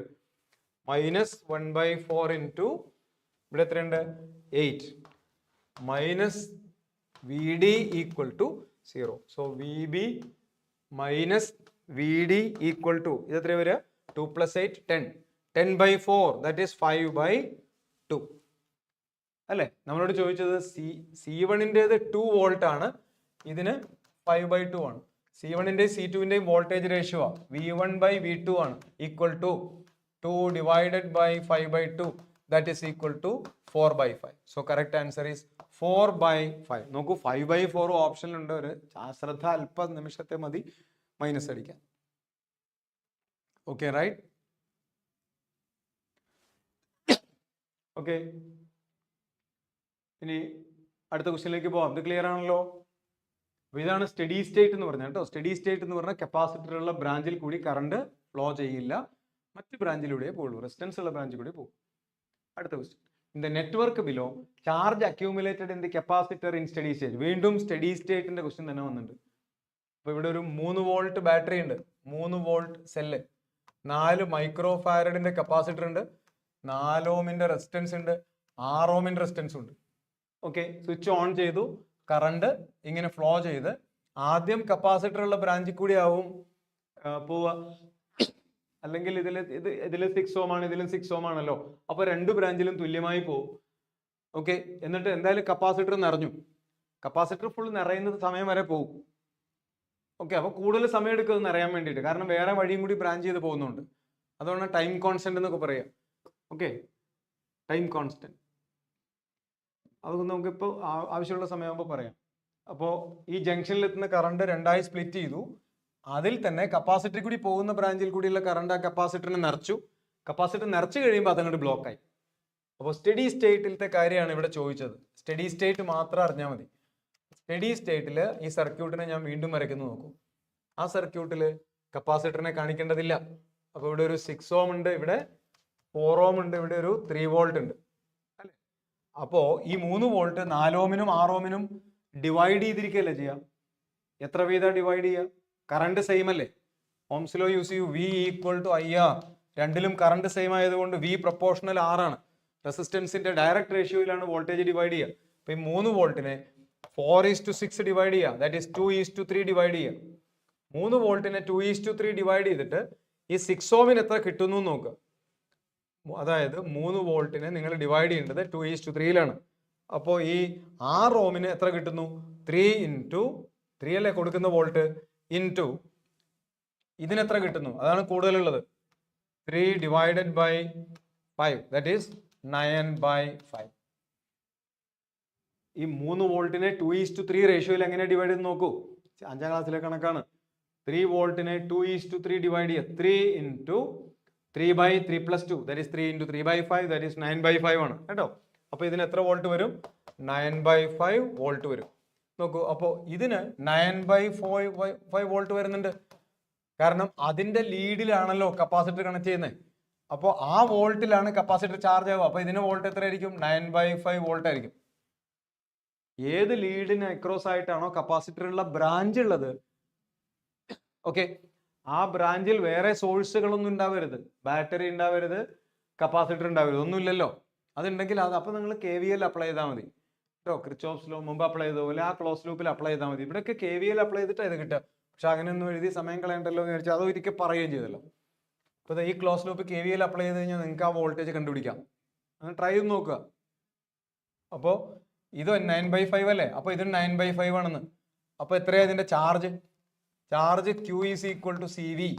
ചാർജ് അല്ല നമ്മളോട് ചോദിച്ചത്, ചാർജ് അക്യൂമുലേറ്റഡ്. അതെ, C4 ആണല്ലോ. 4 മൈക്രോ ഇൻറ്റു 9/5 വോൾട്ട് ആണ്. Micro farad into 9/5 volt. അപ്പോൾ 36 ഡിവൈഡഡ് ബൈ 5 മൈക്രോ കൂളോംബ് ആയിരിക്കും. 36/5 എന്ന് പറയുമ്പോൾ ഏകദേശം 7നേക്കാൾ വലുതാണ്. അപ്പോൾ ഓപ്ഷൻ C ആയിരിക്കും കറക്റ്റ് ആയിട്ട് വരിക. ഇതും ഒരു സ്റ്റഡി സ്റ്റേറ്റ് ചോദ്യം തന്നെയാണ്. മനസ്സിലായി കാണുമെന്ന് വിചാരിക്കുന്നു. സ്റ്റഡി സ്റ്റേറ്റ് എത്തിക്കഴിയുമ്പോൾ കപ്പാസിറ്റർ ഉൾക്കൊള്ളുന്ന ബ്രാഞ്ചിനെ ഡിലീറ്റ് ചെയ്യുക, അതിനെ നോക്കേണ്ടതില്ല. ആ ബ്രാഞ്ചിൽ ഒരു ബാറ്ററി ഒന്നും ഇല്ലെങ്കിൽ, ബാറ്ററി ഒക്കെ ഉണ്ടെങ്കിൽ ശ്രദ്ധിക്കണം, അതിന്റെ വോൾട്ടേജ് ആഡ് ചെയ്യണം. കാരണം ബാറ്ററിക്ക് ആ ബ്രാഞ്ചിൽ കറണ്ട് ഇല്ലെങ്കിലും ആ ബ്രാഞ്ചിലെ ബാറ്ററിയുടെ വോൾട്ടേജിന് സിഗ്നിഫിക്കൻസ് ഉണ്ട് കേട്ടോ. അപ്പോൾ അത് ട്രൈ ചെയ്ത് നോക്കുക, തനിച്ച് ട്രൈ ചെയ്ത് നോക്കുക, അങ്ങനത്തെ ക്വസ്റ്റ്യൻസ് അറ്റംപ്റ്റ് ചെയ്ത് നോക്കുക. അതൊക്കെയാണ് ഇത് സോൾവ് ചെയ്യാനുള്ള വഴി. 23ാമത്തെ ക്വസ്റ്റ്യൻ 23 വായിക്കാം. ഇവിടെ time constant for given RC circuits given in order respectively. ഇതിലെ ടൈം കോൺസ്റ്റന്റ് ഏതാണ്? R1, R2, C1, C2 ഒക്കെ തന്നിട്ടുണ്ട്. ഞാൻ ആദ്യമേ തന്നെ ഒന്ന് പകർത്താം. R1 1 ഓം, R2 2 ഓം, C1 4 മൈക്രോഫാരഡ്, C2 2 മൈക്രോഫാരഡ് ആണ്. 2 മൈക്രോഫാരഡ് ആണ് C2. ഓക്കെ, ഇത് ഇങ്ങനെ 3 ഡിഫറെന്റ് കോമ്പിനേഷൻസ് തന്നിട്ടുണ്ട്. അതിൽ ഓരോന്നിലെയും ആറും സിയും ആണ് റെസിസ്റ്റൻസ് കപ്പാസിറ്റർ. ടൈം കോൺസ്റ്റന്റ് എന്താണ്? Time constant of R C circuit, time constant of R C circuit tau is equal to R C, R into C ആണ്. Time constant of R C circuit tau is equal to R into C ആണ് use ചെയ്യേണ്ടത് കേട്ടോ. അപ്പോൾ R into C. അപ്പോൾ ഇവിടെ R into C പറയുമ്പോൾ ആ total resistance ആണ് എടുക്കേണ്ടത്. അപ്പോൾ ഒന്നാമത്തെ സർക്യൂട്ടിൽ, ഫസ്റ്റ് സർക്യൂട്ടിൽ എത്രയാണ് നോക്കാം. ഇതിൽ ആർ എന്ന് പറയുന്നത് സീരീസിലാണ്. അപ്പോൾ R1 പ്ലസ് R2 എടുക്കണം. R1 പ്ലസ് R2 എത്രയാ? 1 പ്ലസ് 2 3 ഇൻറ്റു C1ഉം C2ഉം പാരലലാണ്. പാരലൽ ആവുമ്പോൾ കപ്പാസിറ്റേഴ്സ് തമ്മിൽ ആഡ് ചെയ്യണം. C1 പ്ലസ് C2 4 പ്ലസ് 2 6 അല്ലേ? അപ്പോൾ ഇത് മൈക്രോ, ഇത് മൈക്രോ അല്ലേ? അപ്പോൾ 6 മൈക്രോ ആണ് വരിക. അപ്പോൾ 3 ഇൻറ്റു 8 3 ഇൻറ്റു 6 18 മൈക്രോ സെക്കൻഡ്സ് അല്ലേ? ഇവിടെ ആൻസർ വേണ്ടത് മൈക്രോ സെക്കൻഡ്സിലുമാണ്. അപ്പോൾ 18 മൈക്രോ സെക്കൻഡ് ആണ് ആദ്യത്തേത്. അങ്ങനെ വരുന്ന 2 ഓപ്ഷൻസ് ഉണ്ട്. അപ്പോൾ അതിൽ തൊട്ടടുത്തത് നോക്കുമ്പോൾ തന്നെ നമുക്ക് ആൻസർ കിട്ടും. അടുത്ത ഇവിടെ തന്നെ നോക്കാം. ഇത് C1ഉം C2 സീരീസാണ്. സീരീസിൽ 1ഉം 2ഉം വരുമ്പോൾ നമുക്കത് സീരീസിൽ കപ്പാസിറ്റർ വരുമ്പോൾ നമുക്ക് പാരലൽ റെസിസ്റ്റൻസിന്റെ പാരലൽ പോലെ ചെയ്യണം. That is 1 into 2 by 1 plus 2 2/3 വരണം. ഇപ്പൊ 2/3 ഇവിടുത്തെ 2/3 ആണ് ആദ്യത്തെ ആ കപ്പാസിറ്ററിന്റെ വാല്യൂ. ഇനി റെസിസ്റ്റൻസിന്റെ വാല്യൂ അത് പാരലൽ അല്ലേ? പാരലൽ ആവുമ്പോൾ 2ഉം 3ഉം പാരലൽ വരുമ്പോൾ എങ്ങനെ ചെയ്യണം? R1 R2 by R1 plus R2. R1ഉം R2ഉം 2ഉം 3ഉം അല്ലേ? R1 അല്ല, സോറി, R1ഉം R2 വ്യത്യാസമുണ്ട്. ഇവിടെ C1ഉം C2ഉം 1ഉം 2 അല്ല, 4ഉം 2 ആണ്. അത് മാറിപ്പോയി, സോറി. ഒന്ന് നോക്കാം. ഇത് C1 C2 അല്ലേ? C1 C2ന്റെ വാല്യൂ എത്രയാ? 4ഉം 2 അല്ലേ? അപ്പൊ എത്ര വരിക? പാരലൽ ആയിരിക്കുമ്പോൾ ഇവിടെ പാരലൽ ആയിരിക്കുമ്പോൾ നമുക്ക് 6 ആവുന്നത്. ഇത് C1ഉം C2ഉം സീരീസാ. അപ്പൊ 4ഉം 2ഉം സീരീസ് വരുമ്പോൾ 4 into 2 by 4 plus 2 that is 8 divided by 6 ആണ് വരിക. That is 4/3. 4/3 വരിക അതിൽ. ഇതിലെത്ര വരും? ഇതിൽ R1 R2 വാല്യൂസ് 1ഉം 2ഉം അത് പാരലലാ. അവിടെയാണ് 2/3 വരിക അല്ലേ? അപ്പൊ 4/3 ഇൻറ്റു 2/3 എത്ര? 8/9. 8/9 വന്നിട്ടുണ്ട്. 8/9 രണ്ടാമത്തെ അല്ല വേണ്ടത് അല്ലേ? രണ്ടാമത്തെ 8/9 വരണം. അപ്പൊ ആദ്യത്തേത് 18, രണ്ടാമത്തേത് 8/9. എന്നാ പിന്നെ നമുക്ക് മൂന്നാമത്തേത് ഒന്ന് കൺഫേം ചെയ്തേക്കാം. മൂന്നാമത്തെ നോക്കാം. R1 R2 എന്നൂടെ നോക്കാം, തെറ്റാതെ എടുക്കാം. 1 and 2. അപ്പോൾ പാരലൽ ആവുമ്പോൾ 2/3 മുമ്പ് ചെയ്തതാണല്ലോ. ഇനി C1 C2 4 and 2 ആണ്. അത് പാരലൽ ആണല്ലോ. ഇത് രണ്ടും പാരലലാണ്. C1ഉം C2ഉം പാരലൽ അല്ലേ? 4 and 2 പാരലൽ എത്രയാ? 6 അല്ലേ? 6. അപ്പൊ എത്ര വരിക? 12/3 4. അപ്പൊ ഇത് കൺഫേം ആണ്. ഓപ്ഷൻ ബി തന്നെയാണ് correct answer. B is the correct answer. മനസ്സിലായല്ലോ? അപ്പോൾ ഒന്നുകൂടെ പറയാം. ടൈം കോൺസ്റ്റന്റ് RC ആണ്. Okay, resistance into capacitance. അടുത്ത ക്വസ്റ്റ്യൻ നോക്കാം. 24ാമത്തെ. അത് കഴിഞ്ഞ ഒരെണ്ണം കൂടി ഉള്ളൂ. 4 microfarad capacitor and resistance 2.5 mega ohm series with 12 volt battery എന്ന് വേഗം വരയ്ക്കാം. ഒരു 12 വോൾട്ട് ബാറ്ററി ഉണ്ട്. ഒരു 4 മൈക്രോഫാരഡിന്റെ കപ്പാസിറ്റർ ഉണ്ട്. ഒരു 2.5 മെഗാ ഓമിന്റെ റെസിസ്റ്റൻസ് ഉണ്ട്. അതിനെ 12 വോൾട്ട് ബാറ്ററി ആയിട്ട് കണക്ട് ചെയ്തിരിക്കുകയാണ്. ഇങ്ങനെ ഇതിൽ പറഞ്ഞിരിക്കുന്നത് voltage across the capacitor is 3 times voltage across the resistor എന്നാണ്. അങ്ങനെയാണെങ്കിൽ എത്ര സമയം കൊണ്ടാണ് ഇത് സംഭവിക്കുക? ഇതൊരു സീരീസ് സർക്യൂട്ടാണ്, RC ആണ്. RC സീരീസ് കോമ്പിനേഷൻ ആണ്. ഇതിന്റെ ടൈം കോൺസ്റ്റന്റ് ആണ് മുമ്പ് നമ്മൾ പറഞ്ഞ R ഇൻറ്റു സി. ഓക്കെ, ഇതിൽ voltage across capacitor 3 times voltage. ഇത് 12 വോൾട്ട് അല്ലേ? അപ്പോ ഈ VC-യുടെയും VR-ന്റെയും റേഷ്യോ എന്താ? VC by VR is equal to 3/1. 3:1 ആണ്. അപ്പൊ 12നെ 3:1 ഡിവൈഡ് ചെയ്താൽ മതി. 12നെ 3:1 ഡിവൈഡ് ചെയ്താൽ എത്രയൊക്കെ കിട്ടുക? 3 വോൾട്ട്, 9 വോൾട്ട്. 3 വോൾട്ട് 9 വോൾട്ട് അല്ലേ? 3 9 12. 3ന്റെ 3 ഇരട്ടിയാണ് 9 അല്ലേ? അപ്പോൾ കപ്പാസിറ്ററിൽ എത്ര വോൾട്ട് വരും? 9 വോൾട്ട്. റെസിസ്റ്ററിൽ എത്ര വോൾട്ട് വരും? റെസിസ്റ്ററിൽ 3 വോൾട്ട്, അങ്ങനെ 9 3 12. ഓക്കെ, 12 വോൾട്ടാണ് ബാറ്ററിയുടേത്. അതിൽ സ്വിച്ച് ഓൺ ചെയ്യുമ്പോൾ മുതൽ കപ്പാസിറ്ററിന്റെ വോൾട്ടേജ് കൂടി കൂടി കൂടി കൂടി കൂടി വന്ന് സ്റ്റഡി സ്റ്റേറ്റ് ആകുമ്പോൾ 12 വോൾട്ട് ആവുകയാണ് ചെയ്യുക. സ്റ്റഡി സ്റ്റേറ്റ് എത്തുമ്പോൾ സർക്യൂട്ടിൽ കറണ്ട് ഉണ്ടാവില്ല, അപ്പോൾ റെസിസ്റ്റർക്ക് വോൾട്ടേജ് ഇല്ല. കറണ്ട് ഉണ്ടെങ്കിലല്ലേ അതിന് വോൾട്ടേജ് ഉള്ളൂ. സ്റ്റഡി സ്റ്റേറ്റിൽ ബാറ്ററിയുടെ EMF ആയിരിക്കും കപ്പാസിറ്ററിന്റെ വോൾട്ടേജ്. ഓക്കെ, സ്വിച്ച് ഓൺ ചെയ്യുമ്പോൾ മുതൽ ഓൺ ചെയ്യുന്ന മൊമെന്റിൽ കപ്പാസിറ്ററിൽ ചാർജ് ഇല്ലാത്തത് കൊണ്ട് വോൾട്ടേജ് ഇല്ല. അപ്പോൾ മുഴുവൻ 12 വോൾട്ടും റെസിസ്റ്ററിലായിരിക്കും. അപ്പോൾ റെസിസ്റ്ററിലെ വോൾട്ടേജ് കുറഞ്ഞു വരികയും കപ്പാസിറ്ററിലെ വോൾട്ടേജ് കൂടി വരികയും ചെയ്യും.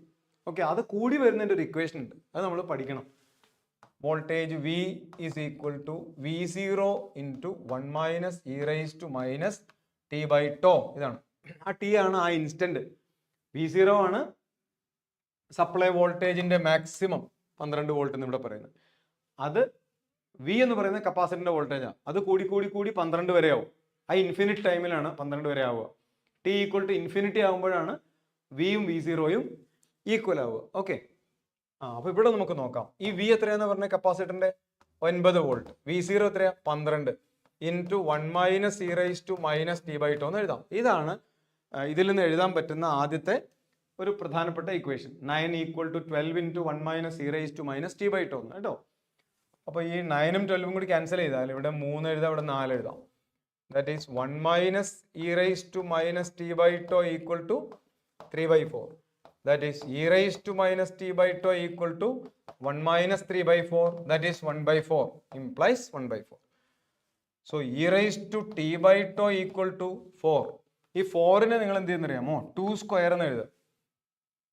ഓക്കെ, അപ്പോൾ t/τ നിങ്ങൾക്ക് എങ്ങനെ എഴുതാം, 2 log 2 എന്ന് എഴുതാം. That is t equal to 2 log 2. ഇനി τ സെപ്പറേറ്റ് ആയിട്ട് കണ്ടുപിടിക്കാം. ആറിന്റെ വാല്യൂ 2.5 ഇൻറ്റു 10 റൈസ് ടു 6 ആണ്. സിയുടെ value 4 into 10 raise to minus 6 ആണ്. അപ്പോൾ അത് 10 എന്നാണ് കിട്ടുക. ടൈം കോൺസ്റ്റന്റിന് യൂണിറ്റിലാണ്, സെക്കൻഡ് 10 സെക്കൻഡ്. അപ്പോൾ 2 ഇൻറ്റു 10 ഇൻറ്റു ലോഗ് 2ന്റെ വാല്യൂ, ലോഗ് 2ന്റെ വാല്യൂ ഇവിടെ തന്നിട്ടുണ്ട്. എത്രയാണ് ലോഗ് 2ന്റെ വാല്യൂ, അവിടെ മിസ്സായിട്ടുണ്ട്. ലോഗ് 2ന്റെ വാല്യൂ നമുക്ക് കാണാതെ അറിയാം, അവിടെ മിസ്സായിട്ട് ഇവിടെ ഉണ്ട് 0.693. 0.693. അപ്പോൾ ഇതിനെ ഏകദേശം 0.7 എന്ന് റൗണ്ട് ചെയ്താൽ 20 ഇൻറ്റു 0.7 ഒരു 14 സെക്കൻഡ്, 13 പോയിന്റ് സംതിങ്ങിലാണ് വരിക. 13.86, വേറെ ഓപ്ഷൻസ് ഇല്ല. അപ്പോൾ 13.86 സെക്കൻഡ്സ് ആണ് ഇതിൻ്റെ ആൻസർ കേട്ടോ. അപ്പോൾ അത് മനസ്സിലായോ? അപ്പോൾ ഇതാണ് ട്രാൻസിയന്റ് സർക്യൂട്ട് എന്ന് വിളിക്കുന്നത്. ട്രാൻസിയൻസ്, സ്വിച്ച് ഓൺ ചെയ്ത് കറണ്ട് 0യിൽ നിന്ന്, ഇവിടെ ഒരു കാര്യം കൂടി പറയാനുണ്ട്, കറണ്ട് ആദ്യം 0 അല്ല, കപ്പാസിറ്ററിൽ കൂടിയുള്ള കറണ്ട് ആദ്യം മാക്സിമം, പിന്നെ കുറഞ്ഞു കുറഞ്ഞു കുറഞ്ഞു വന്ന് 0 ആവുക ചെയ്യും. കപ്പാസിറ്ററിന്റെ ചാർജും കപ്പാസിറ്ററിന്റെ വോൾട്ടേജും കൂടി കൂടി കൂടി കൂടി വന്ന് മാക്സിമത്തിലാവുക ചെയ്യും. അപ്പോൾ വോൾട്ടേജും ചാർജും കൂടുകയാണ് ചെയ്യുക. ഇതിന് എക്സ്പൊണൻഷ്യൽ ഇൻക്രീസ് എന്ന് വിളിക്കാം. ഇത് വോൾട്ടേജിന്റെ എക്സ്പൊണൻഷ്യൽ ഇൻക്രീസ് ടൈമിനനുസരിച്ച് ഇതിൽ നിന്നൊരു ഗ്രാഫ് വരച്ചാൽ ആ ഗ്രാഫിന്റെ ഷേപ്പൊക്കെ ഇങ്ങനെ ഇരിക്കും. VT ഗ്രാഫ് വരച്ചാൽ ആദ്യം 0 ആണ്, പിന്നെ കൂടി കൂടി ഇങ്ങനെ വരും. ഇതാണ് സ്റ്റഡി സ്റ്റേറ്റ്. ഈ സ്റ്റഡി സ്റ്റേറ്റ് എത്തുന്ന വരെയുള്ള ഡ്യൂറേഷൻ ആണ് ട്രാൻസിയന്റ് ഡ്യൂറേഷൻ, ട്രാൻസിയന്റ് ടൈം. ആ ട്രാൻസിയന്റ് ഡ്യൂറേഷനിൽ ഇങ്ങനെ മാറിക്കൊണ്ടിരിക്കുക. ആ ട്രാൻസിയന്റ് ഡ്യൂറേഷനിൽ ഉപയോഗിക്കാൻ പറ്റുന്ന ഇക്വേഷൻ ആണ് ഇത്. എന്നാൽ ഇതിനു മുമ്പ്, ഈ പേജിന് മുമ്പ് നമ്മൾ ചെയ്തതൊക്കെ സ്റ്റഡി സ്റ്റേറ്റിൽ ഉപയോഗിക്കുന്ന തരത്തിലുള്ള ചോദ്യങ്ങളാണ്. എന്തായാലും രണ്ടും നമ്മൾ വേർതിരിച്ച് ചെയ്തു തന്നിട്ടുണ്ട്. അതേപോലത്തെ ചോദ്യങ്ങൾ വേറെ ഇന്ന് തന്നെ വീഡിയോ കണ്ട ഉടനെ തന്നെ അറ്റംപ്റ്റ് ചെയ്യാൻ വേണ്ടി ശ്രമിക്കും കേട്ടോ. ഓക്കെ, അടുത്ത ക്വസ്റ്റ്യൻ നോക്കാം. Different combinations of 3 resistors of equal resistance are shown in figures. The increasing order of power dissipation is. ഇതിന്റെ പവർ ഡിസിപ്പേഷന്റെ ഇൻക്രീസിംഗ് ഓർഡർ ഏതാണ്? അപ്പൊ ഇതിൽ ഈ ചിത്രങ്ങളുടെ 4 ഓപ്ഷൻസിന്റെ പ്രത്യേകത പെട്ടെന്ന് ചെയ്യാൻ പറ്റും. നോക്കൂ, എന്താണ് ഇതിലെല്ലാം എഴുതിയിരിക്കുന്നത്, ഇതിൽ കൂടിയൊക്കെ ഉള്ള കറണ്ട് സെയിം ആണെന്നാണ്. അതിൽ കൂടിയൊക്കെ കറണ്ട് സെയിം ആവുന്ന രീതിയിലാണ് ക്രമീകരിച്ചിരിക്കുന്നത്. കാരണം ഈ കോമ്പിനേഷനൊക്കെ റെസിസ്റ്റൻസ് പലതല്ലേ. അപ്പോൾ ഒരേ സോഴ്സിൽ നിന്നാണെങ്കിൽ ഉറപ്പായിട്ട് കറണ്ട് മാറും. ഇവിടെ കറണ്ട് മാറുന്നില്ല എന്ന് പറഞ്ഞാൽ സോഴ്സിനെ മാറ്റി എന്നർത്ഥം. അപ്പൊ അതൊന്നും നമ്മൾ നോക്കണ്ട, കറണ്ട് സെയിം അല്ലേ. അപ്പൊ പവറിനെ കറണ്ടുമായി ബന്ധിപ്പിക്കുന്ന ഒരു ഫോർമുല ജൂൾസ് ലോ, I²R ആണ്. അപ്പോൾ ഈ 4 ഓപ്ഷൻസിലും കറണ്ട് സെയിം ആയതുകൊണ്ട് പവറിന്റെ വലിപ്പം അറിയാൻ റെസിസ്റ്റൻസിന്റെ വലിപ്പം അറിഞ്ഞാൽ മതി. അപ്പൊ പവർ കൂടുതലുള്ളതിന് റെസിസ്റ്റൻസ് കൂടുതലാണ്, പവർ കുറവുള്ളതിന് റെസിസ്റ്റൻസ് കുറവായിരിക്കും. അപ്പൊ ഏതിനാണ് റെസിസ്റ്റൻസ് കൂടുക? പവർ കൂടിയതിന്. ഏതിനാണ് റെസിസ്റ്റൻസ് കുറയുക? പവർ കുറഞ്ഞതിന്. അപ്പൊ ഇതില് ഈ ആദ്യത്തെ ഓപ്ഷനിലെ റെസിസ്റ്റൻസ് കണ്ടുപിടിക്കാം. ഫസ്റ്റ് ഓപ്ഷനിലെ റെസിസ്റ്റൻസ് എത്രയാണ്? ഫസ്റ്റ് ഓപ്ഷനിലെ റെസിസ്റ്റൻസ് എത്രയാണ്? 6 മാറും പാരലൽ ആണെങ്കിൽ R/2. ആ R/2 മാറും സീരീസ് ആയതുകൊണ്ട് 3R/2. ഓപ്ഷൻ ബിയിലത്തെ സെപ്പറേറ്റ്. അവിടെ ഒരു 6 മാറും സീരീസ് ഉണ്ട്, അപ്പൊ 2R ആയി. ആ 2R മാറും പാരലൽ വന്നാൽ 2R/3, 2/3R. ഓർമ്മിക്കുക, R1R2/R1+R2 യൂസ് ചെയ്ത് നോക്കൂ. ഓപ്ഷൻ സിയിൽ വന്നാലോ 6 മാറും 6 പാരലൽ ആണ്, 3 പാരലൽ ആകുമ്പോൾ R/3. ഇനി ഓപ്ഷൻ ഡി ആണെങ്കിലോ R സീരീസ് ആണ്, അത് R+R+R 3R ആണ്. ഓക്കെ, അപ്പൊ ഇതില് പവറിന്റെ നോക്കിയാൽ പവർ ഏറ്റവും കൂടുതലുള്ളത് ഏതിനായിരിക്കും? ഒരേ കറണ്ട് ആണെന്ന് ക്വസ്റ്റ്യനിൽ തന്നെ പറഞ്ഞിട്ടുണ്ട്. അങ്ങനെ ആവാൻ വഴിയില്ല, പക്ഷെ അങ്ങനെ ആണെന്ന് പറഞ്ഞിട്ടുണ്ട്. അങ്ങനെ ആവാൻ കാരണം ഓരോ ഓപ്ഷൻസിൽ ഉപയോഗിച്ച സോഴ്സ് വ്യത്യസ്തങ്ങളായതുകൊണ്ടാണ് കേട്ടോ. അപ്പോ പവർ കൂടുതൽ ഉണ്ടാവുക റെസിസ്റ്റൻസ് കൂടിയതിനാ. ഇതിൽ ഏറ്റവും റെസിസ്റ്റൻസ് കൂടുതൽ ഏതാന്ന് നോക്കൂ. 3/2 എന്ന് പറഞ്ഞാൽ 1.5 R ആണ്. 2/3 0.67 ഏകദേശം അല്ലെ, 0.6 R ആണ്. R/3 0.3 R ആണ്. 3R. ഇപ്പൊ ഏറ്റവും ഇതിൽ റെസിസ്റ്റൻസ് കുറവ് ഏതാ? 0.3. അപ്പോൾ സിക്ക് ആയിരിക്കും ഏറ്റവും പവർ കുറവ്. PC ആണ് ഏറ്റവും കുറവ് വരേണ്ടത്. PC ഏറ്റവും കുറവ് വരുന്ന 2 ഓപ്ഷൻസ് ഉണ്ട്, അപ്പൊ ബിയും സിയും അല്ല. ഇനി ഏറ്റവും പവർ കൂടുതൽ വരും ഏറ്റവും റെസിസ്റ്റൻസ് കൂടിയതിനാണല്ലോ. P പ്രൊപ്പോർഷണൽ R ആണെന്നല്ലേ പറഞ്ഞു. R ഏറ്റവും കൂടുതൽ ഏതാ നോക്കൂ. അങ്ങനെ നോക്കുമ്പോൾ 3R ആണെന്ന് കാണാം. അത് ഓപ്ഷൻ ഡിയിലാണ്. ഓപ്ഷൻ ഡിയിലാണ് വരിക. അപ്പൊ ഏതാ? 3R ആണ്. PD ആണ് ഏറ്റവും വലുത്. അപ്പൊ ഏതാ? ബി അല്ല, അപ്പോൾ എയും അല്ല. So correct answer is option D. ഇങ്ങനെ അത് എലിമിനേറ്റ് ചെയ്ത് നിങ്ങൾക്ക് ജഡ്ജ് ചെയ്യാൻ കഴിയും. നമുക്ക് പ്ലാൻ ചെയ്തിരിക്കുന്നത് ഒരു 2 മണിക്കൂർ കൊണ്ട് 25, ഇന്നലെ ചെയ്തപ്പോൾ 20 എണ്ണമാണ് തീർന്നത്. എന്നാലും കുറച്ച് സ്പെയർ ടൈം ഉള്ളതുപോലെ തോന്നി, അതുകൊണ്ടാണ് 5 ചോദ്യം കൂടി കൂടുതൽ എടുത്തത്. ഇതിപ്പോൾ കംഫർട്ടബിൾ ആയിട്ടുണ്ട്. ഇനി കുറച്ച് സമയം ബാക്കിയുള്ളൂ. ഞാൻ ഒന്നുകൂടി ആദ്യം മുതൽ ഒന്ന് റിവൈസ് ചെയ്ത് തരാം. ഒരു 5 മിനിറ്റ്, അത് കഴിഞ്ഞ് സ്റ്റോപ്പ് ചെയ്യാം കേട്ടോ.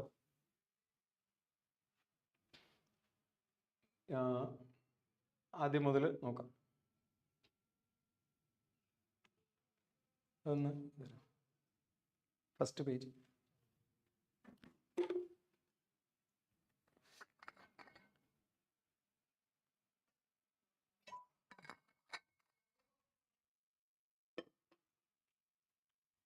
ഒന്നാമത്തെ ക്വസ്റ്റ്യൻ ഞാൻ പെട്ടെന്നൊന്ന് പറഞ്ഞു പോവാം. ഒരു റീക്യാപ്പ് 5 മിനിറ്റ്. മാത്സ് തുടങ്ങുന്നതിന് മുമ്പ് equivalent capacitance of the combination ഞാൻ പറഞ്ഞത് ഓർമ്മയുണ്ടാവും. അപ്പോഴൊക്കെ ഞാൻ ഇംഗ്ലീഷിലാണ് പറഞ്ഞിരുന്നത്. അപ്പോൾ മലയാളത്തിൽ പറയാൻ വേണ്ടി കമന്റ് കണ്ടത് കുറച്ച് കഴിഞ്ഞിട്ടാണ്. ഞാൻ കണ്ടില്ല, അത് എൻ്റെ മുമ്പിലുള്ള സ്ക്രീനിൽ അത് കാണാൻ വയ്യായിരുന്നു, അതുകൊണ്ടാണ്. അപ്പോൾ സി 2 കപ്പാസിറ്റേഴ്സിനെ ഷോർട്ട് ചെയ്തിരിക്കുകയാണ് ഒരു കണ്ടക്ടിങ് വയർ വെച്ചിട്ട്. ഇങ്ങനെ ഷോർട്ട് ചെയ്യുമ്പോഴേ ആ 2 കപ്പാസിറ്റേഴ്സിനെ നമുക്ക് സർക്യൂട്ടിൽ നിന്ന് എക്സ്ക്ലൂഡ് ചെയ്യാം. അങ്ങനെ എക്സ്ക്ലൂഡ് ചെയ്താലേ പിന്നെ വരുന്ന 2 കപ്പാസിറ്റേഴ്സ് പാരലലാണ്. പാരലൽ ആകുമ്പോൾ 2C, ഇത്രയേ ഉള്ളൂ. രണ്ടാമത്തെ ക്വസ്റ്റ്യനിൽ 3 കപ്പാസിറ്റി സീരീസിൽ ചാർജ് സെയിം ആണല്ലോ. അപ്പൊ ടോട്ടൽ കപ്പാസിറ്റി ആദ്യം കണ്ടുപിടിച്ചു. ടോട്ടൽ കപ്പാസിറ്റി നമുക്ക് 120/26 കിട്ടി. അപ്പോൾ ടോട്ടൽ ചാർജ് Q = CV ആണ്. 120/26 ഇൻറ്റു ടോട്ടൽ വോൾട്ടേജ് 13, അങ്ങനെ 16 കിട്ടി കേട്ടോ. അപ്പോൾ സീരീസിൽ ചാർജ് സെയിം ആണ്. ശ്രദ്ധിക്കേണ്ട കാര്യം, സീരീസ് ആയി കുറെ കപ്പാസിറ്റേഴ്സ് ചാർജ് ചെയ്യുമ്പോൾ ബാറ്ററി എത്ര ചാർജ് കൊടുക്കുന്നോ ആ ചാർജ് തന്നെ ആയിരിക്കും ഓരോ കപ്പാസിറ്റേഴ്സിന്റെ പ്ലേറ്റ്സിലും ഉണ്ടാവുക. ചാർജ് ഈസ് എ കോൺസ്റ്റന്റ് എന്ന് പറയുന്നതിന്റെ അർത്ഥം അതാണ്. അടുത്തത് ഇങ്ങനെ 3 എണ്ണത്തെ കണക്ട് ചെയ്തിരിക്കുകയാണ്. ഓക്കെ, അതിൽ കപ്പാസിറ്റേഴ്സിന്റെ ചാർജിന്റെ റേഷ്യോ ആണ് ചോദിച്ചത്. Charge accumulated ratio of charges. അതിൽ C2ഉം C3യും ഒരേ ബ്രാഞ്ചിലായതുകൊണ്ട് അവരുടെ ചാർജുകൾ സെയിം ആയിരിക്കണം. പക്ഷെ അങ്ങനെ നോക്കുമ്പോൾ ഇവിടെ എല്ലാത്തിലും അത് പറ്റും. പക്ഷെ മേലത്തെ ബ്രാഞ്ചിൽ കിട്ടുന്ന എക്വിവാലന്റ് കപ്പാസിറ്റി എത്രയാ? 12 മാറും വരുമ്പോൾ 4 ആണ്. താഴത്തേതിൽ 2 ഉള്ളൂ. മേലത്തെ ബ്രാഞ്ചിലാണ് കപ്പാസിറ്റി കൂടുതൽ. വോൾട്ടേജ് സെയിം ആയതുകൊണ്ട് കപ്പാസിറ്റി കൂടുതൽ ഉള്ളിടത്താണ് ചാർജ് കൂടുക. അതുകൊണ്ട് മേലത്തെ ബ്രാഞ്ചിൽ കൂടുതൽ ചാർജ് വേണം. അത് താഴത്തെ ബ്രാഞ്ചിലെ കപ്പാസിറ്റി 2ഉം മേലത്തെ ബ്രാഞ്ചിൽ 4ഉം ആയതുകൊണ്ട് താഴത്തേതിന്റെ ഇരട്ടി ആയിരിക്കണം മേലെ. അങ്ങനെ വരുന്ന ഒരു ഓപ്ഷനേ ഉള്ളൂ.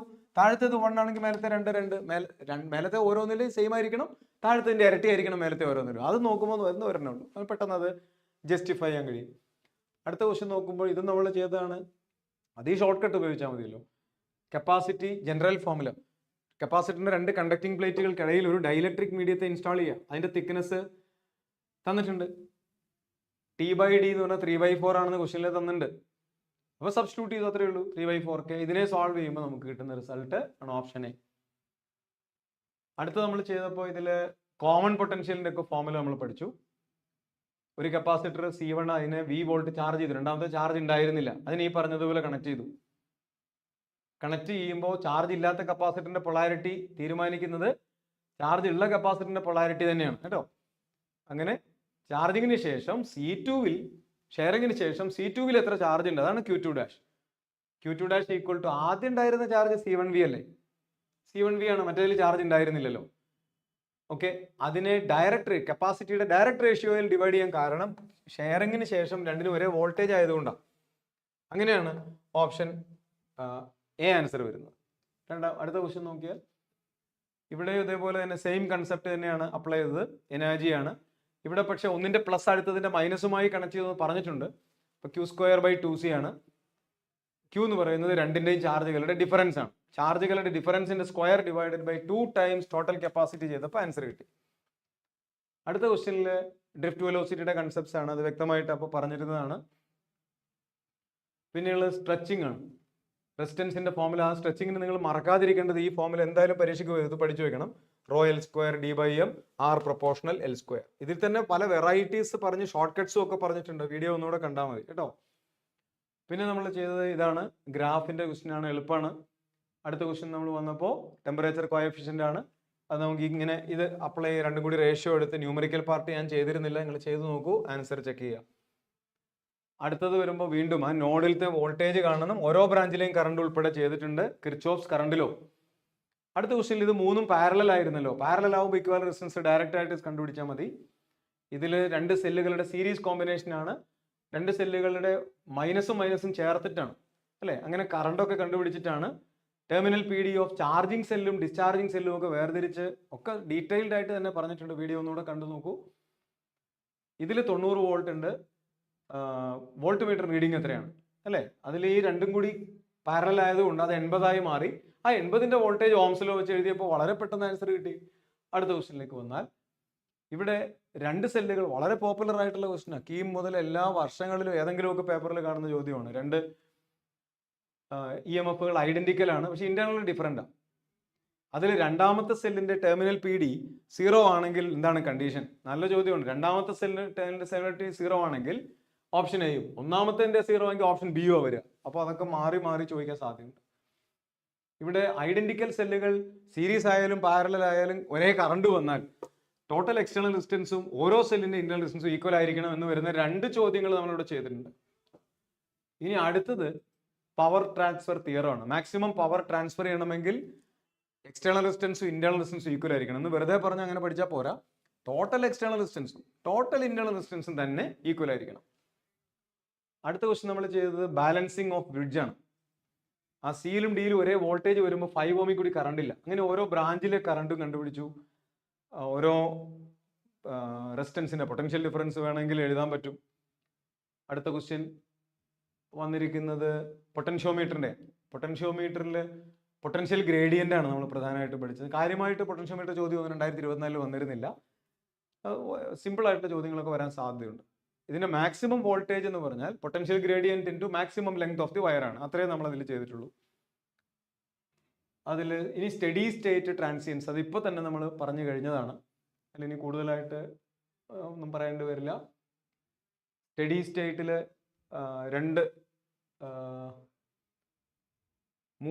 ചോദ്യങ്ങളുണ്ട്, പിന്നെ ഒന്ന് ടൈം കോൺസ്റ്റന്റിന്റെ ഒരു ചോദ്യം ഉണ്ടായിരുന്നു. അതെല്ലാം കണക്റ്റഡ് ആണ്. എന്നാലും അതിൽ വ്യത്യാസമുള്ള ഒരു ചോദ്യം ഇതായിരുന്നു. ട്രാൻസിയന്റ് ഡ്യൂറേഷന്റെ ഒരു ചോദ്യം ഉൾപ്പെടുത്തിയിട്ടുണ്ട്, ഒരെണ്ണം മാത്രം. നല്ലൊരു ചോദ്യമായിട്ട് തോന്നി, അതുകൊണ്ടാണ് അത് ഇട്ടത്. ഈ ചോദ്യം ഒന്നുകൂടി നിങ്ങൾ കണ്ടു നോക്കി പഠിക്കുക. അതേപോലെ അവസാനത്തെ ചോദ്യം നമ്മൾ ചെയ്തത് റെസിസ്റ്റൻസ്, ഇക്വൽ റെസിസ്റ്റൻസ് കണ്ടുപിടിച്ചിട്ട് പവർ റെസിസ്റ്റൻസിന് പ്രൊപ്പോർഷണൽ ആണെന്ന് പറഞ്ഞ് പവറിന്റെ ഓർഡർ റെസിസ്റ്റൻസിന്റെ ഓർഡർ ആണെന്ന് എടുത്താൽ വളരെ എളുപ്പം ചെയ്ത് കഴിയാം. ഓരോ പവറും സെപ്പറേറ്റ് ആയി കണ്ടുപിടിക്കേണ്ടതില്ല, പ്രൊപ്പോർഷൻ മാത്രം നോക്കിയാൽ മതി. ഓക്കെ, അപ്പോൾ നമ്മൾ ഇന്നത്തെ ഫിസിക്സ് പാർട്ട് കഴിഞ്ഞു. ഇനി മാത്സിന് വേണ്ടി അത് ക്ലാസ് കൈമാറുകയാണ്. അപ്പോൾ അടുത്ത ക്ലാസ്സിൽ വീണ്ടും കാണാം. Thank U.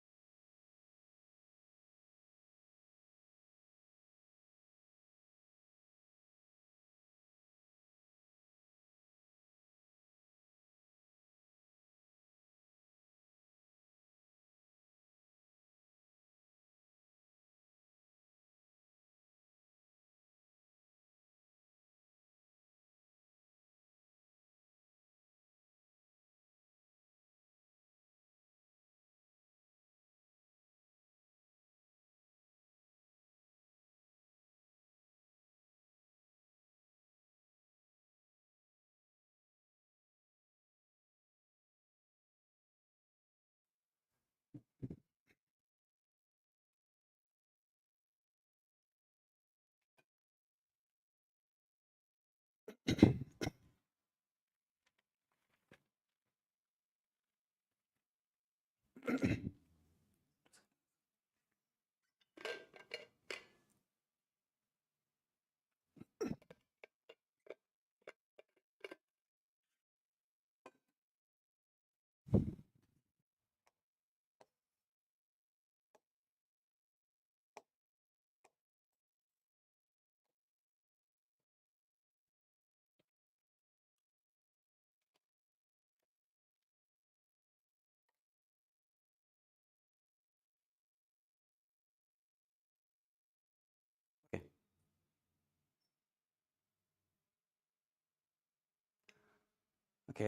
hello my dear students. Welcome to JEE Main's Crash Discussion Day 2. ഇന്ന് നമുക്ക് മാത്തമാറ്റിക്സിൽ 3 ടോപ്പിക്കുകൾ ഡിസ്കസ് ചെയ്യാം. Set, relations and functions. Ready? Start ചെയ്താലോ? അപ്പോൾ ഈ ടോപ്പിക്കിലേക്ക് വന്നാൽ നമുക്ക് 2024 ഈ കഴിഞ്ഞ ഫസ്റ്റ് സ്ലോട്ട് നടന്നത് സെറ്റ്, റിലേഷൻ, ഫങ്ഷൻസ് ഈ 3 ടോപ്പിക്കിൽ നിന്ന് ഏകദേശം ഒരു 20 ക്വസ്റ്റ്യൻസോളം ചോദിച്ചിട്ടുണ്ട് റൗണ്ട്. അപ്പോൾ 10 എക്സാം, 10 എക്സാം, 20 ക്വസ്റ്റ്യൻസ്. അപ്പോൾ ഓരോ എക്സാമിലും 2 ക്വസ്റ്റ്യൻ വീതം നിങ്ങൾക്ക് പ്രതീക്ഷിക്കാം. അപ്പോൾ അതിനകത്ത് ചാൻസ് കൂടുതൽ ഫങ്ഷൻസ് എന്ന് തന്നെയാണ്.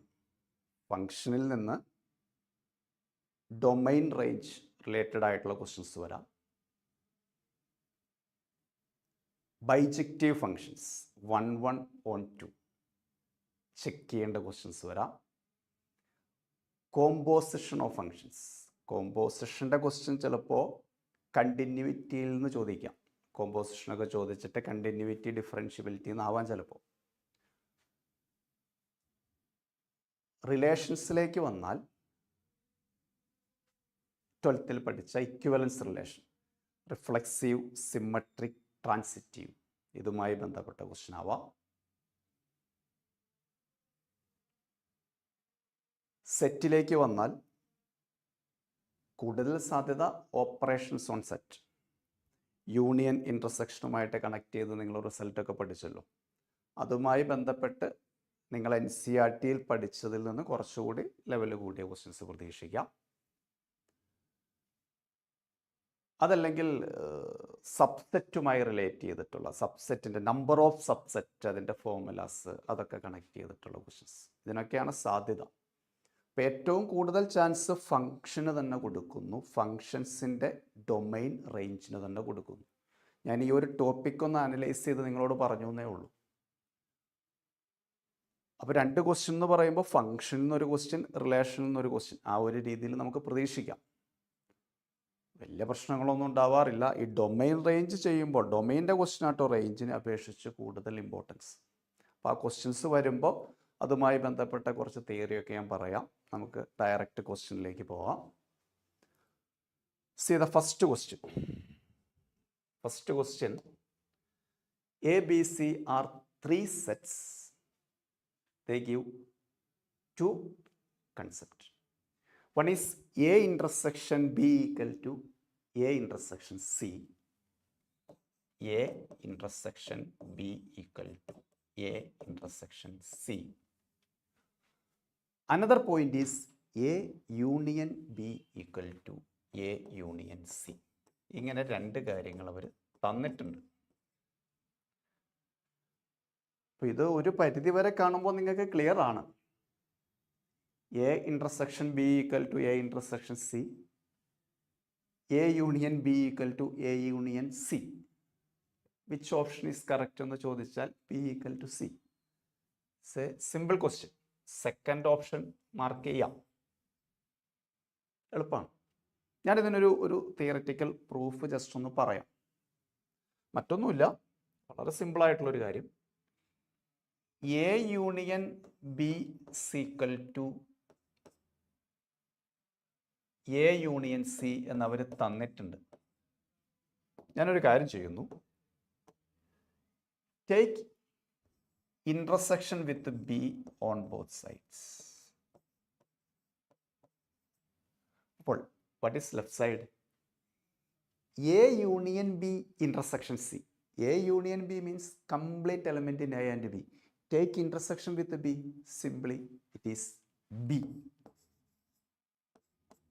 Like A union B means complete A and B. Intersection with B is B. If you take intersection with A, answer is A. Right side, apply distributive property. Just multiply this intersection B inside the bracket. A intersection B union C intersection B. Okay. This is equation 1. ഞാൻ വീണ്ടും ഇതേ കാര്യം തന്നെ ചെയ്യുകയാണ്. ഈ A union B equal to A union C എന്ന് പറഞ്ഞ് അവർ തന്നിരിക്കുന്ന കൺസെപ്റ്റിലെ ഇന്റർസെക്ഷൻ വിത്ത് സി എടുക്കുകയാണ്. Intersection with C. അപ്പോൾ നിങ്ങൾക്ക് ഒരു കാര്യം വ്യക്തമാണ്, A union C, complete element in A and C, intersection with C, it is simply C. Left സൈഡിൽ ഞാൻ ആദ്യം പറഞ്ഞ ഡിസ്ട്രിബ്യൂട്ടീവ് പ്രോപ്പർട്ടി അപ്ലൈ ചെയ്യുന്നു. A intersection C union B intersection C. ഇത് നിങ്ങൾ ജസ്റ്റ് ഒന്ന് കമ്പയർ ചെയ്യാമോ? ആൻസർ കിട്ടും. എന്താണെന്നറിയോ? ഈ കണ്ടീഷൻ നിങ്ങളൊന്ന് അപ്ലൈ ചെയ്താൽ മതി. ഏതെങ്കിലും ഒരു ഇക്വേഷനിൽ, ഫസ്റ്റിലോ സെക്കൻഡിലോ, ഞാൻ സെക്കൻഡിൽ ചെയ്യാം. ഈ എ ഇന്റർസെക്ഷൻ സിക്ക് പകരം രണ്ട് ഈക്വൽ അല്ലേ, ഞാനിവിടെ എ ഇന്റർസെക്ഷൻ ബി ആക്കിയാൽ പ്രശ്നമില്ലല്ലോ. ഞാൻ പറഞ്ഞതല്ല, അവർ ക്വസ്റ്റിനെ തന്നിരിക്കുന്നതാ. എ ഇന്റർസെക്ഷൻ സിയും എ ഇന്റർസെക്ഷൻ ബിയും ഈക്വൽ ആണ്. ഓക്കെ, അപ്പോൾ ഈ എ ഇന്റർസെക്ഷൻ സിക്ക് പകരം ഞാൻ എ ഇന്റർസെക്ഷൻ ബി കൊടുത്തു. ഇപ്പോൾ നിങ്ങൾ നോക്കിയേ, എന്താ പ്രത്യേകത? ഇതും സെയിം ആയില്ലേ? A intersection B union B intersection C. ഇവിടെ A intersection B union C intersection B ആണ്. ഇന്റർസെക്ഷൻ ഈസ് കമ്മ്യൂട്ടേറ്റീവ്, അങ്ങോട്ടും ഇങ്ങോട്ടും മാറിയാലും പ്രശ്നമില്ല. Union is also commutative. അപ്പോൾ ഇത് ഈക്വൽ ആയതുകൊണ്ട് ഇത് നമുക്ക് ഇക്വേറ്റ് ചെയ്യാം. So we write B equal to C. Okay, B is equal to C. വളരെ സിമ്പിളായിട്ടുള്ളൊരു ക്വസ്റ്റ്യൻ ആയിരുന്നു. അടുത്ത ക്വസ്റ്റ്യനും സെറ്റിൽ നിന്ന് തന്നെയുള്ളൊരു ക്വസ്റ്റ്യനാണ്. അത് സബ്സെറ്റുമായി റിലേറ്റഡ് ആയിട്ടുള്ളൊരു ക്വസ്റ്റ്യനാണ്. വളരെ ഈസി ആയിട്ടുള്ളൊരു ക്വസ്റ്റ്യനാണ്. നിങ്ങൾ ഏത് പ്രീവിയസ് ഇയർ ക്വസ്റ്റ്യൻസോ അല്ലെങ്കിൽ സെറ്റുമായി ബന്ധപ്പെട്ട ഏത് ടെക്സ്റ്റ് ബുക്ക് പരിശോധിച്ചാലും കാണാവുന്ന ക്വസ്റ്റ്യൻ. ഈ വർഷം ഇതുമായി കണക്ട് ചെയ്തൊരു ക്വസ്റ്റ്യൻ ജെഇക്ക് ചോദിച്ചു 24-ൽ. ഇനി ജെഇക്ക് അല്ലെങ്കിൽ പോലും നിങ്ങൾ കേരള എൻട്രൻസ് സ്കീം അറ്റൻഡ് ചെയ്യുന്നവരാണെങ്കിൽ പോലും ഈ ടൈപ്പ് ക്വസ്റ്റ്യൻ നിങ്ങൾക്ക് പ്രതീക്ഷിക്കാം. A has M elements. C N of A is equal to M. A എന്ന് പറയുന്ന സെറ്റിൽ M elements. B has N elements. N of B equal to N elements. Okay അല്ലേ? Total number of subset of A. What's the formula? Number of subset 2 raised to n.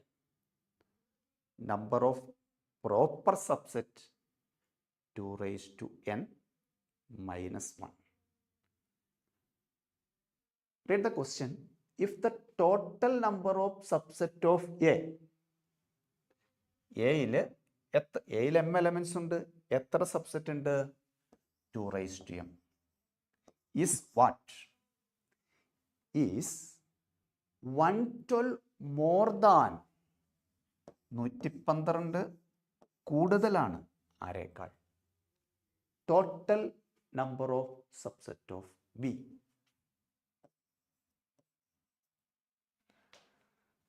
Clear? A has m elements. Total number of subset is 2 raised to m. B has n elements. Total number of subset is 2 raised to n. total number of subset of A is 112 more than total number of subset of B. From this we write 2 raised to m minus 2 raised to n is equal to 112. m n കണ്ടുപിടിക്കുക, then m into n കണ്ടുപിടിച്ചാൽ മതി, m into n. Okay, 2 raised to m minus 2 raised to n equal to 112. 2ൻ്റെ പവേഴ്സിനെ കുറിച്ച് നിങ്ങൾക്കൊരു idea ഉണ്ടാവും. ഇതിൻ്റെ nearest ആയിട്ട് വരുന്ന power ഏതൊക്കെയാണ്? ഒന്ന് 128 വരും. 128 എന്തിൻ്റെ പവറാ?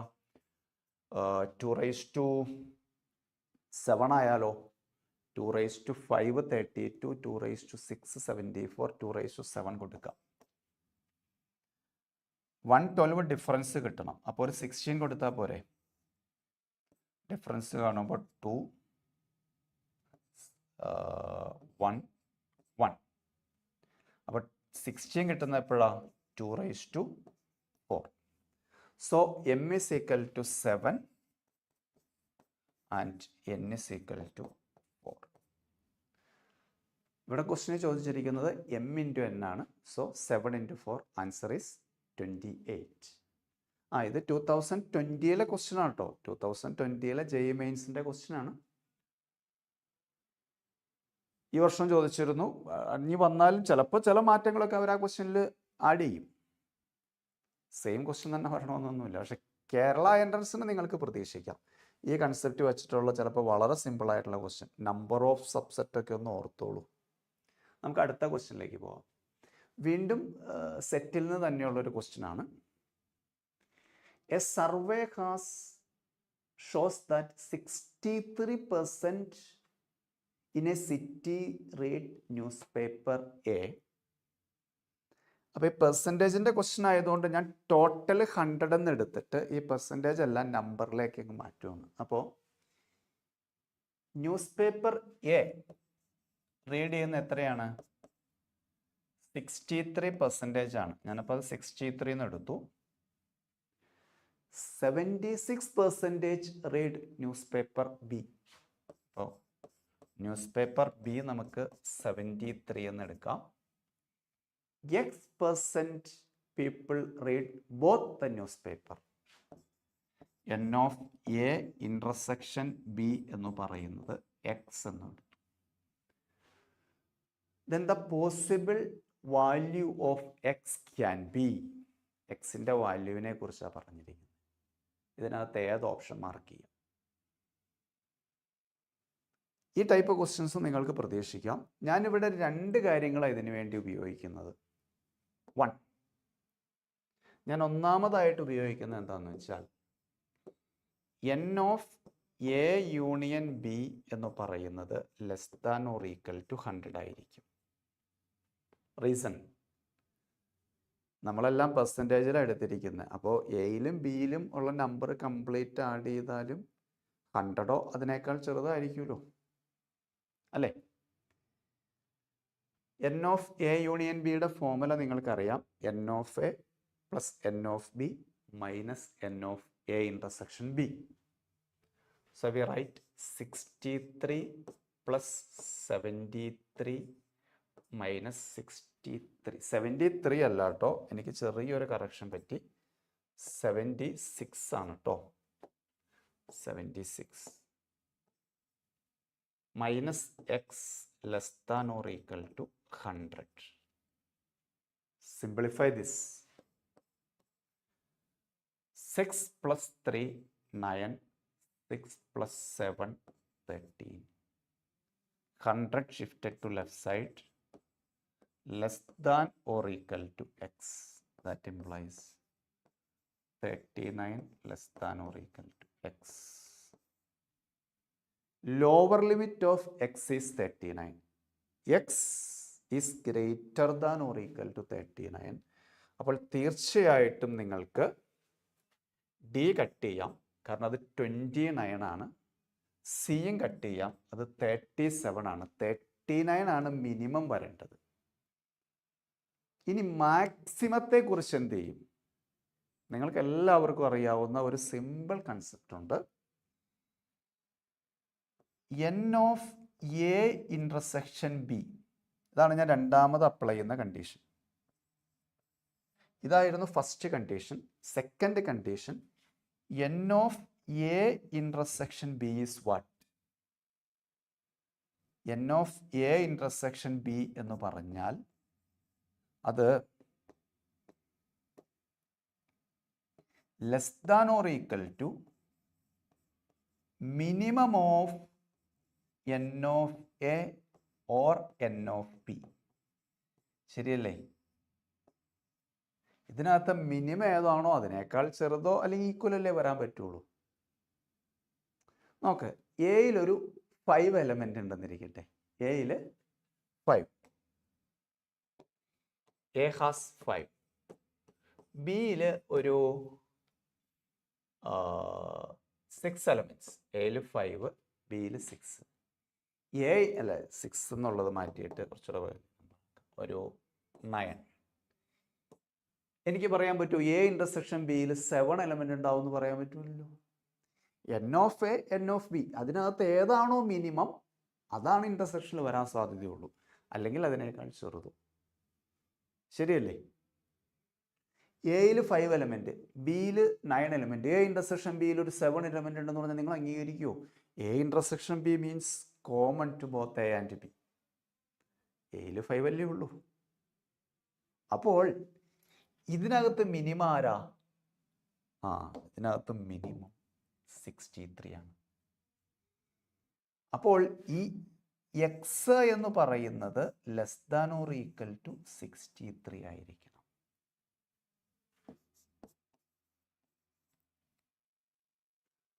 അപ്പോൾ നമ്മൾ ഏത് ഓപ്ഷനും കട്ട് ചെയ്തു? 65ഉം കട്ട് ചെയ്തു. 63യേക്കാൾ ലെസ്സോ ഈക്വലോ ആയിരിക്കും. അപ്പോൾ എടുക്കാൻ പറ്റുന്ന ഓപ്ഷൻ 55 ഉണ്ടാവും. ഈ ഇനീക്വാളിറ്റി വരുന്ന ക്വസ്റ്റ്യൻസും ഒന്ന് അറിഞ്ഞിരുന്നോളൂ. പല വർഷങ്ങളിലും ചോദിച്ചിട്ടുണ്ട്. ഇത് 2020 ക്വസ്റ്റ്യൻ ആണ്. ഓക്കെ, നമുക്ക് അടുത്ത ക്വസ്റ്റ്യനിലേക്ക് പോകാം. വീണ്ടും സെറ്റിൽ നിന്ന് തന്നെ ഈ ആപ്ലിക്കേഷനുമായി ബന്ധപ്പെട്ട ക്വസ്റ്റ്യൻ ആണ്. 3 എലമെൻറ്റുകളെ കുറിച്ച് പറയുന്നുണ്ട്. ഒന്നുകിൽ നിങ്ങൾക്ക് വെൻ ഡയഗ്രം യൂസ് ചെയ്യാം, അതല്ലെങ്കിൽ ഫോർമുല യൂസ് ചെയ്യാം, എന്തായാലും പ്രശ്നമില്ല. In a class of 140 student, total 140 students ഉണ്ട്. All even number students opted mathematics. N of M. Total 140 ആണ് കേട്ടോ. ടോട്ടൽ 140. മാത്തമാറ്റിക്സ് എന്ന് പറഞ്ഞാൽ ഈവൻ നമ്പർ, ഒരു സംശയമില്ല. എത്രയുണ്ട്? 70 സ്റ്റുഡൻസ് ഉണ്ടാവും. മാത്തമാറ്റിക്സ് കഴിഞ്ഞിട്ടോ those whose number is divisible by 3 opted physics. Physics opt ചെയ്യുന്നത് 3 കൊണ്ട് ഡിവൈഡ് ചെയ്യാൻ പറ്റുന്നത്. അപ്പം ഞാൻ ഇങ്ങനെ എഴുതുവാണ്, ഡിവിസിബിൾ ബൈ 3. ശരിക്കും ഗ്രേറ്റസ്റ്റ് ഇൻറ്റിജർ ഓഫ് 140/3 ചെയ്ത് നോക്കിയാൽ മതി, അല്ലെങ്കിൽ 3യുടെ മൾട്ടിപ്പിൾസ് നോക്കും. Greatest integer of 140/3. അപ്പോൾ എത്ര കിട്ടും? 412 വരും. 46 പോയിന്റ് സംതിങ് കിട്ടും അല്ലേ? 140/3 4 വരും. പിന്നെ റിമൈൻഡർ 20യിൽ 18 വരും. റിമൈൻഡർ വന്നോട്ടെ 46 പോയിന്റ് സംതിങ്. അതിൻ്റെ ഗ്രേറ്റസ്റ്റ് ഇൻറ്റിജർ എടുക്കുമ്പോൾ 46 എടുത്തിരിക്കുന്നത്. അല്ലെങ്കിൽ നിങ്ങളുടേതായ രീതി ചെയ്തോളൂ. മൾട്ടിപ്പിൾ ഓഫ് 3 അല്ലെങ്കിൽ ഡിവിസിബിൾ ബൈ 3 എത്രയെന്ന് കണ്ടുപിടിക്കാൻ നിങ്ങൾക്ക് അറിയാം. ഇനി കെമിസ്ട്രി എങ്ങനെയാണ്? ഡിവിസിബിൾ ബൈ 5 ആണ്. അപ്പോൾ അത് 140/5 ഗ്രേറ്റസ്റ്റ് ഇൻറ്റിജർ. ഇതിൻ്റെ ആവശ്യമില്ല കേട്ടോ, നിങ്ങളുടേതായ രീതിയിൽ ഡയറക്റ്റ് ആയിട്ട് എഴുതിക്കും. ഞാൻ വേറെ ഏതെങ്കിലും ഡിവിസിബിലിറ്റി ഒക്കെ വരുമ്പോൾ പെർമ്യൂട്ടേഷനിലൊക്കെ ചിലപ്പോൾ വരാറുണ്ട്. അപ്പോൾ നിങ്ങൾ ഇതൊക്കെ അപ്ലൈ ചെയ്താലും മതി. എത്ര കിട്ടും? 140/5 248 അല്ലേ? 28. Okay, then number of students who did not opt for any of 3 subject. അവർക്ക് ആവശ്യം ആരെയാണെന്നറിയാമോ? അവർക്ക് ആവശ്യം ആരെയാ? ഒരു സബ്ജക്റ്റും പഠിക്കാത്തവനെ വേണ്ടത്. None of the subjects. ഒരാളോട് പേര് ചോദിക്കും, നീ ഫിസിക്സ് പഠിക്കുന്നുണ്ടോ? ഇല്ല. കെമിസ്ട്രി ഓപ്റ്റ് ചെയ്തിട്ടുണ്ടോ? ഇല്ല. മാത്സ് ഓപ്റ്റ് ചെയ്തിട്ടുണ്ടോ? ഇല്ല. അവനെ നമ്മൾ എടുക്കും. ഒരു സബ്ജക്റ്റും അവൻ ഓപ്റ്റ് ചെയ്തിട്ടില്ല. അല്ല, നിങ്ങൾ വിചാരിക്കേണ്ട അവൻ ഫിസിക്സ് പഠിക്കുന്നുണ്ടോ? ഇല്ല, പറ്റില്ല. നമ്മൾ ചോദിക്കുന്നു, നീ ഫിസിക്സ് ഓപ്റ്റ് ചെയ്തിട്ടുണ്ടോ? ഇല്ല. കെമിസ്ട്രി? ഇല്ല. മാത്സ്? ഇല്ല. അവനെ നമ്മൾ എടുക്കും. അതായത് ശരിക്കും ചെയ്യേണ്ടത് എൻ ഓഫ് യൂണിവേഴ്സൽ സെറ്റിൽ നിന്ന് N of A union, A അല്ല, നമ്മുടെ ഇവിടെ ക്വസ്റ്റ്യനിൽ ആരാണ്?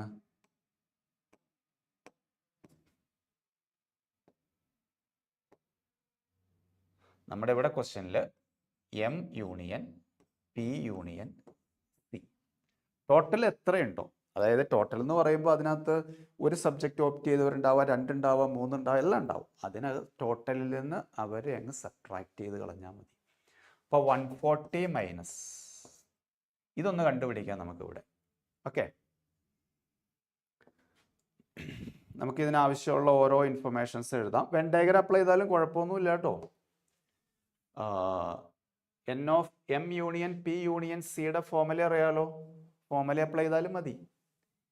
N of M union P union C equal to N of M plus N of P plus N of C minus N of M intersection P minus N of P intersection C minus N of M intersection C plus N of M intersection P intersection C. Okay, ഒന്നേലും formula apply ചെയ്യുക, അല്ലെങ്കിൽ Venn diagram apply ചെയ്തോളൂ. ഏതായാലും വലിയ വ്യത്യാസമൊന്നുമില്ല. ഇതെല്ലാത്തിൻ്റെ values നമ്മൾ കണ്ടുപിടിക്കണം. ഒന്നും ഒരു ക്വസ്റ്റിന് തന്നിട്ടില്ല. ക്വസ്റ്റിന് തന്നിട്ടുണ്ടായിരുന്നില്ല, ഡയറക്റ്റായിട്ട് അങ്ങ് എഴുതി പോയാൽ മതിയായിരുന്നു. എൻ ഓഫ്, ഞാൻ ഈ വാല്യൂസ് ഡയറക്റ്റായിട്ട് കണ്ടുപിടിച്ച് ഇവിടെ അങ്ങ് എഴുതിക്കോട്ടെ, വലിയ പ്രശ്നമുള്ള കേസൊന്നും അല്ലല്ലോ. Equal to N of M 70 ആണ്, എൻ ഓഫ് പി 46 ആണ്, എൻ ഓഫ് സി 28 ആണ്, minus M intersection P. M intersection P എന്ന് പറഞ്ഞാൽ ഇത് രണ്ടും വരണം. എം ഇൻ്റർസെക്ഷൻ പി, ഇത് ഡിവിസിബിൾ ബൈ 2 ആണ്, ഇത് ഡിവിസിബിൾ ബൈ 3 ആണ്. അതിൻ്റെ ഇൻ്റർസെക്ഷൻ എന്ന് പറഞ്ഞാൽ ആരായിരിക്കും? ഡിവിസിബിൾ ബൈ 6 ആയിരിക്കും. ഒരു number divisible by 3 and 2 means it is divisible by 6. ഇപ്പൊ 6 കൊണ്ട് ഡിവൈഡ് ചെയ്ത് എത്ര കിട്ടുമെന്ന് നോക്കൂ. 2 വരും, 12, 20 വരും, 3. ശരിയാണോ? 12, 20, 23. ഇനി പി ഇൻ്റർസെക്ഷൻ സിയോ, ഇത് രണ്ടും കോമൺ ആയിട്ട് പി എന്ന് പറഞ്ഞാൽ ഡിവിസിബിൾ ബൈ 3 ആണ്, സി എന്ന് പറഞ്ഞാൽ ഡിവിസിബിൾ ബൈ 5 ആണ് അല്ലേ? P intersection C 5 and 3 that is divisible by 15. Greatest integer of 140 by 15 എത്ര കിട്ടും?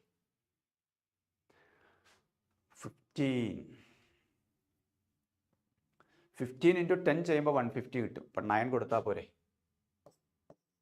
Minus M intersection C. M intersection C എന്ന് പറയുമ്പോൾ എം ഡിവിസിബിൾ ബൈ 2 ആണ്, ഇത് ഡിവിസിബിൾ ബൈ 5 ആണ്. അപ്പോൾ ഡിവിസിബിൾ ബൈ 10 വരും. ഇത് ഡിവിസിബിൾ ബൈ 2 ആണ്, ഇത് ഡിവിസിബിൾ ബൈ 5 ആണ്. It's intersection 10. അപ്പോൾ 14 പ്ലസ് ഡിവിസിബിൾ ബൈ ഓൾ 2. അതിൻ്റെ LCM കണ്ടാൽ മതി കേട്ടോ, അതാ ഉദ്ദേശിക്കുന്നത് ശരിക്കും. 5-ൻ്റെയും 2-ൻ്റെ LCM, least common multiple. M intersection P intersection C, സിമ്പിളായിട്ട് പറഞ്ഞാൽ LCM കാണുക. പറഞ്ഞോളൂ. 2, 3, 5 LCM. ആർക്ക് പറയാം? അറിയാമെങ്കിൽ ഒന്ന് ചാറ്റിലേക്ക് ഇട്ട് വന്നേ. 2, 5, 10. 2, 5, 6. 2, 5, 3. Sorry, 2, 5, 3. LCM 30. അല്ലേ? 30. 15 പറ്റില്ല. 15 ആർക്കാ പറ്റില്ലാത്ത? 3ക്കും 5നും കുഴപ്പമില്ല, പക്ഷെ 2ൻ്റെ മൾട്ടിപ്പിൾ അല്ല. അല്ലേ? 2ൻ്റെ മൾട്ടിപ്പിൾ അല്ല. എന്നാൽ 18 എടുത്താലോ? 3ക്കും 2നും കുഴപ്പമില്ല, 5 സമ്മതിക്കില്ല. 30 എടുക്കാം. അപ്പോൾ ഡിവിസിബിൾ ബൈ 30. 140 ബൈ 30 എത്ര കിട്ടും? പോയി 30. 5 വരുമ്പോൾ 150 വരും. 4. ഓക്കെ, ഇത് സിംപ്ലിഫൈ ചെയ്ത് നോക്കൂ, എത്ര കിട്ടുമെന്ന് നോക്കൂ. എന്നിട്ട് ഇതിനകത്ത് സബ്ട്രാക്ട് ചെയ്താൽ മതി. ആഡ് ചെയ്താൽ 50 കിട്ടും. 50, 70, 120, 125, 125, 23, 125, 23, 102. യെസ്, ഓപ്ഷൻ ഉണ്ടോ? ഉണ്ട്. 38. Option B. ഇതും ഒരു സിമ്പിൾ ക്വസ്റ്റ്യൻ തന്നെയാണ്. എൻ്റെ ഹെൽപ്പ് വേണമെന്നൊന്നുമില്ല, നിങ്ങൾക്ക് തന്നെ ചെയ്യാവുന്ന വെരി ഈസി ക്വസ്റ്റ്യൻ. ഓക്കെ, നമുക്ക് അടുത്ത ക്വസ്റ്റ്യനിലേക്ക് പോവാം. ഇത് റിലേഷൻ എന്നുള്ള ക്വസ്റ്റ്യനാണ്. ആർ എന്ന് പറയുന്ന റിലേഷൻ പറഞ്ഞിരിക്കുന്നു. അതിനകത്ത് വരുന്ന ordered pair x y integers ആണ്. എലമെന്റ് ഓഫ് ഇസഡ് എന്ന് പറയുന്നു. റിലേഷൻ ഇതാണ്: x square plus 3y square less than or equal to 8. The domain of R inverse. Domain നിങ്ങൾക്കറിയാം, ഇൻപുട്ട് വാല്യൂസ്, എക്സിന് കൊടുക്കുന്ന വാല്യൂ. അതിന് നിങ്ങൾക്കൊരു ഔട്ട്പുട്ട് കിട്ടുന്നു, answer, that is range. Range depends on domain. നിങ്ങൾ എന്ത് ഇൻപുട്ട് ചെയ്യുന്നു അതനുസരിച്ചാണ് നിങ്ങൾക്ക് ഔട്ട്പുട്ട് കിട്ടുന്നത്. എക്സിന് 1 കൊടുക്കുമ്പോൾ ഒരു ഔട്ട്പുട്ട് എങ്കിൽ എക്സിന് 2 കൊടുക്കുമ്പോൾ വേറെ ഔട്ട്പുട്ട് ആയിരിക്കും. ഡൊമൈനുമായി ബന്ധപ്പെട്ടിരിക്കുന്നു റേഞ്ച്. നമുക്ക് ആർ ഇൻവേഴ്സിൻ്റെ ഡൊമൈനാണ് ചോദിച്ചിരിക്കുന്നത്. നിങ്ങൾക്കറിയാം എന്താണ് ഈ ആർ ഇൻവേഴ്സ് എന്ന് പറഞ്ഞാൽ? ആർ ഇൻവേഴ്സിൽ ഒരു ബി എ വരണമെങ്കിൽ എ ബി ആറിലുണ്ടായിരിക്കണം, അല്ലേ? എ ബി എന്നൊരു ഓർഡേർഡ് പെയർ, ഏത്? 1, 2. There is an element 1, 2 in R, then 2, 1 belongs to R inverse. അപ്പോൾ അവർ ചോദിച്ചിരിക്കുന്നത് ആർ ഇൻവേഴ്സിൻ്റെ റേഞ്ച് ആണെങ്കിൽ പോലും, അല്ല, ആർ ഇൻവേഴ്സിൻ്റെ ഡൊമൈൻ ആണ്. നമുക്ക് ആറിൻ്റെ റേഞ്ച് കണ്ടാലും മതി, ശരിയല്ലേ? ആർ ഇൻവേഴ്സിൻ്റെ ഡൊമൈൻ ആണ് ആറിൻ്റെ റേഞ്ച്. ആർ ഇൻവേഴ്സിൻ്റെ റേഞ്ച് ആണ് ആറിൻ്റെ ഡൊമൈൻ. അങ്ങോട്ടും ഇങ്ങോട്ടും റിലേറ്റഡാ. അപ്പോൾ ഞാൻ പറയുന്നു, ആർ ഇൻവേഴ്സിൻ്റെ ഡൊമൈൻ ചോദിച്ചിരിക്കുന്നു, ആറിൻ്റെ റേഞ്ച് കണ്ടാലും മതി. അതായത് ഈ ഇക്വേഷനിൽ, ഈ ഇനീക്വാളിറ്റിയിൽ വൈയെ കുറിച്ച് നിങ്ങൾ സംസാരിച്ചാൽ മതി. നമുക്ക് വളരെ പെട്ടെന്ന് വേണമെങ്കിൽ പറയാം. എങ്ങനെ പറയും? ഞാൻ ഇതിനകത്തുനിന്ന് x square less than or equal to 8 minus 3y square എന്ന് എടുത്തു, അല്ലേ? അവർ ചോദിച്ചിരിക്കുന്നു ഡൊമൈൻ ഓഫ് ആർ ഇൻവേഴ്സ് ആണ്. ഞാൻ പറയുന്നു റേഞ്ച് ഓഫ് ആറ് കണ്ടാലും മതി. അപ്പോൾ റേഞ്ച് ഓഫ് ആർ എന്ന് പറഞ്ഞാൽ വൈയുടെ വാല്യൂ ആണ്. എക്സ് കോമ വൈ എന്ന് ഓർഡേർഡ് പെയർ എഴുതിയാൽ ഫസ്റ്റ് എലമെന്റ് ആണ് ഡൊമൈൻ, സെക്കൻഡ് എലമെന്റ് ആണ് റേഞ്ച്. സി, വൈക്ക് 0 കൊടുക്കാം, 1 കൊടുക്കാം, -1 കൊടുക്കാം. 2 കൊടുത്താൽ പറ്റുമോ? വൈക്ക് നിങ്ങൾ 2 കൊടുത്തേ. വൈക്ക് 2 കൊടുത്താൽ 4 വരും. 3 × 4 12 വരും. 8 - 12 നെഗറ്റീവ് നമ്പർ വരും. എക്സ് സ്ക്വയറിനേക്കാൾ വലുതല്ല. X square is A positive number. അപ്പോൾ വൈക്ക് ഈ 3 വാല്യൂസേ വരുള്ളൂ. സോ ഓപ്ഷൻ ഡി മാർക്ക് ചെയ്യാം. -1 0 1 മതി. അതൊരു മെത്തേഡ്. ഓർ അതല്ലെങ്കിൽ നിങ്ങൾക്ക് ഗ്രാഫിക്കൽ പാറ്റേണിനെ കുറിച്ചും നോക്കാം. ഗ്രാഫിക്കൽ മെത്തേഡ് ഇതിനൊരു 8 കൊണ്ട് ഡിവൈഡ് ചെയ്ത് കഴിഞ്ഞാലുണ്ടല്ലോ x² / 8 + y² / 8/3 < 1. ഇതൊരു എലിപ്സാണ്. It's an ellipse.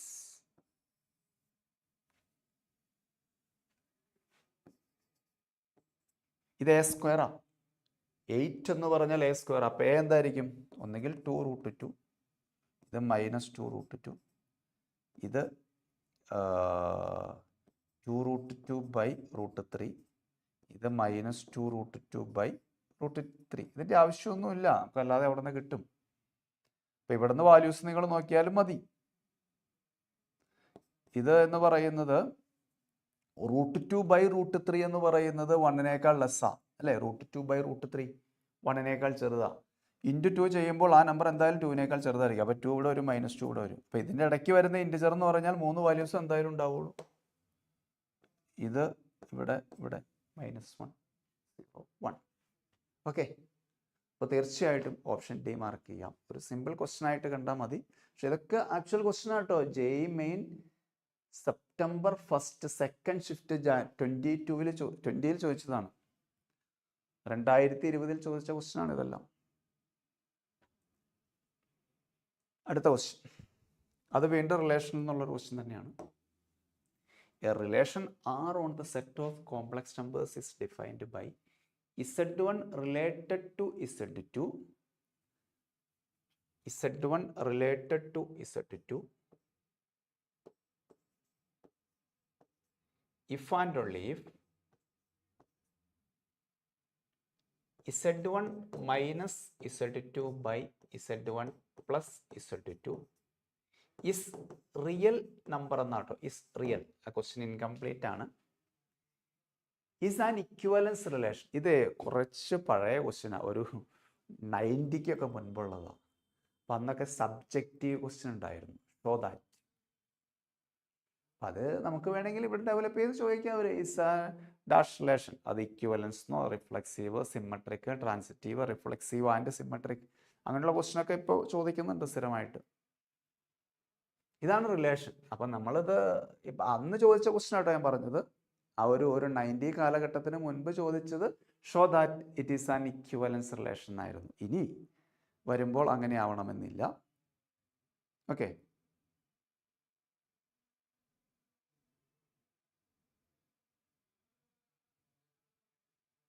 yes.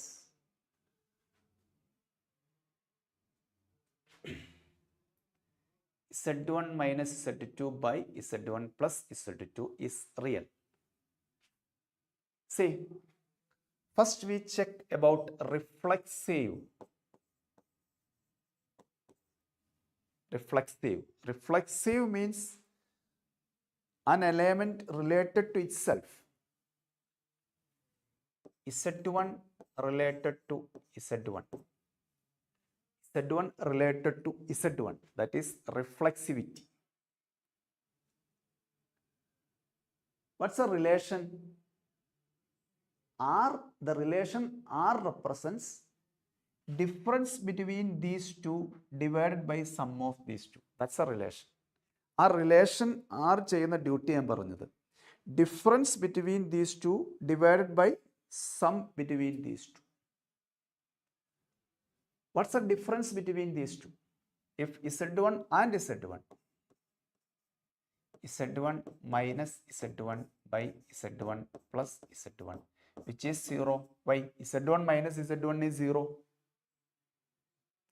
So this is a reflexive relation. It is reflexive. Why? Since 0 is a real number. Okay.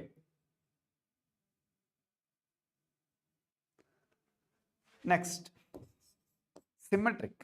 What is symmetric? if Z1 related to Z2, if Z1 is related to Z2, then we check Z2 is related to Z1. Okay. Reflexive pole alla symmetric. If Z1 related to Z2, then we check Z2 is related to Z1 or not. This is given. Z1 is related to Z2 means Z1 minus Z2 by Z1 plus Z2 is real. This is real anengil we write reverse minus of Z2 minus Z1 by Z2 plus Z1 is real.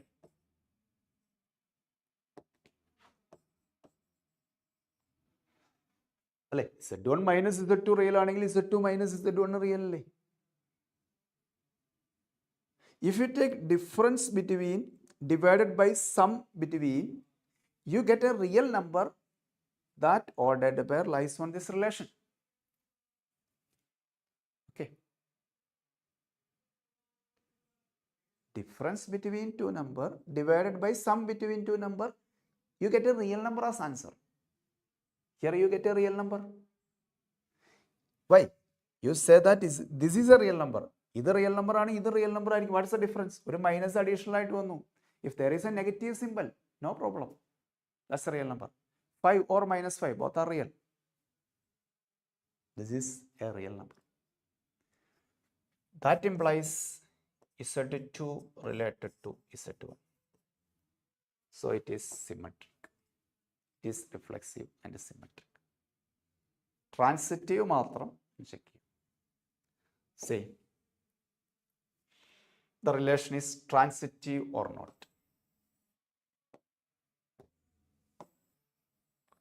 Relation is transitive or not. Say, let we take Z1 is equal to x1 plus I y1. It's a complex number. Z2 is equal to x2 plus I y2. Z3 is equal to x3 plus I y3. Z1 related to Z2. What is transitivity? If Z1 is related to Z2 and Z2 is related to Z3, then we will prove that, then we check Z1 is related to Z3 or not. If Z1 is related to Z3, then we say that it is transitive, otherwise not transitive. It is easy to study that when we say that it is not transitive, the only situation is that AB is an element and BC is an element, but AC not an element. Here Z1 related to Z2 and Z2 related to Z3, but Z1 is not related to Z3, then we say that it is not transitive, otherwise it is always transitive. We check it. See, Z1 related to Z2 means Z1 minus Z2 by Z1 plus Z2 is real.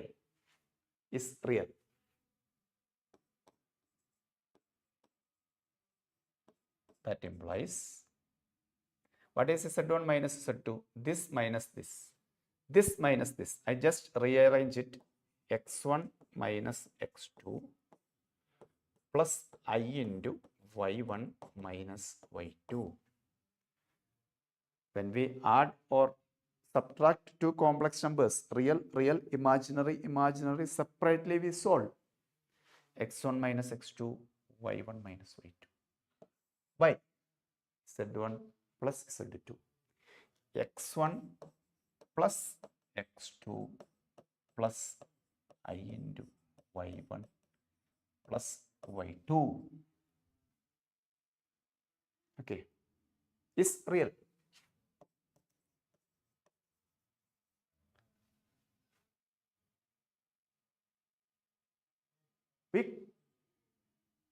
solve this complex number and write in standard form, that is a plus ib form.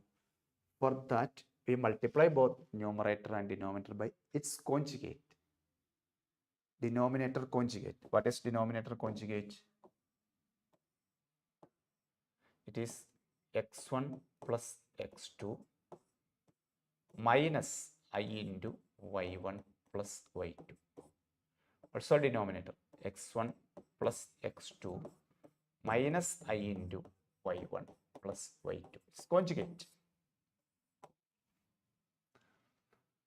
Then denominator become x1 plus x2 the whole square plus y1 plus y2 the whole square.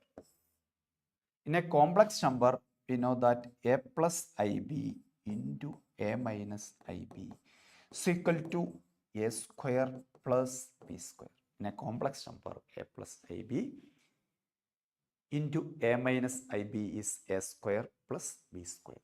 So here we write this square plus this square. This entire complex number is real. This complex number is real. Okay. Its denominator is always real. Then its numerator is also real. Numerator real means its imaginary part is 0. When we solve this numerator, open the bracket, its imaginary part becomes 0. Why? Starting it is a real number. It is real. That means its imaginary part is 0. So I write its imaginary part. When we open the bracket, I take only imaginary part. This into this, that is x1 minus x2 into minus of y1 plus y2. This into this, that is the term containing I, imaginary part. This into this, y1 minus y2 into x1 plus x2. This becomes 0. Why? This entire, ഞാനത് complete simplify ചെയ്തിട്ടില്ല, just ഐഡിയയിലേക്ക് പോവുകയാണ്. ഒരു complex number real ആണെങ്കിൽ it's imaginary part become 0.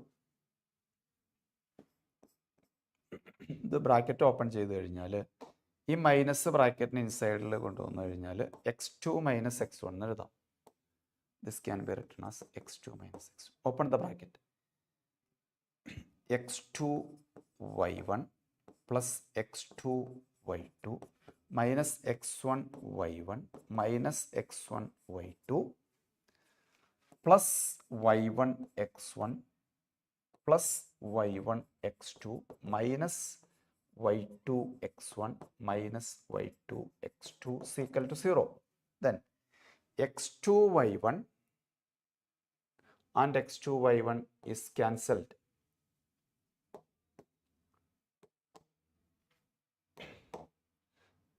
x2 y1 cancelled. x2 y2 cancelled.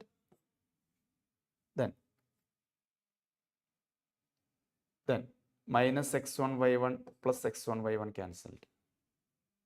These two terms are remaining. Am I correct? x1 y2 minus y2 x1 minus y2 x1 minus y2 x1 minus x1 y2.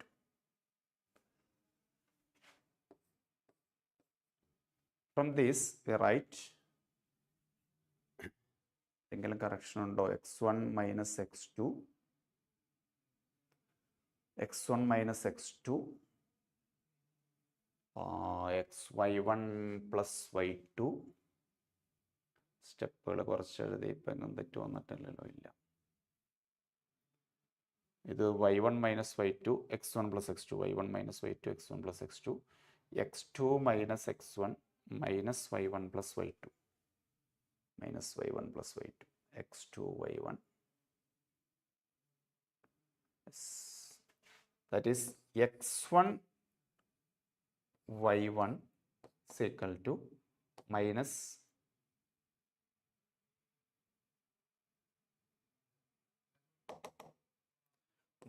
x1 y1 is equal to y2 x1. x1 y1 y2 x1. x1 is cancelled. y1 is equal to y2. ഏതെങ്കിലും ടേമിൽ ചെറിയ correction വന്നിട്ടുണ്ടോ? x1 y1 ഏതെങ്കിലും? x2 y1 x2 y1 ഇത് കട്ടാവില്ല കേട്ടോ, ശരിയല്ലേ? ഈ time കട്ടാവില്ല. ഞാൻ എഴുതിയതിൽ ചെറിയ കറക്ഷൻ വന്നല്ലോ. x2 y1 x2 y1 2x2 y1 വരുള്ളൂ അല്ലേ? അതുപോലെ തന്നെ ഇത് minus x1 y2 minus x1 y2 minus 2x1 y2 വരുള്ളൂ. Is equal to 0. ബാക്കിയൊക്കെ ക്യാൻസൽ ആയി പോകും. ശരി, ഇത് അല്ലേ?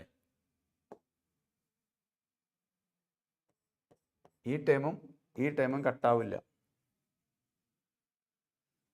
This implies x1 y2 is equal to x2 y1. That implies x1 by x2 is equal to y1 by y2. In the similar way, we prove that if we take z2 related to z3, similar way we prove that x2 by x3 is equal to y2 by y3. Comparing this, x1 by x2 equal to y1 by y2 is equal to x2 by x2 equal to y2 by y3. From this we write x1 by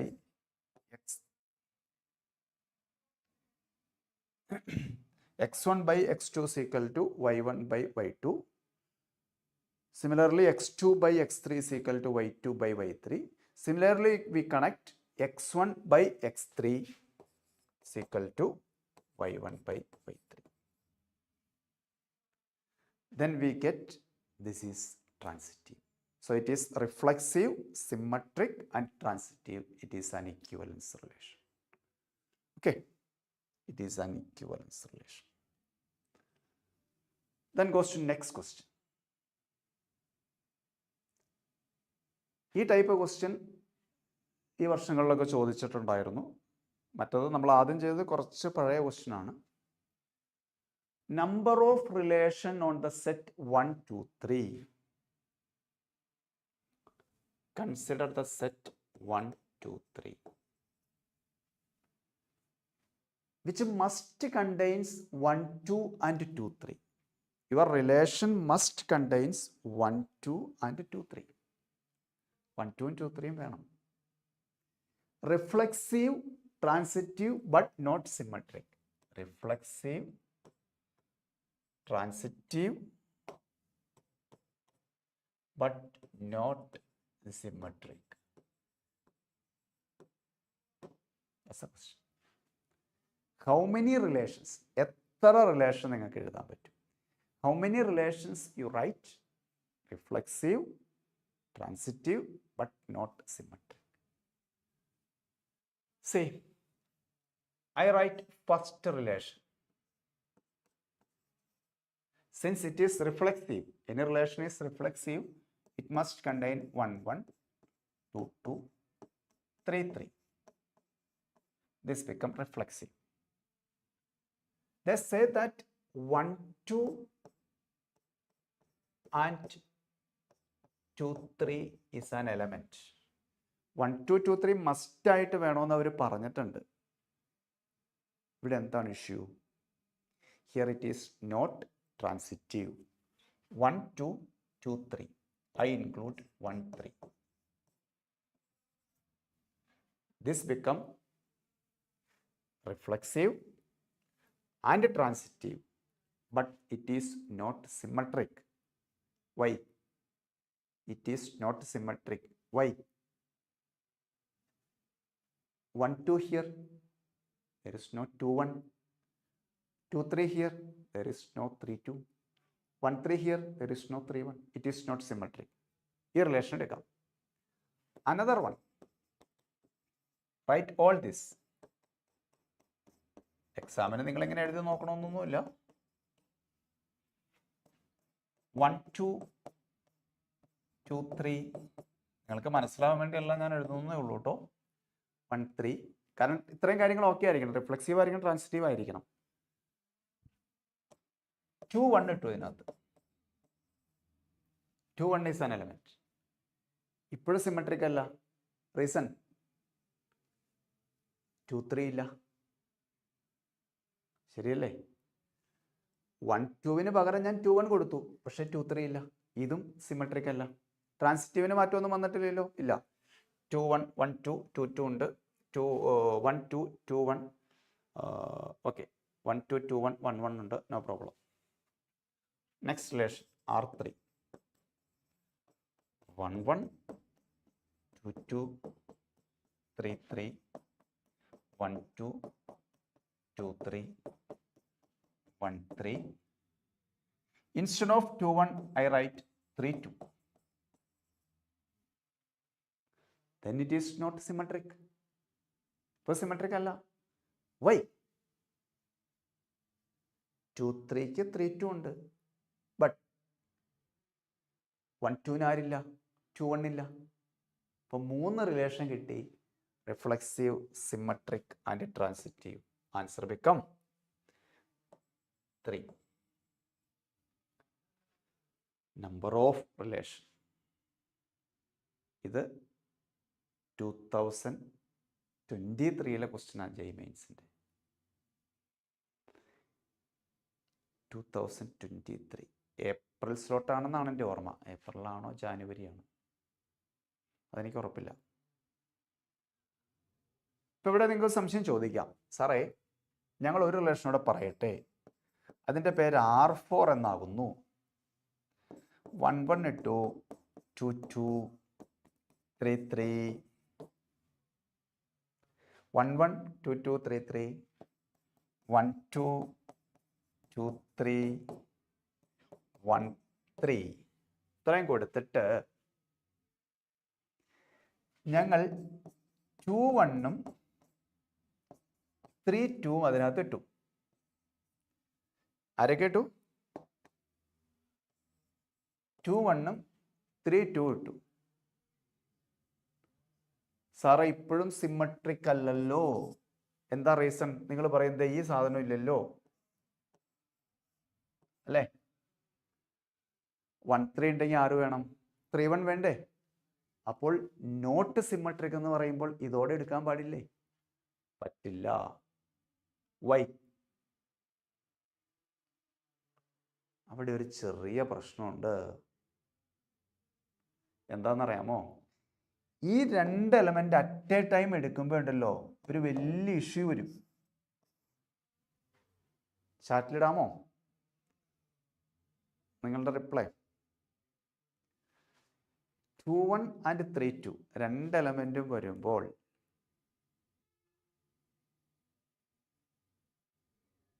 നിങ്ങളുടെ doubt ഇതാണ്, ഇപ്പോഴും not symmetric അല്ലേ? കാരണം എന്താണ്?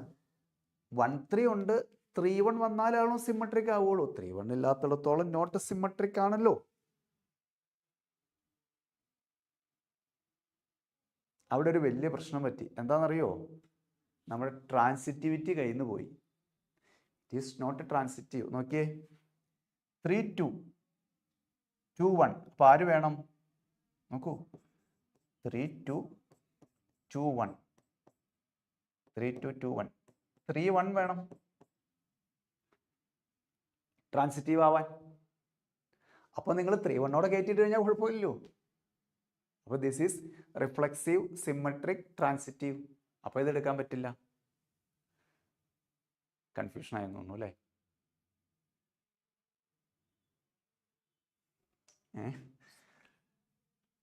ചിലർക്ക് reflexive, symmetric, transitive relations issue വരാറുണ്ട്. ഞാൻ ഇതേ ലോജിക്ക് ചിന്തിച്ച് കഴിയുമ്പോൾ ഇതിലേക്ക് എത്തും നിങ്ങൾ ചിലപ്പോൾ. അതുകൊണ്ട് പറഞ്ഞു എന്നുള്ളൂ, ചാറ്റിലാരും ഒന്നും പറയുന്നില്ല.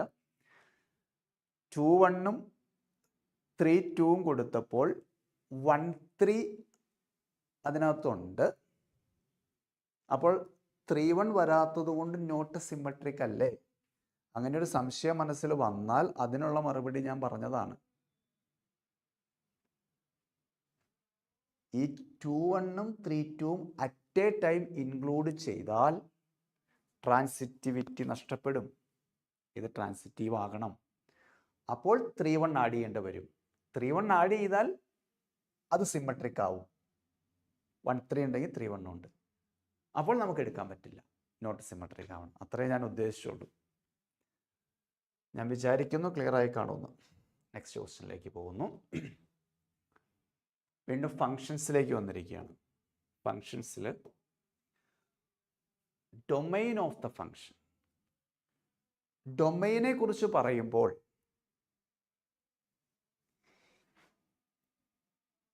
Anything inside the root, we take that quantity become positive. Fraction, something by something, we say that this quantity not equal to 0. Rational functions, ഇതൊക്കെയാണ് നമ്മൾ ഡൊമൈനിൽ നോക്കുന്നത്. One function by another function, denominator not equal to 0. Inside the root, function is positive. പിന്നെ നിങ്ങൾ കുറച്ച് by heart പഠിക്കുന്നുണ്ട്. Trigonometry ഫംഗ്ഷൻസിനും inverse trigonometry ഫംഗ്ഷനും standard domains. അപ്പോൾ അത് വച്ചിട്ടുള്ള ക്വസ്റ്റ്യൻസ് ഒക്കെയാണ് സാധാരണ വരുന്നത്. ഇത് 2023 ചോദിച്ച ഒരു ക്വസ്റ്റ്യൻ ആണ്. ഇവിടുത്തെ question 1/√of greatest integer of x² minus 3 into greatest integer of x minus 10.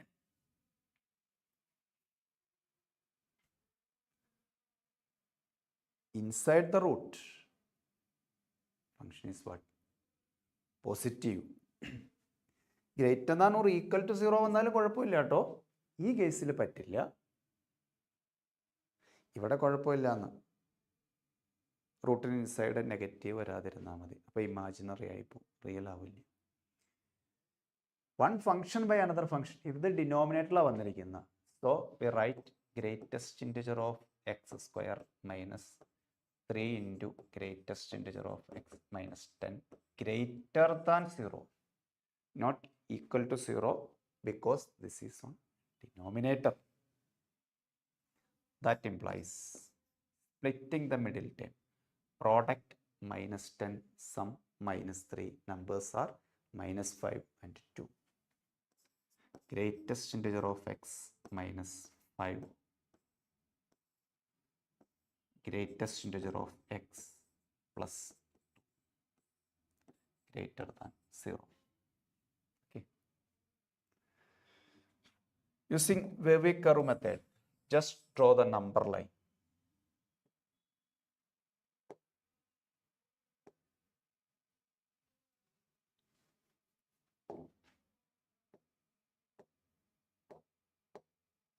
Just see, I again write greatest integer of x² minus 3 into greatest integer of x minus 10 greater than 0.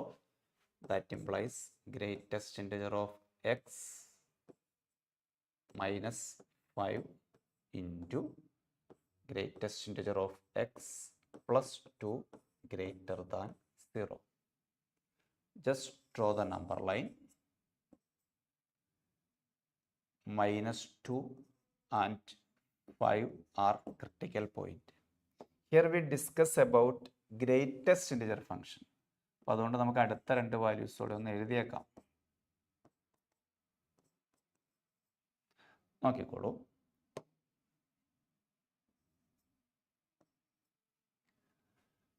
See, using wavy curve method, this become positive, negative, positive. Rightmost interval is positive, negative, positive. അല്ലെങ്കിൽ നിങ്ങൾ ഏതെങ്കിലും value നോക്കിയാലും മതി. ഇതിനകത്ത് 6 കൊടുത്തു കഴിഞ്ഞിട്ടുണ്ടെങ്കിൽ this become positive, this become positive, product is positive between -2 and 5. Okay, ഈ values എടുക്കണമെന്നൊന്നുമില്ല തൽക്കാലം.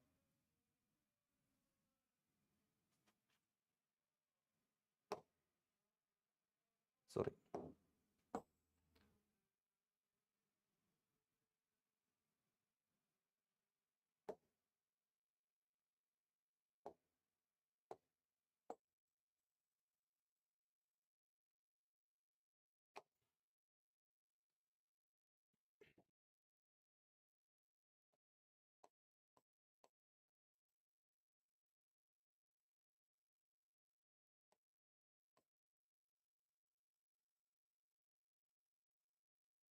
okay. Greatest integer of x minus 5 into greatest integer of x plus 2 greater than 0. Number line വരയ്ക്കുന്നു. -2, 5. വേവി കർവ് മെത്തേഡ് അപ്ലൈ ചെയ്താൽ right most positive, negative, positive. See, അപ്പൊ അവർ പറയുന്നു greatest integer of x greater than or equal to 5 വന്നാൽ കുഴപ്പമില്ല.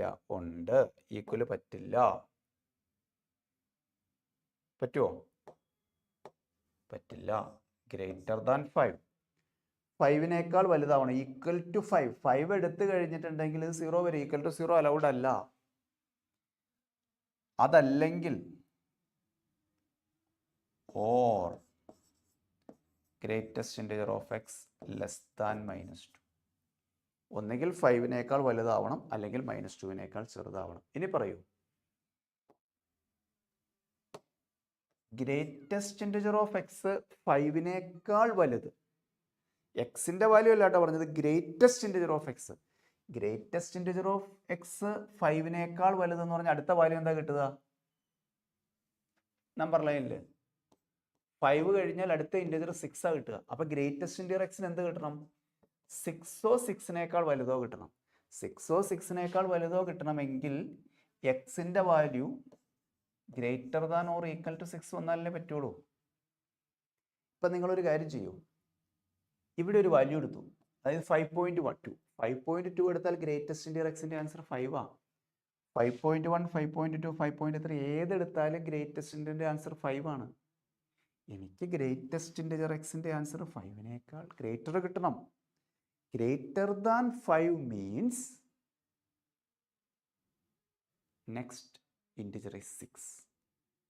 Greatest integer of x is 6 means it's greater than or equal to 6. 6, 6.1, 6.2, 6.3, 7, 8, 9, no problem. So we write x belongs to closed interval 6 to infinity. Close to infinity. In this case, greatest integer of x less than -2. Less than -2 means -2വിനേക്കാൾ ചെറുതാവണം. That means you get -3. -2വിനേക്കാൾ ചെറിയ number ഉണ്ട്, പക്ഷെ നമുക്ക് integer കിട്ടണം. Means a number less than -2, it become -3. -3 means x less than -2. See, if x is -2.1, greatest integer is -3. If x is -2.6, -2.1, -2.8, -2.9, answer is -3. From this we write x belongs to -infinity to -2. These are the two cases. So final answer is x belongs to -infinity to -2 union 6 is taken, or means union 6 to infinity. Here option B, -infinity to -2 union 6 to infinity. അതാ option അങ്ങോട്ടും ഇങ്ങോട്ടും change ആയിട്ടാട്ടോ കിടക്കുന്നത്, order ഒന്ന് മാറിയാ കിടക്കുന്നത്. This become B, this become C. അങ്ങനെയാണെങ്കിൽ option C ആട്ടോ correct. എന്തായാലും ഈ ഓപ്ഷൻ ആണ് correct. This option is correct. അതായത് ആ ബി സി അങ്ങോട്ടും ഇങ്ങോട്ടും മാറി പ്രിന്റ് ചെയ്തേക്കുന്നു. ഓക്കെ, ഈ ടൈപ്പ് ക്വസ്റ്റ്യൻ നിങ്ങൾക്ക് തീർച്ചയായിട്ടും ഡൊമൈനുമായി കണക്ട് ചെയ്ത് പ്രതീക്ഷിക്കാം. അപ്പം അതിനകത്ത് ഇൻവേഴ്സാണ് പ്രധാനമായിട്ട് വരുന്നത്. അപ്പോൾ അതിനകത്ത് വളരെ ശ്രദ്ധിക്കേണ്ടത് അതിനകത്ത് ക്ലോസ്ഡ് വരുമോ, ഓപ്പൺ വരുമോ, ഈക്വൽ വരുമോ എന്നുള്ള കാര്യങ്ങളൊക്കെ പ്രത്യേകം ശ്രദ്ധിക്കണം. അതനുസരിച്ച് ഏതെങ്കിലും അവരൊരു ഇൻ്റർവെല്ലിൽ നിങ്ങൾക്ക് തരും. അത് ഓപ്പണും ക്ലോസ്ഡൊക്കെ കൊടുത്തിട്ട് ആൽഫാന്നോ ബീറ്റാന്നോ ഗാമാന്നോ അല്ലെങ്കിൽ എ ബി സി എന്നൊക്കെ തന്നിട്ട് അതിൻ്റെ സം കണ്ടുപിടിക്കാനോ അതിൻ്റെ എന്തെങ്കിലും മൾട്ടിപ്പിൾസോ കണ്ടുപിടിക്കാനൊക്കെ ചോദിക്കും. അപ്പോൾ ആ ഇൻ്റർവെല്ല് വളരെ കറക്റ്റ് ആണെങ്കിലാണ് നമുക്ക് ആ വാല്യൂസ് കൃത്യമായിട്ട് കിട്ടുള്ളൂ. അവിടെ ഒന്ന് ശ്രദ്ധിക്കണം. ഈ ടൈപ്പ് ക്വസ്റ്റ്യൻസ് വളരെ ഇമ്പോർട്ടൻ്റ് ആണ്. നെക്സ്റ്റ് വൺ, വീണ്ടും നമ്പർ ഓഫ് ഇൻ്റഗ്രൽ സൊല്യൂഷൻ, ലോഗരിതവുമായിട്ട് ബന്ധപ്പെട്ട ഒരു ക്വസ്റ്റ്യനാണ്.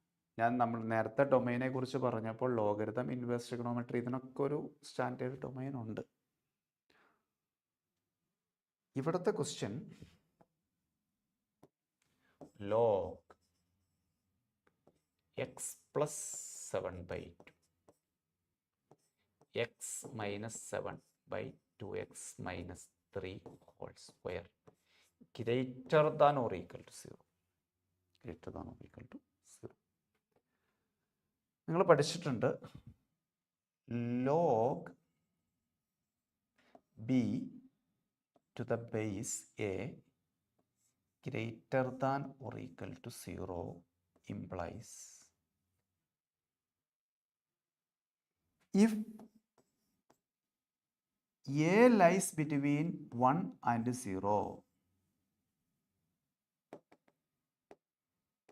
that means a is less than 1. A lies between 0 and 1, then b is greater than or equal to 1. ഈ റൈറ്റിലേക്ക് പോകുന്നു, നേരെ തിരിഞ്ഞു ഒരു ഇനീക്വാളിറ്റി. അതാ ഞാൻ പറയാൻ ഉദ്ദേശിച്ചത്, ലെസ് ദാൻ 1. ഇനീക്വാളിറ്റി റിവേഴ്സ് ചെയ്യും. ഈ ബേസ് എ എന്ന് പറയുന്നത് 1നേക്കാൾ ചെറുതാണെങ്കിൽ ഈ ഇനീക്വാളിറ്റി നേരെ റിവേഴ്സ് ചെയ്യും. എ റൈറ്റിലേക്ക് ചെല്ലുമ്പോൾ എ റൈസ് ടു 0 1 വരും. അതേസമയം എ ഗ്രേറ്റർ ദാൻ 1 ആണെങ്കിൽ ആ ഇഷ്യൂ ഇല്ല. If A is greater than 1 then A റൈറ്റിലേക്ക് ചെല്ലുമ്പോൾ എ റൈസ് ടു 0 വരും. അപ്പോൾ ഇനീക്വാളിറ്റിയിൽ ഒരു പ്രശ്നമില്ല. B greater than or equal to 1, a റൈറ്റിലേക്ക്. ആ ഇനീക്വാളിറ്റി പ്രത്യേകം ശ്രദ്ധിക്കണം. ഇപ്പോൾ അതുപോലെ തന്നെ log x to the base a less than log y to the base a ആണെങ്കിൽ നമുക്ക് എക്സ് ലെസ് ദാൻ വൈ എന്ന് എഴുതാൻ ഒരു നിർബന്ധമില്ല. Depends on A. If A is greater than 1, this inequality is true. If a lies between 0 and 1, this inequality will be reversed. Inequality will be reversed. Okay, ആ ഒരു കാര്യം ഓർത്തിരിക്കുക. അതുപോലെ തന്നെ log B to the base A defined ആകണമെങ്കിൽ 3 കണ്ടീഷനുണ്ട്. A positive, B positive, A not equal to 1. ഇത്രയും കാര്യങ്ങൾ നമ്മൾ ചെക്ക് ചെയ്തിട്ട് വേണം എക്സിന് അക്സെപ്റ്റ് ചെയ്യാൻ പറ്റുന്ന ഇൻ്റഗ്രൽ സൊല്യൂഷനെ കുറിച്ച് പറയാം. എക്സിന് എടുക്കാൻ പറ്റുന്ന ഇൻറ്റിജർ വാല്യൂസിനെ കുറിച്ച് പറയണമെങ്കിൽ ഈ കാര്യങ്ങളെല്ലാം ചെക്ക് ചെയ്യണം. നമുക്ക് 1 by 1 ആയിട്ട് ചെക്ക് ചെയ്യാം. ഓക്കെ, ആദ്യം ഇവിടെ എയുടെ പ്ലേസിൽ വന്നിരിക്കുന്നത് എക്സ് പ്ലസ് 7/2, ബിയുടെ പ്ലേസിൽ വന്നിരിക്കുന്നത് X minus 7/2x minus 3 the whole സ്ക്വയറുമാണ്. ഓക്കെ, അപ്പോൾ നമുക്ക് ആദ്യത്തെ കണ്ടീഷൻ ചെക്ക് ചെയ്യാം. ഇതെല്ലാം ചെക്ക് ചെയ്തിട്ട് ഇവരെല്ലാവരും അക്സെപ്റ്റ് ചെയ്യുന്ന ഒരു കോമൺ റീജിയനിൽ നിന്ന് വേണം നമുക്ക് integer values for x choose ചെയ്യാം. ആദ്യത്തെ കേസ് നോക്കാം. എ ലൈസ് ബിറ്റ്വീൻ 0 and 1, അതായത് x plus 7/2 lies between 0 and 1 and ഈ ബി എന്ന് പറയുന്നത് x minus 7 by 2x minus 3 the whole square less than 1. ഇത് രണ്ടും നമുക്ക് ഒരേ സമയം ചെയ്തു പോകാം. -7/2 less than X less than 1 - 7/2 -5/2. ശരിയല്ലേ? ഈ 7/2 റൈറ്റിലേക്ക് 1 - 7/2 ആറ്റ് x minus 7 the whole square by 2x minus 3 the whole square minus 1 less than 0. Okay. x minus 7 the whole square minus 2x minus 3 the whole square by 2x minus 3 the whole square less than 0. 1 ലെഫ്റ്റിലേക്ക് കൊണ്ടുപോകുന്നു. ഇത് ശരിക്കും cross multiply ചെയ്യരുത് കേട്ടോ. ഈ കേസിൽ കുഴപ്പമില്ല, കാരണം ഡിനോമിനേറ്ററിൻ്റെ സൈൻ അൺട്രസ്റ്റഡ് ആണ്, പോസിറ്റീവ് ആയതുകൊണ്ട് പ്രശ്നമില്ല. നോർമലി നിങ്ങൾ ഈക്വലിന് ചെയ്യുന്നത് പോലെ ക്രോസ് മൾട്ടിപ്ലൈ ചെയ്യരുത്. അത് ലെഫ്റ്റിലേക്ക് കൊണ്ടുവന്ന് പോസിറ്റീവ് നെഗറ്റീവ്. കാരണം എന്താണെന്ന് വെച്ചാൽ 1 function by another function is negative എന്ന് പറഞ്ഞാൽ ന്യൂമറേറ്ററും ഡിനോമിനേറ്ററിനും ഈക്വൽ റോളൊക്കെ ഉണ്ട്. അപ്പോൾ ഇവിടെ കുഴപ്പമില്ല, denominator is whole square is always positive. നമുക്കിതൊന്ന് സിംപ്ലിഫൈ ചെയ്താൽ this implies 1 function by another is positive. ഞാൻ ന്യൂമറേറ്ററിനെ കുറിച്ച് മാത്രമേ ചെക്ക് ചെയ്യുന്നുള്ളൂ കേട്ടോ, കാരണം ഡിനോമിനേറ്റർ ഈസ് ഓൾവേസ് പോസിറ്റീവ്. ഒരൊറ്റ ക്ലോസ് എനിക്ക് ഡിനോമിനേറ്ററിൽ കൊടുക്കാനുള്ളൂ. എന്താ അത്? ഒറ്റ കാര്യം ഞാൻ ഡിനോമിനേറ്ററിൽ എഴുതുവാണ്. സംശയം ഉണ്ടെങ്കിൽ ചോദിക്കണം. X not equal to 3/2. ഇത് 0 ആവരുത്.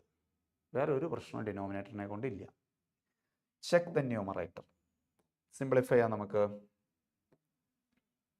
ഇതൊന്നെങ്കിൽ ബ്രാക്കറ്റ് ഓപ്പൺ ചെയ്യാം, അല്ലെങ്കിൽ a + b × a - b നോക്കാം. a² - b². a + b × a - b എന്ന് പറയുമ്പോൾ എന്ത് വരും എന്ന് പറഞ്ഞേ? അതാണ് കുറച്ചുകൂടെ എളുപ്പം ഉണ്ടാവുമെന്ന് മാത്രം. a + b × a - b. x + 2x അപ്പോൾ 3x. -7 + -3 -10 into a - b. ഇത് a² - b² ഐഡൻറ്റിറ്റി യൂസ് ചെയ്തത് കേട്ടോ. ഇത് എക്സ്പാൻഡ് ചെയ്തിട്ട് ചെയ്യാം, ഒരു പ്രശ്നവുമില്ല. കാരണം നമുക്കിതിങ്ങനെ ഫാക്ടേഴ്സ് ആക്കി കിട്ടുവാണെങ്കിൽ വേവ് കർവ് മെത്തേഡിൽ ക്രിട്ടിക്കൽ പോയിന്റ് കണ്ടുപിടിച്ച് പോസിറ്റീവോ നെഗറ്റീവോ എന്നുള്ള ഡിസിഷൻ എടുക്കാൻ എളുപ്പമുണ്ടാവും. അതുകൊണ്ടാണ് ഞാൻ ഇങ്ങനെ പറഞ്ഞത്. ഓക്കെ, a - b എന്ന് പറയുമ്പോൾ x - 2x -x വരും. -7 -3 -4 വരും. Less than 0. ലെസ് ദാൻ 0 എടുക്കാൻ കാരണം this by this negative, denominator positive. അപ്പോൾ പിന്നെ ന്യൂമറേറ്റർ നെഗറ്റീവ് ആവാതെ പറ്റൂലല്ലോ. അടുത്ത സ്റ്റെപ്പിൽ 3x + 10 ഇൻറ്റു x + 4 > 0 എന്ന് കിട്ടും. അതെന്തുകൊണ്ടാണെന്ന് ചോദിച്ചാൽ കംപ്ലീറ്റ് ഒരു മൈനസ് കൊണ്ട് ഇവിടെ മൾട്ടിപ്ലൈ ചെയ്തു. നെഗറ്റീവ് നമ്പർ കൊണ്ട് മൾട്ടിപ്ലൈ ചെയ്യുമ്പോൾ ഇനീക്വാലിറ്റി റിവേഴ്സ് ചെയ്യണം. ഈ 2 മൈനസ് പ്ലസ് ആയില്ലേ, അപ്പോൾ ഇനീക്വാലിറ്റി റിവേഴ്സ് ചെയ്തു. വേവ് കർവ് മെത്തേഡ് അപ്ലൈ ചെയ്യാം. ക്രിട്ടിക്കൽ പോയിന്റ് ഈക്വൽ ടു 0 എന്ന് കൊടുത്താൽ, ഇത് ഈക്വൽ ടു 0 എന്ന് കൊടുത്താൽ -4 കിട്ടും. ഇത് ഈക്വൽ ടു 0 എന്ന് കൊടുത്താൽ 10/3 കിട്ടും അല്ലേ? -10/3. നിങ്ങൾക്കറിയാം critical point rightmost interval, wave curve മെത്തേഡിൽ right most positive negative positive, അല്ലെങ്കിൽ ഈ ഇൻ്റർവെല്ലിൽ ഏതെങ്കിലും വാല്യൂ കൊടുത്താൽ മതി.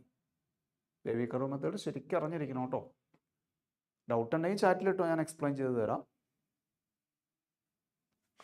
ഓക്കെ, അപ്പോൾ നമുക്ക് പോസിറ്റീവ് അല്ലേ ആവശ്യം, അപ്പോൾ ഇത് രണ്ടും എടുക്കണം അല്ലേ? ഇപ്പോൾ ഒരു വലിയ പ്രശ്നമുണ്ട്. ഇവിടെ നമ്മൾ ഒന്ന് കമ്പയർ ചെയ്തേ നിങ്ങൾ.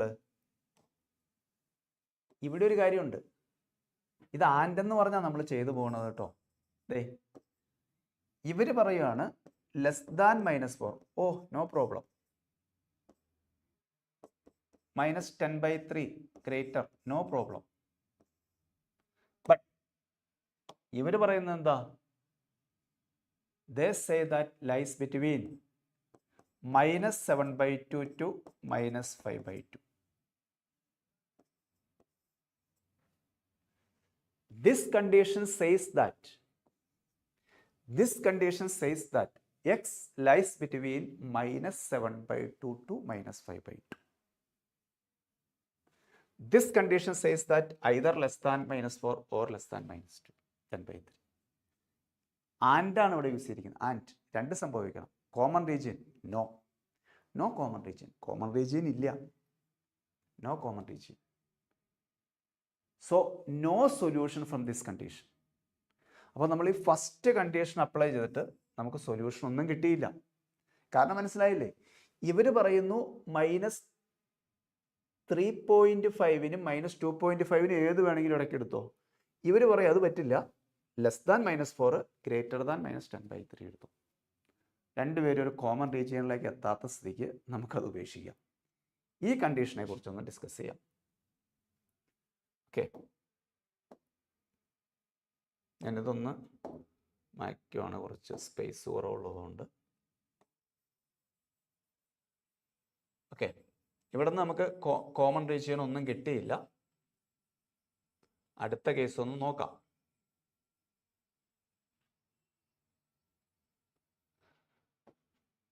അടുത്ത കേസിൽ അവർ പറയുന്നു എ ഗ്രേറ്റർ ദാൻ 1. അതായത് സെക്കൻഡ് കേസിൽ അവർ പറയുന്നു x + 7/2 ഗ്രേറ്റർ ദാൻ 1. അപ്പം x ഗ്രേറ്റർ ദാൻ 1 - 7/2 -5/2 അല്ലേ? -5/2 ഗ്രേറ്റർ എടുത്തോളൂ. ആൻഡ് b ഗ്രേറ്റർ ദാൻ 1, ഇതല്ലേ b. അപ്പോൾ x - 7/2x - 3 the whole square greater than 1. 1 ലെഫ്റ്റിലേക്ക് കൊണ്ടുവരുന്നു. ഞാൻ ആദ്യം ചെയ്തതുപോലെ ചെയ്യുവാണ്, സ്റ്റെപ്പ് ഒന്ന് കുറയ്ക്കുവാണ്. x - 7 the whole square -2x - 3 the whole square by ഈ 1 ലെഫ്റ്റിലേക്ക് വരുമ്പോൾ -1 വന്ന് ക്രോസ് മൾട്ടിപ്ലൈ ചെയ്തതാ കേട്ടോ. 2x - 3 the whole square greater than 0. 1 ലെഫ്റ്റിലേക്ക് വരും. ആൻഡ് ഡിനോമിനേറ്റർ പോസിറ്റീവ്, ന്യൂമറേറ്റർ മാത്രം സിംപ്ലിഫൈ ചെയ്യൂ. a + b 3x - 10. a - b ആദ്യം ചെയ്തതാണ് നമ്മൾ അല്ലേ? ആദ്യം ചെയ്തത് തന്നെയാണ്. അപ്പോൾ -x -4 എന്നാട്ടോ വന്നത്, ഓർക്കണ്ടോ? ന്യൂമറേറ്റർ മാത്രം എടുത്തിട്ടുള്ളൂ. -x -4 എന്നുള്ളത് x + 4 എന്നാക്കും. അപ്പോൾ ഇനീക്വാളിറ്റി റിവേഴ്സ് ചെയ്യണം. ഞാൻ ആദ്യം ചെയ്തതാണ്, അതുകൊണ്ടൊന്നും റിപ്പീറ്റ് ചെയ്യുന്നില്ല കേട്ടോ.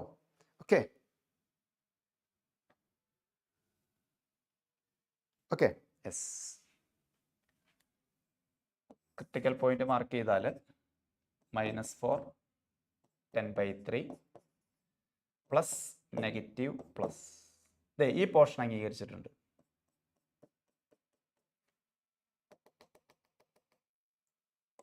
അതായത്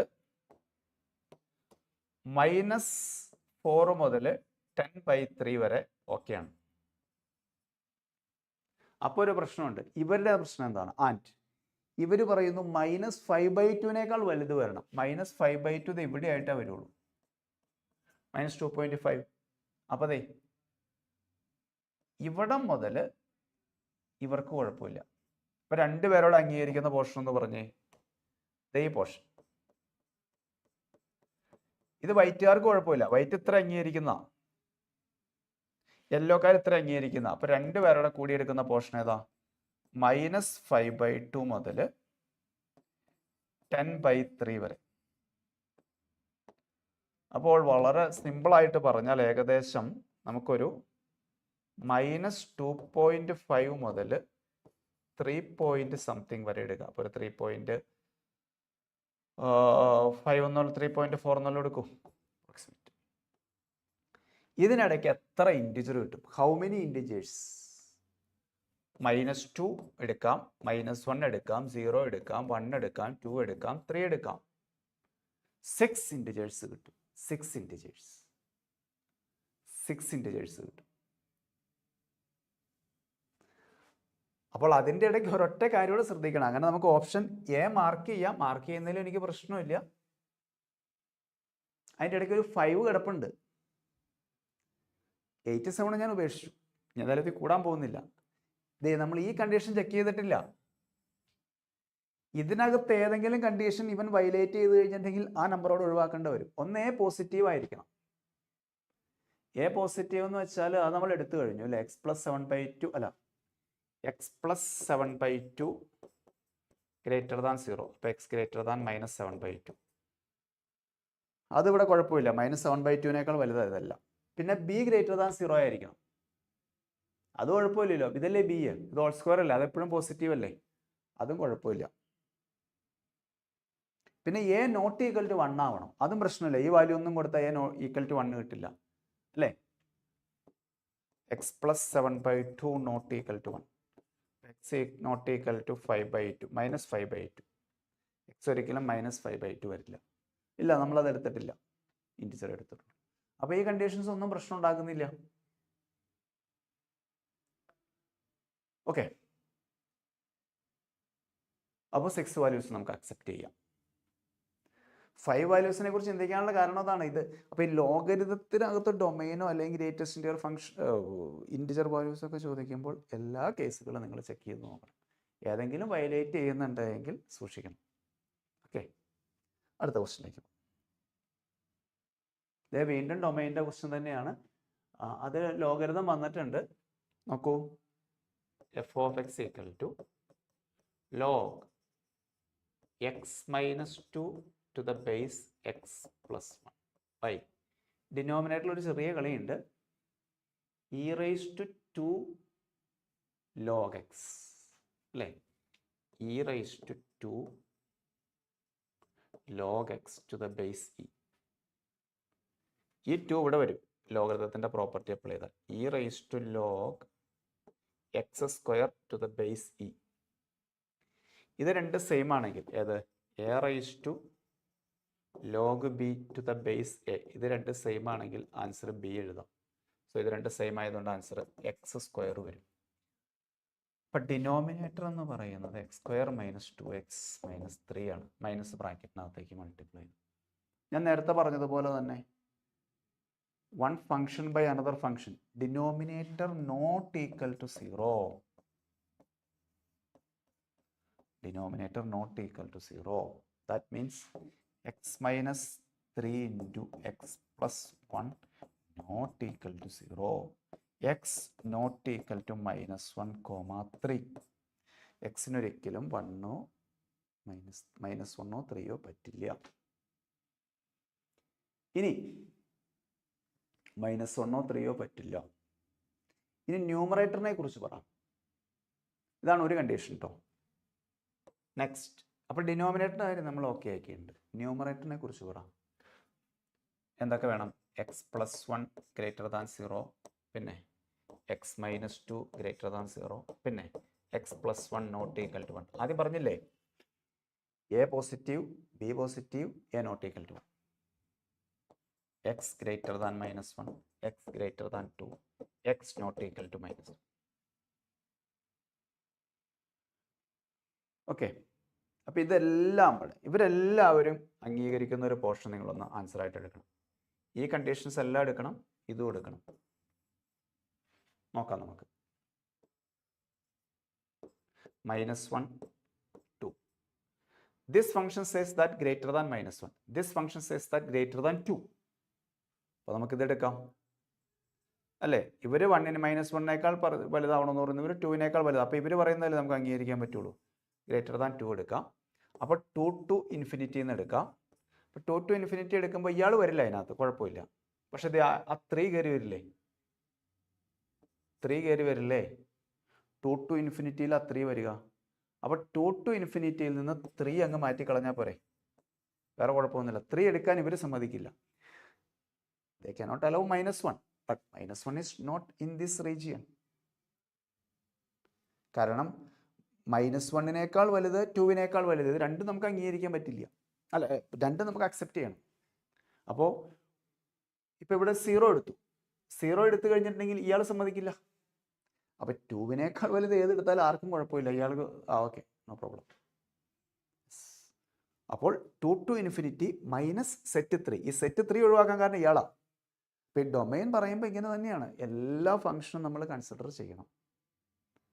ചിലപ്പോൾ ഏതെങ്കിലും ഒരെണ്ണമൊക്കെ വിട്ടുപോകും, പറ്റില്ല. എന്നിട്ട് എല്ലാവരോടും അംഗീകരിക്കുന്ന ഒരു കോമൺ റീജിയൻ എടുക്കണം. അതിനകത്ത് വളരെ ഇമ്പോർട്ടൻ്റ് ആയി വേവി കർവ് മെത്തേഡ്, ഗ്രാഫിക്കൽ റീജിയൻ ഒക്കെ. ഓക്കെ, അടുത്ത ക്വസ്റ്റ്യനിലേക്ക് പോവാം. അപ്പോൾ ഫസ്റ്റ് ഓപ്ഷൻ കിട്ടും കേട്ടോ. ഇവിടെ റേഞ്ചിനെ കുറിച്ചാണ് ചോദിച്ചിരിക്കുന്നത്.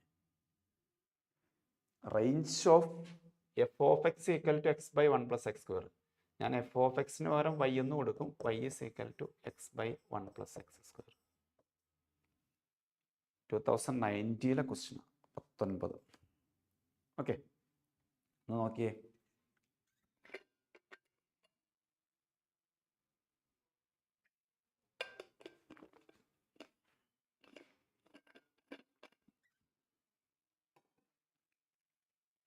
സാധാരണ റേഞ്ചിൻ്റെ ക്വസ്റ്റ്യൻസ് ചെയ്യുന്ന first you write y is equal to given function, then simplify, find the value of x.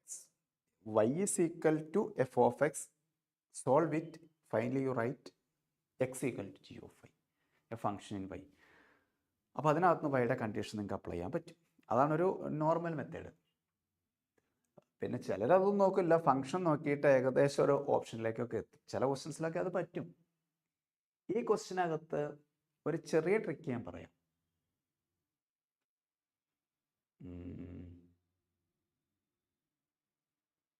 നമുക്ക് സാധാരണ മെത്തേഡ് അപ്ലൈ ചെയ്ത് കഴിഞ്ഞാൽ ഇത് ക്രോസ് മൾട്ടിപ്ലൈ ചെയ്യുന്നു. സാധാരണ മെത്തേഡ് കുഴപ്പമില്ലാന്ന് തോന്നുന്നു. y + yx² equal to x, yx² - x + y equal to 0. It's a quadratic equation in terms of x. x real അല്ലേ? x real ആവണമെങ്കിൽ ഇതിൻ്റെ b² - 4ac ≥ 0 വരണ്ടേ? നമുക്ക് എക്സിലുള്ള ഇക്വേഷനിൽ നിന്ന് വൈയിലേക്ക് എത്തണം. ഒന്നുകൂടെ പറയാം. It's a quadratic equation in terms of X. X റിയലാ എങ്കിൽ ഡിസ്ക്രിമിനൻ്റ് പോസിറ്റീവ് ആവണം. ഡിസ്ക്രിമിനൻ്റ് എന്ന് പറഞ്ഞാൽ -1² - 4 × y × y അല്ലേ? എ എന്ന് പറയുന്ന y ആണ്, സി എന്ന് പറയുന്ന y ആണ്. 1 - 4y² ≥ 0. 1 ≥ 4y². അപ്പോൾ 4y² ≤ 1, y² ≤ 1/4. y lies between 1/2 - 1/2. y lies between -1/2 to 1/2. Okay.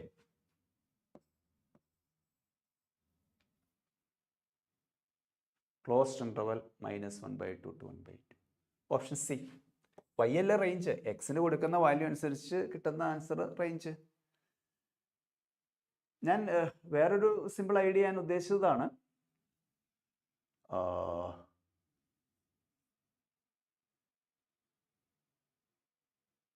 ഇതൊരു ഓഡ് ഫംഗ്ഷനാണ്.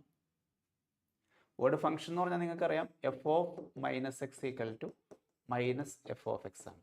അതായത് എക്സിൻ്റെ പ്ലേസിൽ മൈനസ് കൊടുത്താലും കോമൺ ആയിട്ട് വരും. ഡിനോമിനേറ്റർ x² ആണ്, ന്യൂമറേറ്റർ മൈനസ് വരും. അപ്പോൾ അത് ഓഡ് ഫംഗ്ഷനാണ്. ഈ ഓഡ് ഫംഗ്ഷൻ എന്തൊരു പ്രത്യേകത ഉണ്ട്, എന്താണെന്നറിയോ? ഓഡ് ഫംഗ്ഷന് പ്രത്യേകത ഉണ്ട്. Graph of an odd function is always passes through origin. sin x ഓടാ, tan x ഓടാ, x³ ഓടാ, ഇതൊക്കെ ഒറിജിനേക്കൂടെ പാസ് ചെയ്യും. അതായത് 0 0 പാസ് ചെയ്യുന്നു. Graph of an odd function is always passes through 0 0. അപ്പോൾ എക്സിന് 0 കൊടുത്താൽ വൈക്ക് 0 കിട്ടുന്നു. സിമ്പിൾ ചുരുക്കം. പക്ഷെ അങ്ങനെ നോക്കിക്കഴിഞ്ഞിട്ടുണ്ടെങ്കിൽ അപ്പോൾ 0 എന്നൊരു ആൻസർ കിട്ടും. 0 എന്നൊരു ആൻസർ കിട്ടുമെന്ന്. ഈ 0 എന്നൊരു ആൻസർ കിട്ടുന്ന ഓപ്ഷൻ സിയിൽ മാത്രമേ ഉള്ളൂ. ആണോ? ഓപ്ഷൻ എക്കകത്ത് അവർ പറഞ്ഞു -1 നും 1 നും ഇടയ്ക്ക് എടുത്തോ, 0 എടുത്ത് കളയാനാണ് പറഞ്ഞേക്കണേ. ചിലർ അങ്ങനെയൊക്കെ ചെയ്യുന്നേ. എലിമിനേഷൻ അവർ ചെയ്യുന്നതിനാണെന്നറിയാമോ? അവർ പറയാൻ പോകുന്ന ഇതാണ്. സാറേ, ഞങ്ങളിത് എക്സിന് 0 കൊടുത്തു. എക്സിന് 0 ഞങ്ങൾ കൊടുത്തപ്പോൾ ഞങ്ങൾക്ക് 0/1 കിട്ടി, വൈക്കും 0 കിട്ടി. ഞങ്ങൾ എക്സിന് 0 കൊടുത്തപ്പോൾ വൈക്കും 0 കിട്ടിയെന്ന്. അപ്പോൾ ആൻസർ 0 കിട്ടിയില്ലേ? ഈ ഓപ്ഷനിൽ ഇപ്പോൾ ബിയിലും ഡിയിലും എടുത്തു. ബിയിലും ഡി എന്ന് പറയുമ്പോൾ എല്ലാ റിയൽ നമ്പറും എടുത്തോളൂ. -1 മുതൽ 1 വരെയുള്ള എല്ലാം മാറ്റി കളയണമെന്ന് പറയുന്നത്. അപ്പോൾ 0 മാറ്റി കളയേണ്ടി വരും. ഓപ്ഷൻ ഡി ഫ്രം -1/2 to 1/2 അതൊന്നും എടുക്കരുതെന്നാണ് പറഞ്ഞേക്കണത്. മൈനസ് എന്ന് പറഞ്ഞാൽ അത് മാറ്റി കളയണം. അപ്പോൾ 0 നമ്മൾ എടുത്ത് കളയേണ്ടി വരും. പറ്റില്ലല്ലോ. എനിക്ക് 0 ആൻസർ കിട്ടി. Understand? We get 0 as the answer. That means range must contain 0. Only option C contains 0. Okay. അപ്പോൾ അങ്ങനെയും ചെയ്യാൻ വേണമെങ്കിൽ. അപ്പോൾ റേഞ്ച് എന്താണെന്നുള്ളതിനെ കുറിച്ചൊരു ഐഡിയ ഉണ്ടാവുക. ഔട്ട്പുട്ടാണ്, ആൻസറാണ്, അതെങ്ങനെ വരും എന്നതിനെ കുറിച്ചൊന്ന് അനലൈസ് ചെയ്തിട്ട് ഓപ്ഷനോടെ മാർക്ക് നോക്കിയിട്ട് ചെയ്യുന്നവരും ഉണ്ട്. കുഴപ്പമൊന്നുമില്ല. ഇതേ വീണ്ടും റേഞ്ചിൻ്റെ ക്വസ്റ്റ്യൻ തന്നെയാണ്. F of X equal to, ഞാനതിനെ വൈ ഇസ് ഈക്വൽ ടു എന്ന് എഴുതുന്നു. y is equal to x square plus x plus 2 by x square plus x plus 1. ഞാൻ എന്നിട്ട് ക്രോസ് മൾട്ടിപ്ലൈ ആദ്യം ചെയ്തതുപോലെ തന്നെ yx square plus yx plus y, ഇതെല്ലാം ലെഫ്റ്റിലേക്ക് കൊണ്ടുവരും കേട്ടോ. Equal to x square plus x plus 2. ഇത് ലെഫ്റ്റിലേക്ക് വരുമ്പോൾ -1 വരില്ല. അപ്പോൾ y - 1 into X square y - 1 into x y - 2 is equal to 0. It's a quadratic equation in terms of x. Here discriminant x real ആണ് കണ്ടോ. x real ആ. 2023 question x real ആ. ആദ്യം ചെയ്തതുപോലെ തന്നെ b square - 4ac greater than or equal to 0. Okay. അപ്പോൾ y - 1 the whole square -4 into y - 1 into y - 2 greater than or equal to 0. y - 1 is taken common. Remaining y - 1 -4y plus 8 greater than or equal to 0. Clear ആണോ? ഈ രണ്ട് y - 1 outside എടുത്തു. അപ്പോൾ ഇവിടെ y - 1 -4 into y - 2 അല്ലേ ഉള്ളൂ. y - 1 into -3y plus 7 greater than or equal to 0. -3y plus 7 greater than or equal to 0. Okay. Wavy curve method apply ചെയ്യുമ്പോൾ നമുക്ക് ഈ വേരിയബിളിൻ്റെ കോഎഫിഷ്യൻ്റ് പോസിറ്റീവ് ആക്കുന്നത് നല്ലതാണ്. എങ്കിൽ നമുക്ക് ഡയറക്റ്റ് ആയിട്ട് പോസിറ്റീവ് നെഗറ്റീവ് അങ്ങനെ എഴുതാൻ പറ്റുള്ളൂ. y - 1 നല്ലതാണെന്നല്ല, അത് റിസൾട്ടിൽ അവർ പറയുന്നുണ്ട്. 3y - 7 less than or equal to 0. ഒരു മൈനസ് കൊണ്ട് മൾട്ടിപ്ലൈ ചെയ്തു ഈ ഒരു ടൈമിനെ മാത്രം. അപ്പോൾ അത് ഇനീക്വാളിറ്റി ചേഞ്ച് ചെയ്തു. നമ്പർ ലൈൻ വരച്ചു. 1 7/3 critical point. This equal to 0 കൊടുത്താൽ 1 കിട്ടും. ദിസ് ഈക്വൽ ടു 0 കൊടുത്താൽ 7/3 കിട്ടും. ഇത് പോസിറ്റീവ്, നെഗറ്റീവ്, പോസിറ്റീവ്. നെഗറ്റീവ് എന്ന് പറയുമ്പോൾ ഈ പോർഷൻ എടുക്കും. Closed interval 1 to 7/3. Closed interval 1 to 7/3. 1ന് ക്ലോസ്ഡ് പറ്റില്ല കേട്ടോ. ഒരു ചെറിയ പ്രശ്നമുണ്ട്. 1നെ ഓപ്പൺ അടിച്ചാൽ മതി. കാരണം എന്താണെന്ന് വെച്ചാൽ എക്സിലുള്ള ക്വാഡ്രാറ്റിക് ഇക്വേഷൻ അല്ലേ -b + or - b square - 4ac/2a എന്ന് വരില്ലേ. /2a. അപ്പോൾ ഈ y - 1 എന്ന് പറയുന്ന ഡിനോമിനേറ്ററിൽ വരും 2a. അപ്പോൾ yക്ക് 1 കൊടുക്കുമ്പോൾ എക്സിന് നോട്ട് ഡിഫൈനിലേക്ക് പോകും. 1ന് ക്ലോസ്ഡ് വേണ്ട, ഓപ്പൺ മതി. ഓക്കെ. ഇതൊരു മെത്തേഡ്.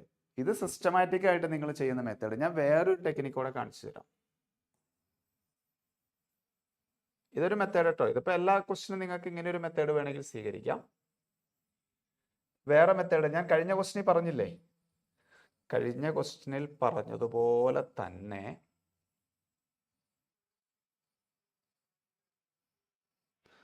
വേറൊരു മെത്തേഡ് എന്താന്ന് വെച്ചാൽ അവരെ ഇതിനെ ഒന്ന് സിംപ്ലിഫൈ ചെയ്യും.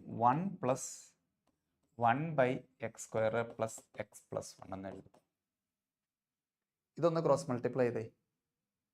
x² + x + 1 + 1 2 കിട്ടിയില്ലേ. എഴുതി. അടുത്ത സ്റ്റെപ്പിലുണ്ടല്ലോ ഇതിനെ കംപ്ലീറ്റിംഗ് ദ സ്ക്വയർ ചെയ്യും. അപ്പോൾ X plus 1/2 the whole square, x square plus x plus 1/4 കിട്ടും. 1 മൈനസ് 1/4 വരുമ്പോൾ പ്ലസ് 3/4. നിങ്ങൾ ഇൻ്റഗ്രേഷനിലൊക്കെ ചെയ്യുന്നില്ലേ കംപ്ലീറ്റിംഗ് ദ സ്ക്വയർ, എല്ലാവർക്കും അറിയാവുന്നതല്ലേ. ഹാഫ് ഓഫ് എക്സിൻ്റെ coefficient whole square, adding and subtracting. Okay, x plus 1/2 whole square plus 3/4. ഇത് simplify ചെയ്ത് കിട്ടും. എന്താ ഇങ്ങനെ എഴുതിയാലുള്ള ബെനിഫിറ്റ്? ഇതിനകത്തുനിന്നൊരു കാര്യം നിങ്ങൾക്ക് പറയാൻ പറ്റും. എന്ത് പറയാം? ഈ y മിനിമം വരുന്നത് എപ്പോഴാണെന്നറിയാമോ? y മിനിമം വരുന്നത് ഇത് ഏറ്റവും മാക്സിമം വരുമ്പോഴായിരിക്കും. ഈ ഡിനോമിനേറ്റർ ഏറ്റവും മാക്സിമം 1 എന്തായാലും അങ്ങനെ തന്നെ വരും. ഈ ഡിനോമിനേറ്റർ മാക്സിമം വരുമ്പോൾ ഇതിൻ്റെ എൻ്റയർ ആൻസർ ചെറുതാവും. ഡിനോമിനേറ്ററിന് മാക്സിമം എന്ന് പറയുമ്പോൾ ക്വാഡ്രാറ്റിക് ഓപ്പൺ അപ്വാർഡ്. ക്വാഡ്രാറ്റിക്കിൻ്റെ ഗ്രാഫ് ഓർത്താൽ മതി, ഓപ്പൺ അപ്വാർഡ്. അപ്പോൾ ഇതെപ്പോഴും പോസിറ്റീവാണ്. ഇതിങ്ങനെ കൂടി പോവും. മാക്സിമം വാല്യൂ എന്ന് പറഞ്ഞാൽ ഇൻഫിനിറ്റിയാണ്, 1/∞ വരും. That become 1. ഓക്കെ, 1 കിട്ടില്ല അപ്രോക്സിമേറ്റ്ലി, കാരണം ഇൻഫിനിറ്റി എന്ന് പറഞ്ഞ നമ്പർ ഇല്ലല്ലോ.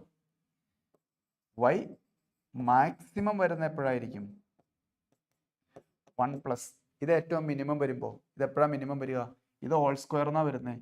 എക്സിന് -1/2 കൊടുക്കുമ്പോൾ ദിസ് ടൈം ബിക്കം 0. എക്സിന് -1/2 കൊടുക്കുമ്പോൾ ദിസ് ടൈം ബിക്കം 0. അങ്ങനെ 0 പ്ലസ് 3/4 3/4 കിട്ടും. അങ്ങനെ 3/4 ആയിരിക്കും ഡിനോമിനേറ്ററിൻ്റെ മിനിമം. അപ്പോൾ 1 പ്ലസ് 4/3 കിട്ടും, ദാറ്റ് ഈസ് 7/3 കിട്ടും. അപ്പോൾ നിങ്ങൾക്ക് കിട്ടുന്ന മാക്സിമം ആൻസർ 7/3 ആയിരിക്കും. മിനിമം ആൻസർ 1 കിട്ടില്ല. അങ്ങനെ ഓപ്പൺ കൊടുത്തു. അങ്ങനെ ഓപ്ഷൻ സി എന്താ കേട്ടോ. അതേ പറഞ്ഞപ്പോൾ റേഞ്ചിൻ്റെ ക്വസ്റ്റ്യൻ കൃത്യമായിട്ട് അങ്ങനെ ഫോമിൽ എഴുതി ചെയ്യണമെന്നൊന്നുമില്ല. ഇതേ രീതിയിൽ സിമ്പിൾ ടെക്നിക്കുകളുടെയും ചെയ്തെടുക്കാവുന്നേ ഉള്ളൂ. ഓക്കെ, ഞാൻ അടുത്ത ക്വസ്റ്റ്യനിലേക്ക് പോവാണ്. കുറേ ക്വസ്റ്റ്യൻസോടെ ഉണ്ട്. കുറച്ച് സ്പീഡായാലേ 5 മണിയാകുമ്പോഴത്തേക്കും തീരുള്ളൂ. ഓക്കെ, കുഴപ്പമില്ലല്ലോ. ചാറ്റിൽ എന്തെങ്കിലും റിപ്ലൈ ഒക്കെ ഇട്. Which one is not periodic? ഏതാണ് പീരിയോഡിക് അല്ലാത്തത്? പീരിയോഡിക്കുമായി ബന്ധപ്പെട്ട് ഈ തവണ ക്വസ്റ്റ്യൻസ് ചോദിച്ചില്ല എന്ന് എനിക്ക് തോന്നുന്നു. F of t plus x equal to F of x where t is the least positive number. ആ റിപ്പീറ്റ് ചെയ്യുന്നതിനെയാണ് നമ്മൾ പീരിയോഡിക് അഥവാ പീരിയഡ് എന്ന് വിളിക്കുന്നത്. all trigonometry functions are periodic. നിങ്ങൾ ഇൻവേഴ്സ് ട്രിഗണോമെട്രി പഠിക്കുന്നുണ്ട്. All trigonometry functions are periodic. Periodic functions are not 1, so it is not invertible. Then we simplify its domain, convert into bijective, then we find its inverse. f of t plus x equal to f of x. Sine period 2π, cos 2π, sec 2π, cosec 2π. ടാനിൻ്റെയും കോട്ടിൻ്റെയും period pi. അങ്ങനെ കുറേ റിസൾട്ടുകളുണ്ട്. കാരണം നിങ്ങൾ graph വരയ്ക്കുമ്പോൾ അറിയാം അത് repeat ചെയ്യുന്നതിനെ കുറിച്ചൊക്കെ. അതുപോലെ തന്നെ sine raise to nx, cos raise to nx, sec raise to nx, cosec raise to nx. ഇതിൻ്റെ എല്ലാം പീരീഡ് പൈ വരും. എപ്പോഴാണെന്നറിയാമോ? n even. 2π വരും. എപ്പോഴാണെന്നറിയാമോ? n odd. ടാനിനും കോട്ടിനും അതൊന്നും പ്രശ്നമില്ല. n ഓടായാലും ശരി ഈവൻ ആയാലും ശരി പീരീഡ് പൈ തന്നെയാണ്. Algebraic functions, root x, x square plus 2, x cube plus 5x, these are not periodic. Period does not exist. അപ്പോൾ അതിൽ നിന്ന് തന്നെ വളരെ വ്യക്തമാണ് ഇവിടെ ഒരു cos root x വരുന്നുണ്ട്. It is not periodic because f of cos of root t plus x equal to cos root x. ഇങ്ങനെ നമുക്ക് എഴുതാൻ പറ്റില്ല, അങ്ങനെ ലീസ്റ്റ് നമ്പർ കിട്ടുന്നില്ല. It is not periodic. But root of cos x കുഴപ്പമില്ല കേട്ടോ. Root of 2π plus X എടുത്ത് കഴിഞ്ഞിട്ടുണ്ടെങ്കിൽ റൂട്ട് ഓഫ് കോസ് എക്സ് തന്നെ കിട്ടും, നോ പ്രോബ്ലം. ഓക്കെ, അപ്പോൾ കോസ് റൂട്ട് എക്സ് പീരിയോഡിക് അല്ല, so option B is not periodic. ബാക്കി എല്ലാ ഫംഗ്ഷൻസും പീരിയോഡിക്കാണ്. മോഡ് എടുത്താലും അതെ, മോഡ് സൈൻ, മോഡ് കോട്ട്, എല്ലാത്തിൻ്റെയും മോഡ് എടുത്താൽ 2π തന്നെയാണ് പീരീഡ്. അതുപോലെ രണ്ട് ഫംഗ്ഷൻ്റെ സം വരുമ്പോൾ first one was period T1, second one was period T2, then we take its LCM. If they are pairwise complementary means one function pi by 2 minus x, you get another function, they are pairwise complementary, we take half of LCM. Okay, സമയക്കുറവ് കാരണം ഞാനതിലേക്ക് എക്സ്പ്ലനേഷനിലേക്കൊന്നും പോകുന്നില്ല. അപ്പോൾ തൽക്കാലം option B is not periodic. Next question, f of X plus F of 1/1 minus x equal to 1 plus x. F of 2 evaluate ചെയ്യണം. എനിക്കൊന്നും അറിയില്ല, ഞാൻ എക്സിന് 2 കൊടുത്തു, എക്സിന് 2 കൊടുക്കുന്നു. അപ്പോൾ എനിക്ക് F of 2 plus F of, ഈ ടൈപ്പ് ക്വസ്റ്റ്യൻ പലപ്പോഴും ചോദിച്ചിട്ടുണ്ട്, കേരള എൻട്രൻസും ചോദിച്ചിട്ടുണ്ട്, കുറച്ചുകൂടെ സിമ്പിൾ ലെവൽ. എക്സിന് 2 കൊടുക്കൂ, എഫ് ഓഫ് 2 പ്ലസ് 2 കൊടുത്താൽ എഫ് ഓഫ് -1 ഈക്വൽ ടു 3 അല്ലേ? ഒരു രക്ഷയില്ല, എഫ് ഓഫ് 2 അല്ലേ ആവശ്യം. ഇതേ ഒരു അഡീഷണൽ ടൈം കയറി വന്നു, എഫ് ഓഫ് -1. എന്നാൽ എക്സിന് -1 കൊടുക്കാം, ഇതിനകത്ത് എക്സിന് -1 കൊടുക്കുക, എഫ് ഓഫ് -1 പ്ലസ് ഇവിടെ എക്സിന് -1 കൊടുത്താൽ എഫ് ഓഫ് 1/2 ഈക്വൽ ടു 0. ഈ എക്സിന് -1, ഈ എക്സിന് -1, ഈ എക്സിന് -1. എന്തെങ്കിലും രക്ഷയുണ്ടോ? ഓ, നോ രക്ഷ. എന്നാൽ ഇനി അഡീഷണൽ കിട്ടിയേക്കണേതാ? ഞാൻ എക്സിന് 2 കൊടുക്കാൻ കാരണം ക്വസ്റ്റ്യനിൽ എഫ് ഓഫ് 2 കണ്ടുപിടിക്കാൻ ചോദിച്ചു. നമ്മൾ ഈ എക്സിലും വൈയിലുള്ള രണ്ട് ഇക്വേഷൻ സോൾവ് ചെയ്ത് എക്സും വൈയും കണ്ടുപിടിക്കുന്നില്ലേ, ആ പരിപാടിക്കാണ് ഉദ്ദേശിച്ചത്. അപ്പം എൻ്റെ ഒരു ധാരണ, ഇത് എക്സിന് 2 കൊടുത്തപ്പോൾ ഇത് എഫ് ഓഫ് 2ഉം എഫ് ഓഫ് -1ഉം വരുമല്ലോ. അപ്പോൾ അടുത്തതിന് എക്സിന് -1 കൊടുക്കുമ്പോൾ വീണ്ടും എഫ് ഓഫ് -1 എഫ് ഓഫ് 2ഉം വരെ സിംപ്ലിഫൈ ആണെന്ന് വെച്ചത്. മിക്കവാറും ക്വസ്റ്റ്യനിൽ അങ്ങനെ പറ്റും. ഇത് JEE 2023 ക്വസ്റ്റ്യൻ, അവരങ്ങനെ വേണ്ടാന്ന് വിചാരിച്ചു, ചെറിയ മാറ്റം വരുത്തി, കുഴപ്പമില്ല, നമുക്ക് എന്ത് ചെയ്യാം. എന്നാൽ എക്സിന് 1/2 കൊടുക്കാം. എക്സിന് 1/2 കൊടുത്തേ, എഫ് ഓഫ് 1/2, ഇവിടെ 1/2 കൊടുക്കുക, 1 - 1/2 1/2, 1/1/2 2, 1 + 1/2 ദാറ്റ് ഈസ് 3/2. ആ, ഇപ്പോൾ നമുക്കൊരു കാര്യം ചെയ്യാം. എന്താണെന്നറിയോ? ഈ ഇക്വേഷനിൽ നിന്ന് പറഞ്ഞോ,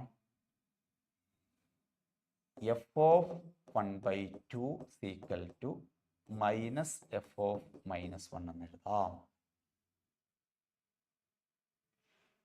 ഓക്കെ, ഇനി നമുക്ക് ആൻസറിലേക്ക് എത്താം. ദേ ശ്രദ്ധിച്ചോ, ഈ ഇക്വേഷൻ അങ്ങനെ തന്നെ എഴുതും, f of 2 plus F of -1 equal to 3. ഈ ഇക്വേഷനിൽ എഫ് ഓഫ് 1/2ന് പകരം എഫ് ഓഫ് എഫ് ഓഫ് -1 കൊടുക്കും, minus f of -1, f of 2 അങ്ങനെ തന്നെ ഇട്ടു.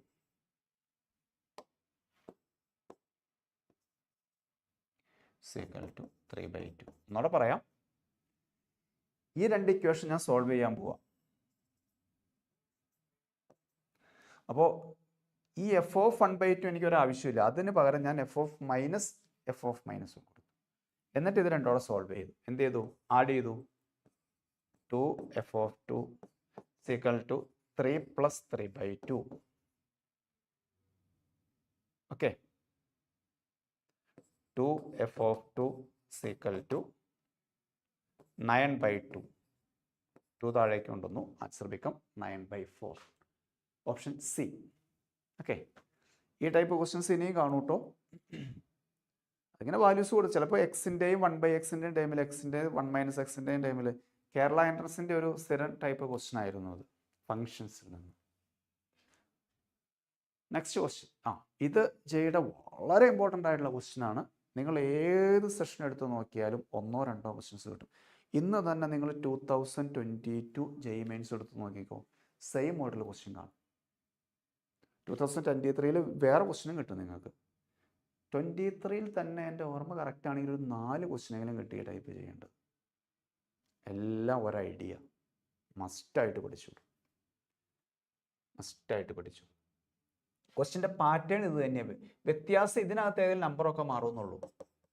എഫ് ഓഫ് എക്സ് എന്ന് പറയുന്നത് 2^2x, അതിന് ഞാൻ 4^x എന്ന് എഴുതുവാണ്, ബൈ 4^x പ്ലസ് 2. ഇവിടെ നമ്മൾ ചെയ്യുന്ന ട്രിക്ക് എന്താണെന്ന് വെച്ചാൽ F of X plus F of 1 - x കാണും. അതാണ് ട്രിക്ക്. അപ്പോൾ എഫ് ഓഫ് എക്സ് നിങ്ങൾക്ക് അറിയാം, എഫ് ഓഫ് 1 - x കാണാം. എഫ് ഓഫ് 1 - x എന്ന് വെച്ചാൽ ഈ എക്സിൻ്റെ പ്ലേസിൽ 1 - x കൊടുക്കും. 4^1 - x ബൈ 4^1 - x പ്ലസ് 2 എന്ന് വരും. അപ്പോൾ 4/4^x a^m by a^n by 4/4^x plus 2 എന്ന് വരും. LCM കണ്ടു കഴിഞ്ഞാൽ 4/4^x by 4 plus 2 into 4^x by 4^x. ഇതൊന്നും കട്ടായിപ്പോയി. ഈ 4^x LCM കണ്ടതാട്ടോ. ഇപ്പം നിങ്ങൾക്ക് കിട്ടിയിരിക്കുന്നത് f of 1 - x equal to 4/4 plus 2 into 4^x എന്നാണ്. ഒരു 2 കോമൺ ആയിട്ട് എടുത്ത് കട്ട് ചെയ്തു. കാരണം മറ്റൊന്നുമല്ല, ഇതിൻ്റെ രണ്ടിൻ്റെയും ഡിനോമിനേറ്റർ സെയിം ആക്കാൻ വേണ്ടിയിട്ടാണ്. 2 കട്ട് ചെയ്താൽ എന്ത് കിട്ടി? 2/2 പ്ലസ് 4^x കിട്ടി. 2 2 2 കട്ട് ചെയ്തു. ഇനി ഇത് രണ്ടോടെ ആഡ് ചെയ്യും.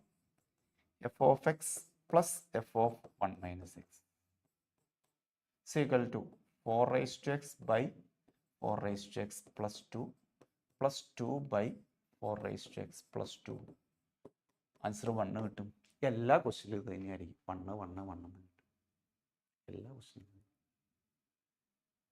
അപ്പോൾ നിങ്ങൾ അടുത്ത സംശയം ചോദിക്കുക, സാറേ ഇത് എഫ് ഓഫ് 1 - x കണ്ടുപിടിക്കണോ, ഞങ്ങൾ എങ്ങനെയാണ് അറിയണത്? എല്ലാ ക്വസ്റ്റ്യനിലും അങ്ങനെ ചെയ്യുന്നുണ്ട്, അതുകൊണ്ട് നിങ്ങൾ കണ്ടുപിടിച്ചു.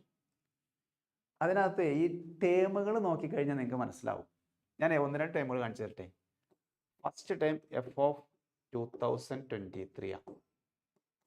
ലാസ്റ്റ് ടൈം 2022/23 അല്ലേ? അതിനെ ഞാൻ ഇങ്ങനെ എഴുതുമോ മക്കളെ? ശരിയല്ലേ? LCM കണ്ടേ, 23 - 1 22 കിട്ടില്ലേ? സെക്കൻഡ് ടൈം 2/2023 അല്ലേ? Second last time 2021 എന്നാട്ടോ. അപ്പോൾ ഞാൻ 1 - 2/2023 ഇട്ടു. ഓക്കെ, ഇത് LCM കാണുമ്പോൾ എന്ത് കിട്ടി? 2021 കിട്ടിയില്ലേ? ശരിയല്ലേ? അപ്പോൾ ഇത് നമ്മുടെ റിസൾട്ട് അല്ലേ എന്ന് നോക്കിയേ. നിങ്ങൾ ഇതിനെ എക്സ് ആയിട്ട് എടുക്കും. എക്സ് 1 - x, ഇത് 1 കിട്ടി. എക്സ് 1 - x, ഇത് 1 കിട്ടി. How many ones are there? ഫസ്റ്റും ലാസ്റ്റും എടുത്തു. Second last, third last. How many ones are there? പറ, പെട്ടെന്ന് പറ ആൻസർ. How many ones? ഈ ന്യൂമറേറ്റർ നോക്കിയാൽ മതി, അതിൻ്റെ പകുതി തന്നെ വരുള്ളൂ. 1 2 3 etc. 2022. ഇത് രണ്ടോടെ ചേർന്ന് ഒരു 1 ആവും. 2ഉം അടുത്തോടെ ചേർന്നൊരു 1 ആവും. സോ ആൻസർ ഈസ് ഇതിൻ്റെ half 2022/2 2011. Option A is correct. 1011. Okay, വളരെ സൂക്ഷിക്കേണ്ട ഒരു കാര്യമുണ്ട്. എന്താണെന്നറിയോ? ചിലപ്പോൾ ഇതിനകത്തൊരു മിഡിലൊരു ടൈം കട്ടാവാതെ കിടക്കും. അത് ആൻസറിനെ എഫക്റ്റ് ചെയ്യും. അത് നിങ്ങളൊന്ന് സൂക്ഷിക്കണം കേട്ടോ. അതെങ്ങനെയാണ് അറിയാൻ വെച്ചിട്ടുണ്ടെങ്കിൽ ലാസ്റ്റ് ടൈം നിങ്ങൾ നോക്കിയാൽ മതി.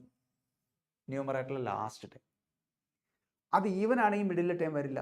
നോക്കൂ, 1 2 3 4 1 2 3 4 4 ടൈം. 1 4 2 3 മിഡിൽ വരില്ല. 5 ഉണ്ടെന്ന് ഇരിക്കട്ടെ. 1 2 3 4 5 1 5 2 4 3 എവിടെ കിടക്കും? അപ്പോൾ ഈ ന്യൂമറേറ്ററിൽ ഓഡ് നമ്പർ ഓഫ് ടൈംസ് ആണെങ്കിൽ മിഡിലിൽ ഒരെണ്ണം കിടക്കാൻ സാധ്യതയുണ്ട്. അത് ആൻസറിനെ എഫക്റ്റ് ചെയ്യും. കഴിഞ്ഞ വർഷം അവരങ്ങനെ ക്വസ്റ്റ്യൻ ചോദിക്കുകയും ചെയ്തു. അതൊന്ന് സൂക്ഷിക്കാം. ഫെമിലിയർ ആണ്. നിങ്ങൾ ഇനി ഈ ടൈപ്പ് ക്വസ്റ്റ്യൻസ് കാണും. ഇത് 23-ലെ ക്വസ്റ്റ്യൻ ആണ്. ഈ വർഷം ചോദിച്ചിട്ടുണ്ട് ഈ ടൈപ്പ് ക്വസ്റ്റ്യൻ 24-ൽ. നെക്സ്റ്റ് ക്വസ്റ്റ്യൻ ഫംഗ്ഷൻ, ഞാൻ കുറച്ചുകൂടെ ഒന്ന് സ്പീഡ് ആവുക കേട്ടോ, ഒരു 10 മിനിറ്റോടെ നമുക്കുള്ളൂ. F of X plus Y is equal to F of X into F of Y. Functional equation എന്നൊരു കൺസെപ്റ്റാണ് വരുന്നത്. അപ്പോൾ നമുക്ക് F of X equal to A raise to K X എന്ന് എഴുതാം. അതെന്താ അങ്ങനെ എഴുതാൻ കാരണം എന്ന് വെച്ചാൽ നോക്കൂ, എഫ് ഓഫ്, ഇതാണ് equation, F of X plus Y is equal to F of X into F of Y. നോക്ക്, ഇതിപ്പോൾ A raise to K X എന്ന് എടുത്തു, ഇത് A raise to K Y എന്ന് എടുത്തു. ഇത് പ്രോഡക്റ്റ് എന്ത് കിട്ടും? A raise to K into X plus Y എന്ന് വരില്ലേ? അങ്ങനെ ഫങ്ഷണൽ ഇക്വേഷൻസ് കുറേ ഉണ്ട്. അടുത്തത് F of X plus Y equal to F of X plus F of Y തന്നെയാണെങ്കിൽ F of X equal to K X എടുത്താൽ മതി. F of X into y equal to F of X plus F of y, then f of x is k log x ln x. f of x into y is equal to f of x into f of y, then function is x raised to n. Okay, അപ്പോൾ നമുക്ക് ഇത് a raised to kx കിട്ടി. ഈ a raised to ഇത് കണ്ടുപിടിക്കാൻ വേണ്ടി ഒരു information അവർ തന്നിട്ടുണ്ട്, f of 1 equal to 3. അത് നമുക്ക് ഇവിടെ കൊടുക്കാം. f of 1 is equal to 3. put x equal to 1, a raised to k is equal to 3 എന്ന് കിട്ടും കേട്ടോ. എക്സിന് 1 കൊടുത്തു, അപ്പോൾ a raise to k is equal to 3. അപ്പോൾ നമ്മുടെ എഫ് ഓഫ് എക്സ് എന്തായി? എ റൈസ് ടു കെക്ക് വരെ 3 കൊടുത്തു, 3 റൈസ് ടു എക്സ് ആയി. ഇതൊരു മെത്തേഡ്. അതല്ലെങ്കിൽ നിങ്ങളിപ്പോൾ എക്സിന് ഇതിനകത്ത് 1 കൊടുക്കുക, എക്സിനും വൈക്കും 1 കൊടുക്കുക. അപ്പോൾ f of 2 equal to F of 1 into F of 1, f of 1 3 ആണ്, f of 2 equal to 3 square കിട്ടി. ഞാനിവിടെ പറഞ്ഞത് ജനറൽ മെത്തേഡാണ്. ഈ ക്വസ്റ്റ്യൻ വേണമെങ്കിൽ നിങ്ങൾക്ക് അല്ലാതെയും ചെയ്യാം. എക്സിന് 2ഉം വൈക്ക് 1ഉം കൊടുക്കുക, അപ്പോൾ f of 3 equal to 3 cube കിട്ടി. അതിനകത്തുനിന്ന് f of X equal to 3 raise to x എന്ന് എഴുതാം. ഓക്കെ, നമ്മുടെ ക്വസ്റ്റ്യൻ എന്താണ്? Sigma k is equal to 1 to n 3 raise to k is equal to 3279. Okay, f of k is equal to 1 to n 3 raised to k. Simplify ചെയ്യുക, 3 plus 3 square plus etc. up to 3 raised to n is equal to 3279. Say GP, sum a into r raised to n minus 1 by r minus 1 is equal to 3279. Okay, simplify this. 3 raised to n minus 1 is equal to divide by 3, 1. 3 cross multiply ചെയ്താൽ 1 27 0 9 3 into 2. ഈ 2 cross multiply ചെയ്തു into 2. ഞാൻ ഈ 3 കൊണ്ട് divide ചെയ്തു, into 2 ചെയ്തു. എത്ര കിട്ടി? 2 93. 3 raise to n minus 1 is equal to 2 93. എത്ര കിട്ടി? 1 86. minus 1 shifted to right side. 3 raised to n is equal to 2187. 3 ഏത് പവർ വരും? ഏത് പവർ വരും? 3 raised to 8 ആണോ അതെ 7 ഓ? പെട്ടെന്ന് പറ 3 ഏത് പവറാണ് വരുന്നത്? ആർക്കും ആൻസർ ഇല്ലേ? n is equal to 3 raised to 4 81 5 243 6 7. Yes, 7 കിട്ടും. 3 raised to 7. Okay, next question. If f of x is equal to tan 1 degree log something x into log something, then f of x plus f of x is what? Question 2023 വെറുതെ നിങ്ങളെ പ്രശ്നം ഉണ്ടാക്കാൻ മാത്രം കൊടുത്തിരിക്കുന്ന ഒരു question ആണ്. ഞാനൊരു simplification കാണിച്ചു തരാം. ഈ ടാൻ 1ന് പകരം വേറൊരു കോൺസ്റ്റന്റ് കൊടുക്കുന്നു, F of X equal to tan 1ന് പകരം ഒരു എ എന്ന് കൊടുത്തു. അപ്പോൾ എ എക്സ് പ്ലസ് ലോഗ് 1 2 3ക്ക് പകരം ഞാനൊരു ബി കൊടുത്തു, ബൈ ബി ബൈ ഇത് ലോഗ് 1 2 3 4 ഉണ്ട്, എന്നാൽ അതിന് പകരം സി കൊടുത്തു, സി എക്സ്. ഇത് വീണ്ടും ടാൻ 1 വരുന്നു, മൈനസ് ടി അല്ല മൈനസ് എ തന്നെ കൊടുക്കാം. കാരണം ഇവിടെ സംഗതി സെയിം ആണ്, രണ്ടും tan 1 ഡിഗ്രിയാണ്. tan 1 degree is taken as A. Then what is F of X? F of X composition of function. C, ഇത് എഫ് ഓഫ് എക്സ് ആണ്. നമുക്ക് ചെയ്യേണ്ടത് എന്താണ്? ഈ എക്സിന്റെ പ്ലേസിൽ ഇവിടെ രണ്ടിടത്ത് എഫ് ഓഫ് എക്സ് കയറ്റിയിടണം. അതായത് A F of X plus B by C F of X minus A. Okay, ഈ എക്സിന്റെ പ്ലേസിലെല്ലാം എഫ് ഓഫ് എക്സ് റീപ്ലേസ് ചെയ്യണം. അതായത് ഇത് കണ്ടോ, ഈ എക്സ് മാറിയിട്ട് ഇവിടെ എഫ് ഓഫ് എക്സ് വന്നിരിക്കുന്നു. സിക്കൽ ടു എ, ഈ പ്ലേസ് ഞാൻ അവിടെ വേക്കൻ്റ് ആയിട്ട് ഇടുന്നു, പ്ലസ് ബി, സി ഈ പ്ലേസ് ചെയ്യാൻ വേക്കൻ്റ് ആയിട്ട് ഇടുന്നു, മൈനസ് എ. ഈ പ്ലേസിൽ, ഈ വേക്കൻ്റ് പ്ലേസിൽ ആരെ കയറ്റി സെറ്റ് ചെയ്യും? F of X. പറയും എ എക്സ് വേണമെങ്കിൽ കളർ ഒന്ന് മാറ്റി എഴുതാം നമുക്കല്ലേ. A X plus B by C X minus A. A X plus B by C X minus A. Take it LCM. A square X plus B A cross multiply this plus bcx minus ab by denominator same ആട്ടോ, അത് കട്ടായി പോകും, ഞാൻ എഴുതുന്നില്ല. acx plus bc cross multiply minus acx plus a square. Then what happened? Numerator ഒന്നും സംഭവിക്കില്ല. ab കട്ടായി പോയി. x is taken common, x into a square plus bc. What's on denominator? acx cancelled, bc plus a square. This term become cancelled. So answer is x. കണ്ടോ, f of x ആണ്. എന്താ input ചെയ്യുന്നത് അത് തന്നെ output കിട്ടുന്നു. അപ്പോൾ നമ്മുടെ ക്വസ്റ്റ്യനിലേക്ക് വന്നേ. അവർ question become f of x. F of X എന്ന് വെച്ചാൽ എക്സ് കിട്ടും, പ്ലസ് എഫ് ഓഫ് 1/x എന്ന് പറഞ്ഞാൽ 1/x കിട്ടും. 1/x അല്ലാട്ടോ, 4/x ആണ്, സോറി 4/x. ഈ എഫ് ഓഫ് എന്ന് പറയുന്ന ഫംഗ്ഷൻ അതാണ്, ഐഡന്റിറ്റി ഫംഗ്ഷൻ എന്ന് വേണമെങ്കിൽ വിളിക്കുക അല്ലേ. എന്ത് ഇൻപുട്ട് ചെയ്തോ അത് തന്നെ ഔട്ട്പുട്ട് കിട്ടും. എക്സ് കൊടുത്താൽ എക്സ് കിട്ടും, 1/x. 4/x കൊടുത്താൽ 4/x കിട്ടും. ഇതിന്റെ ലീസ്റ്റ് വാല്യൂ ചോദിച്ചിരിക്കുന്നത്. ഈ ലീസ്റ്റ് വാല്യൂ ഒക്കെ ചോദിക്കുമ്പോൾ നമ്മുടെ എ പിയിലേക്ക് ഒന്ന് പൊക്കോളൂ.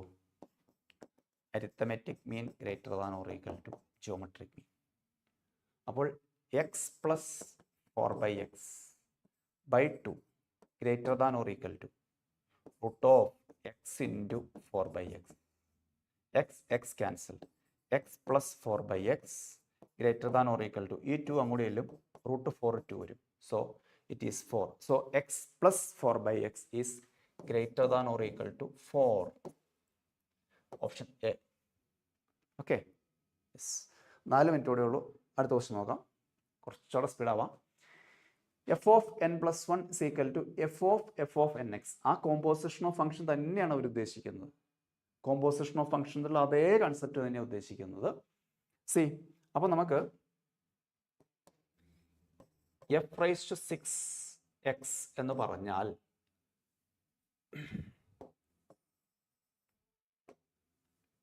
f of x equal to what? It become x minus 1 by x plus 1.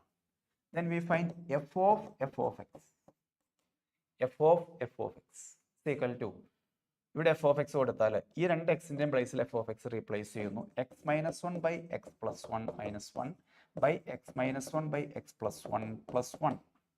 Simplify this. x plus 1 LC ആയിട്ട് എടുക്കുമ്പോൾ അത് കട്ടായി പോകുന്നു.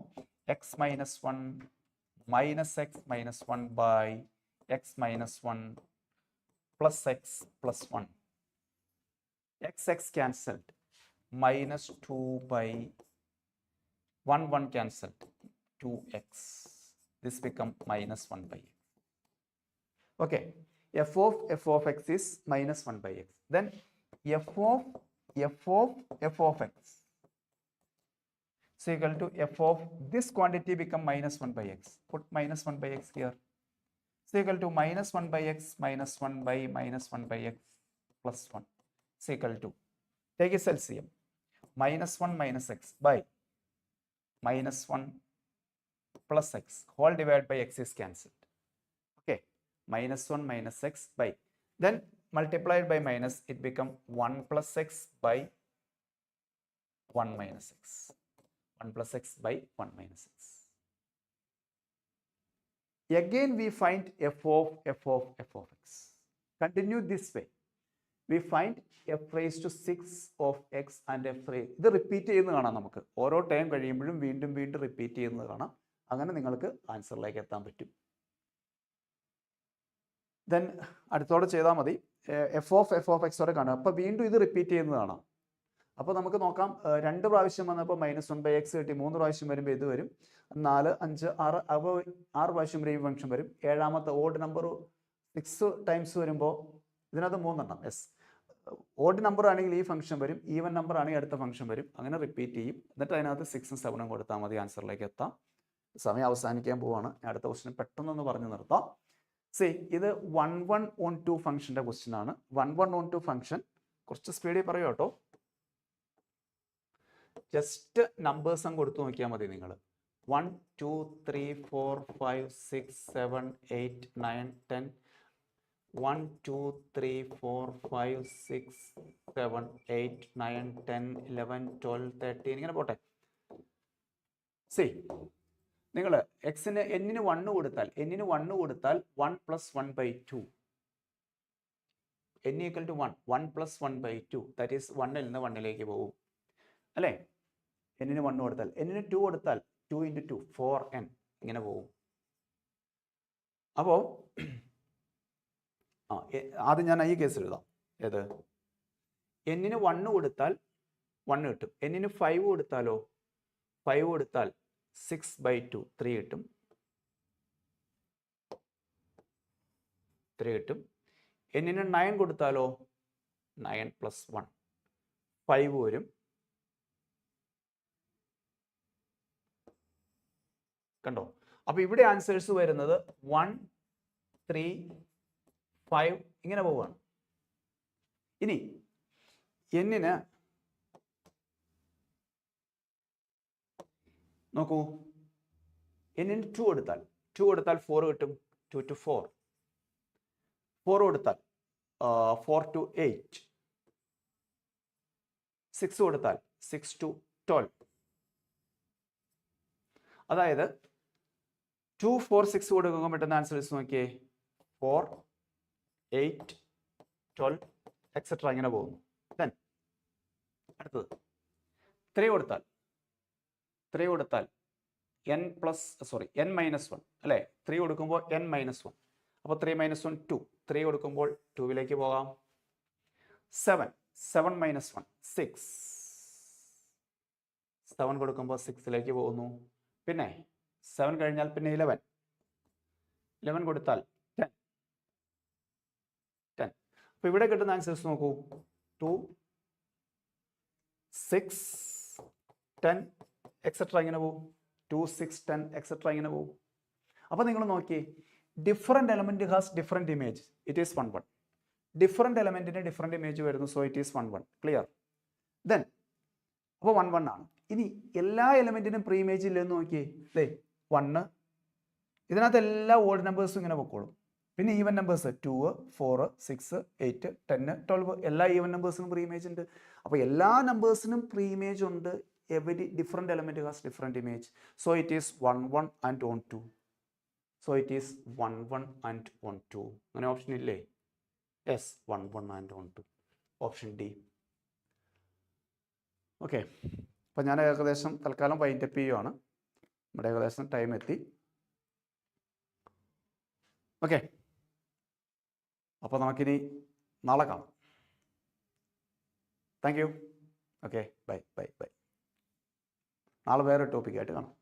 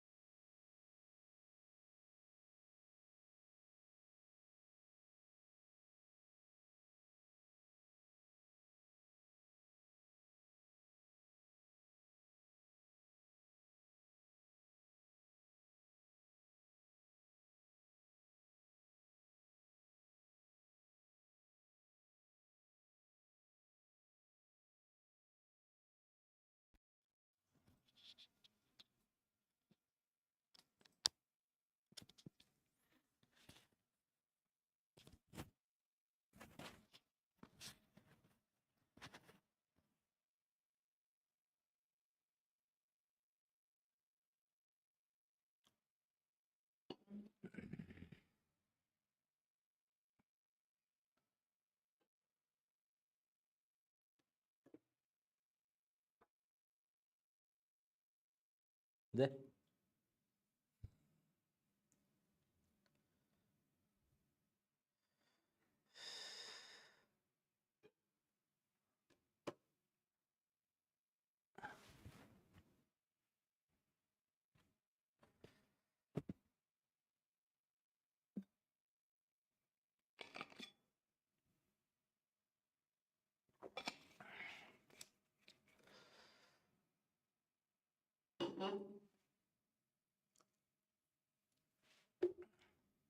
yes.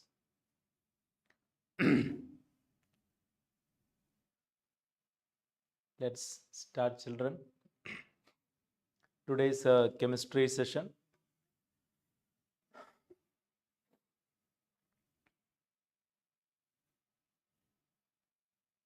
Let's go through some important questions from the chapter electrochemistry. Right? Are you ready? Can we start? Yes.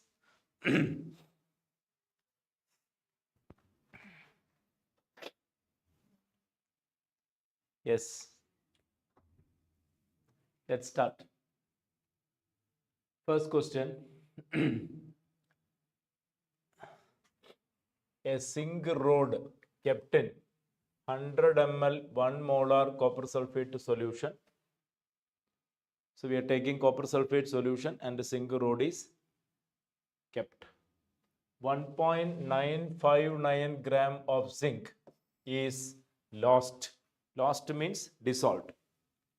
The molarity of copper sulfate solution becomes,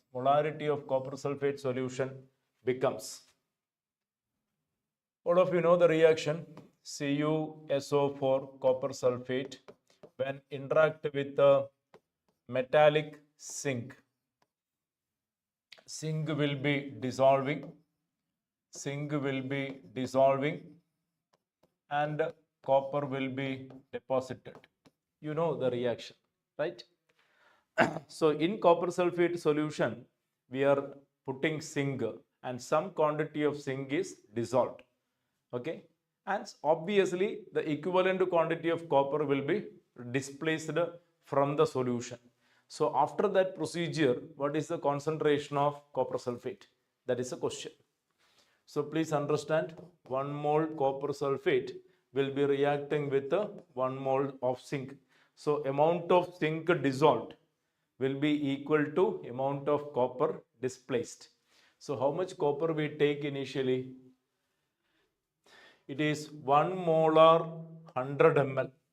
That means number of moles is equal to molarity into volume in liter 1 into 0.1, that is 0.1 mole copper sulfate is taken initially. Okay, so how much zinc is reacting? 1.959 gram of zinc. That means number of moles of zinc reacted 1.959 gram means divided by 65 moles. 1.959 means approximately 2, right? 2 by 65. It is 0.03 mole, isn't it? 0.03 mole. Please verify that. 1.959, isn't it correct? Please correct me if there is some mistake in the calculation. I hope it's clear. Fine. 1.959 by 65.4, that is the molar mass of zinc. Okay. So the number of moles of zinc lost means dissolved in the solution. It is 0.03 mole. Obviously, number of moles of copper displaced, it will be 0.03 mole. So copper reacted will be 0.03 mole. Initially copper was 0.1, so the copper remaining is 0.1 minus 0.03, that is 0.07 mole. That is copper sulfate remaining after this process. Copper sulfate remaining after this process. It will be 0.1 minus 0.03, 0.07. So what is the answer? We are talking about molarity of copper sulfate solution becomes, after this process, what is the molarity of copper sulfate? Please be very careful not to select 0.09. The answer is 0.07. The answer is 0.7. Asking for molarity. This is 0.07 mole that is present in 100 ml solution. So in 100 ml, it is 0.07 mole. How much in 1000 ml? 0.7 mole. That is the molarity. So the molarity will be 0.7. Option D is the correct answer.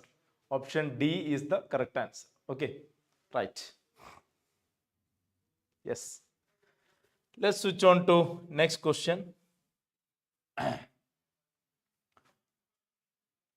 How many moles of electrons will together contribute to the charge 289,500 coulombs? 289,500 coulombs. How many moles of electrons will constitute 289,500 coulombs? Very simple question.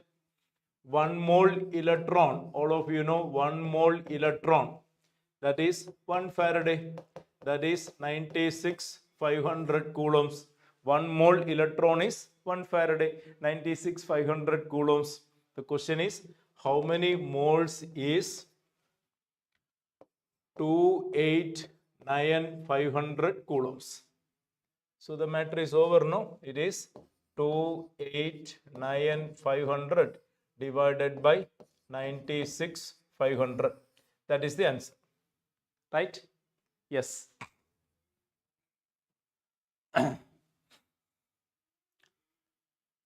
289,500 divided by 96,500. Right? So it is 3, right? Yeah, fine. So 3 mole. So 1 mole will be this much. 2 mole will be into 2. 3 moles will be into 3, like that. 1 mole electron will constitute 1 Faraday. All of you know. Right. Next question. Fine.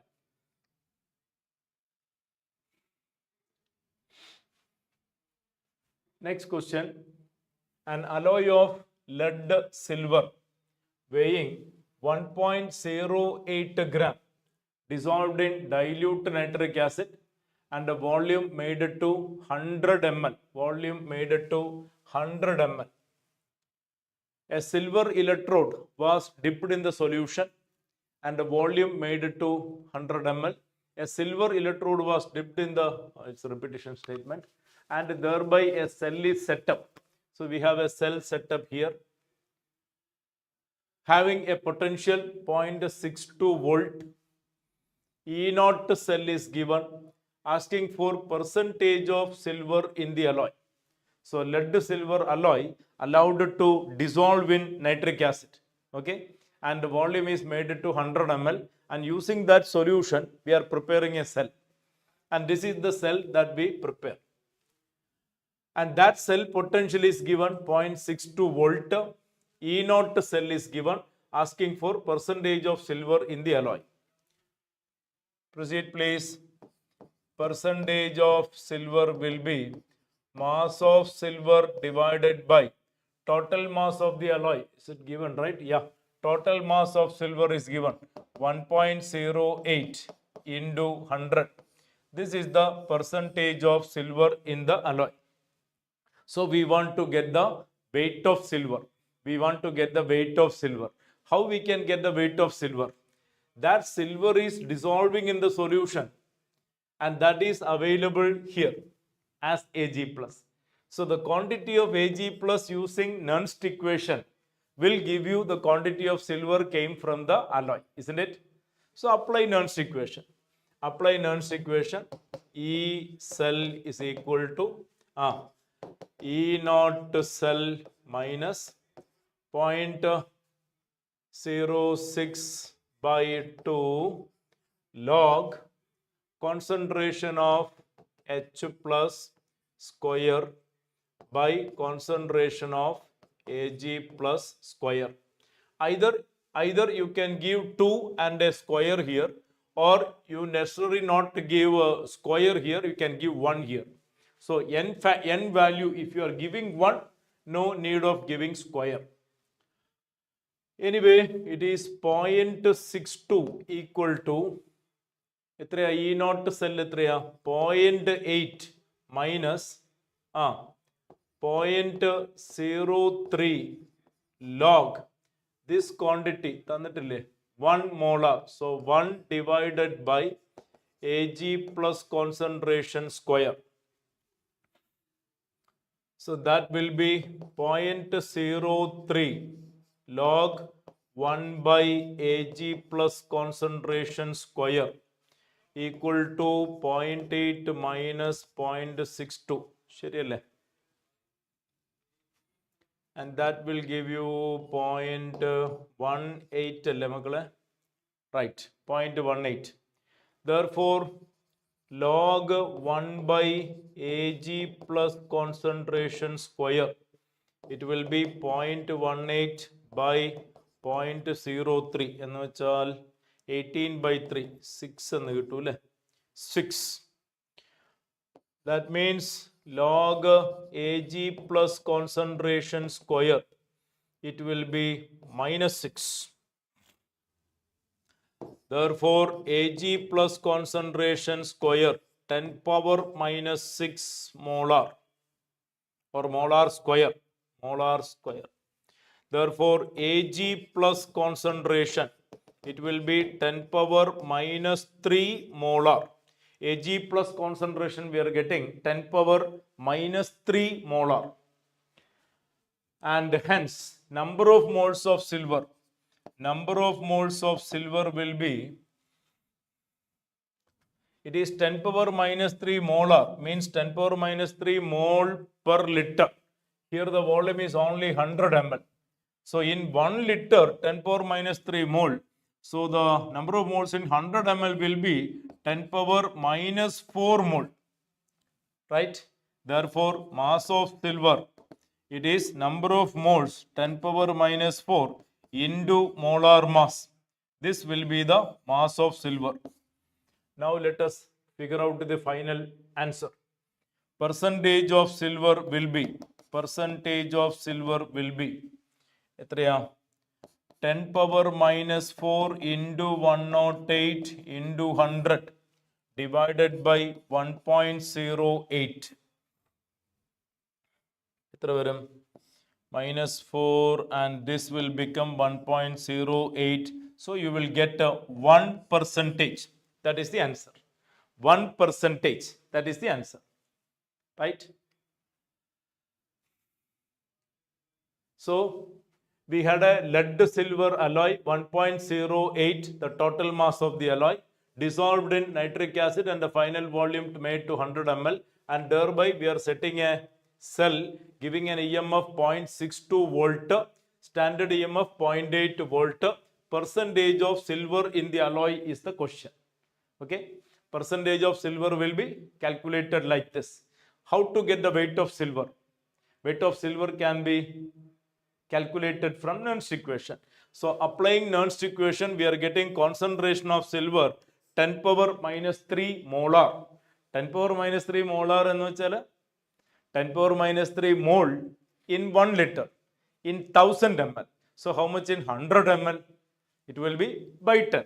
So it is 10 power minus 4 mole silver. And the mass will be into molar mass of silver, 108. Right? And that will give you mass of silver to go for the final figure. Hope that is clear. Yes. Yes. Next question. I hope that answer is not okay. Fine. Next one. Number of Faradays required to produce 20 gram calcium from molten calcium chloride. 20 gram calcium from molten calcium chloride. Number of Faradays required. Very simple question. 1 mole calcium, 1 mole of anything 1 mole of X requires n Faraday, where n is the valency factor, all of you know. So 1 mole calcium valency factor is 2. So 1 mole calcium, you need 2 Faraday. 1 mole calcium means 40 gram, you need 2 Faraday. Therefore 20 gram, you need 1 Faraday. Answer is 1. Answer is 1, option D. Very simple question, direct and simple question, right? In fact, 20 gram means 1 equivalent of calcium. 20 gram means 1 equivalent of calcium. 1 equivalent of anything requires 1 Faraday. Okay. Next. Potassium chlorate prepared by electrolysis of KCl in basic solution as following equation. So this is equation given for the preparation of potassium chlorate. Current of X ampere has to be passed for 10 hours to produce 10 gram of potassium chlorate. Value of X is, you see from the equation it is very much clear, n factor is 6. Therefore 1 mole potassium chlorate, 1 mole KClO3, it will require 6 Faraday. 1 mole KClO3 requires 6 Faraday. 1 mole means 122.6 gram. 122.6 gram requires 6 Faraday. 6 into 96, 500 coulombs. And here it is commented 10 gram we are producing. 10 gram we are producing. X ampere current 10 hours. 10 gram produced by X ampere current 10 hours means into 60 minutes into 60 seconds. So this is the coulombs that we are passing. And is over. So it is 122.6 into X into 10 into 60 into 60 equal to 10 into 6 into 96, 500. Isn't it? Calculate X. 10 out. 60 out. So the answer X is equal to 9650 divided by 122.6 into 60. That is the answer. Right? If it is cancelled there, you get that is the answer. Right? Once again, 1 mole KClO3, you see the n factor 6. 1 mole KClO3 requires 6 Faraday. 1 mole KClO3 means 122.6 gram requires 6 Faraday. 6 into 96, 500 coulombs. It is said to be a current X ampere 10 hours. X ampere 10 hours into 60 minutes into 60 seconds. This much coulomb giving 10 gram. Asking what is X. Simple, right? So this value into this equal to this. 10 out. 60 out. What remaining is 9650 divided by X is equal to 9650 divided by 122.6 into 6. Right? That will give you the final figure. And the final answer should be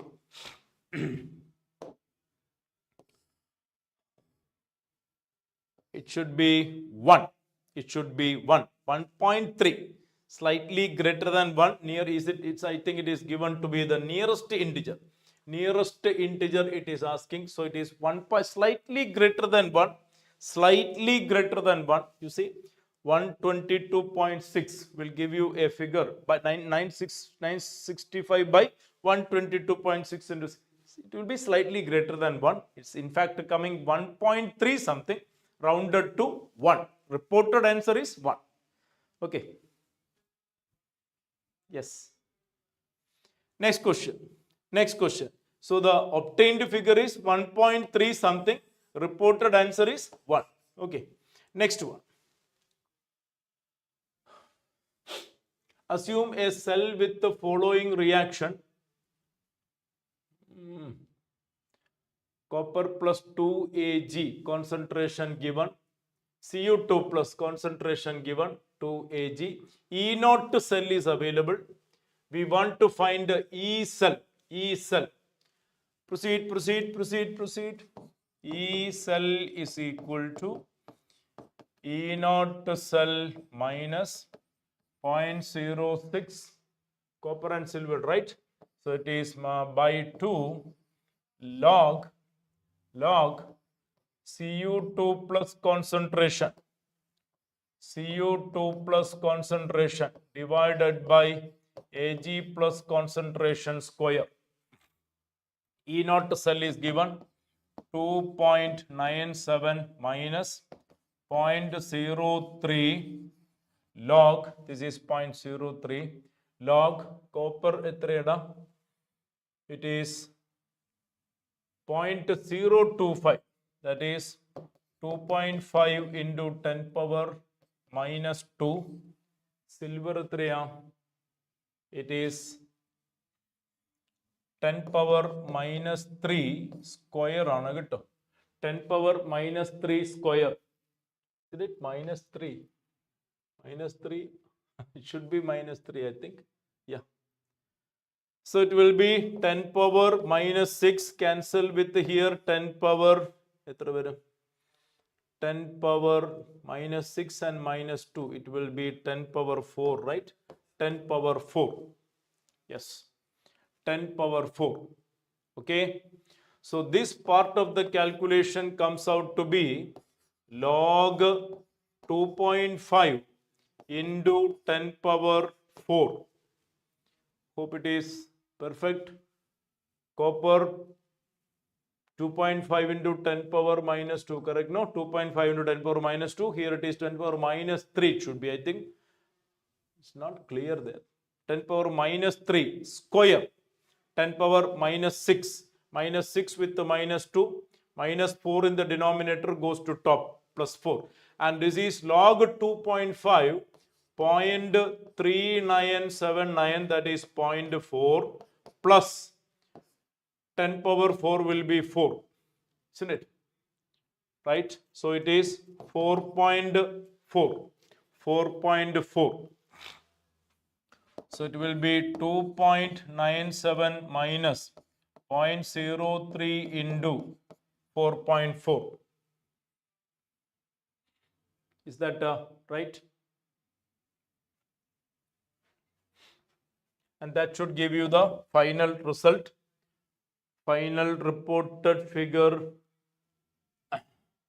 It in fact is 10 power minus 3.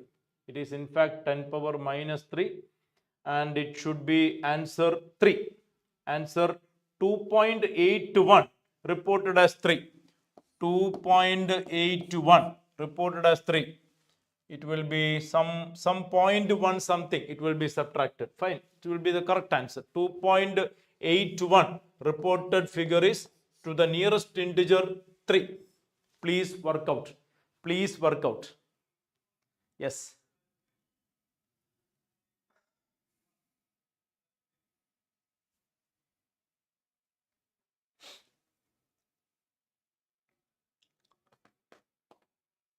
So I'll repeat. This is the cell reaction given. E0 cell given. We want to find the E cell. Nernst equation എഴുതുക. Apply Nernst equation. ഇതിൽ ഈ data തന്നിട്ടുണ്ട്. Cu2 plus and Ag plus data. Concentration is given. When you apply that log part comes out to be 4.4 multiplied with 0.03. Right? ഒരു 0.1 something ഇതിൽ നിന്ന് subtract ചെയ്യും. അപ്പോൾ 2.81 എന്നാണ് reported figure. I mean final answer. Reporting answer nearest integer ആയിരിക്കണം. 3യിലേക്ക് report ചെയ്യണം കേട്ടോ. Yes. Yes, Salvin Anton. അടുത്ത ചോദ്യം.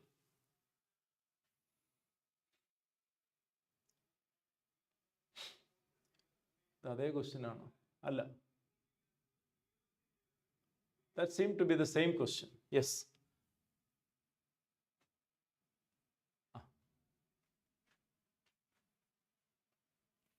രണ്ട് സെയിം ക്വസ്റ്റ്യൻ ആയിരുന്നു. 32, 31.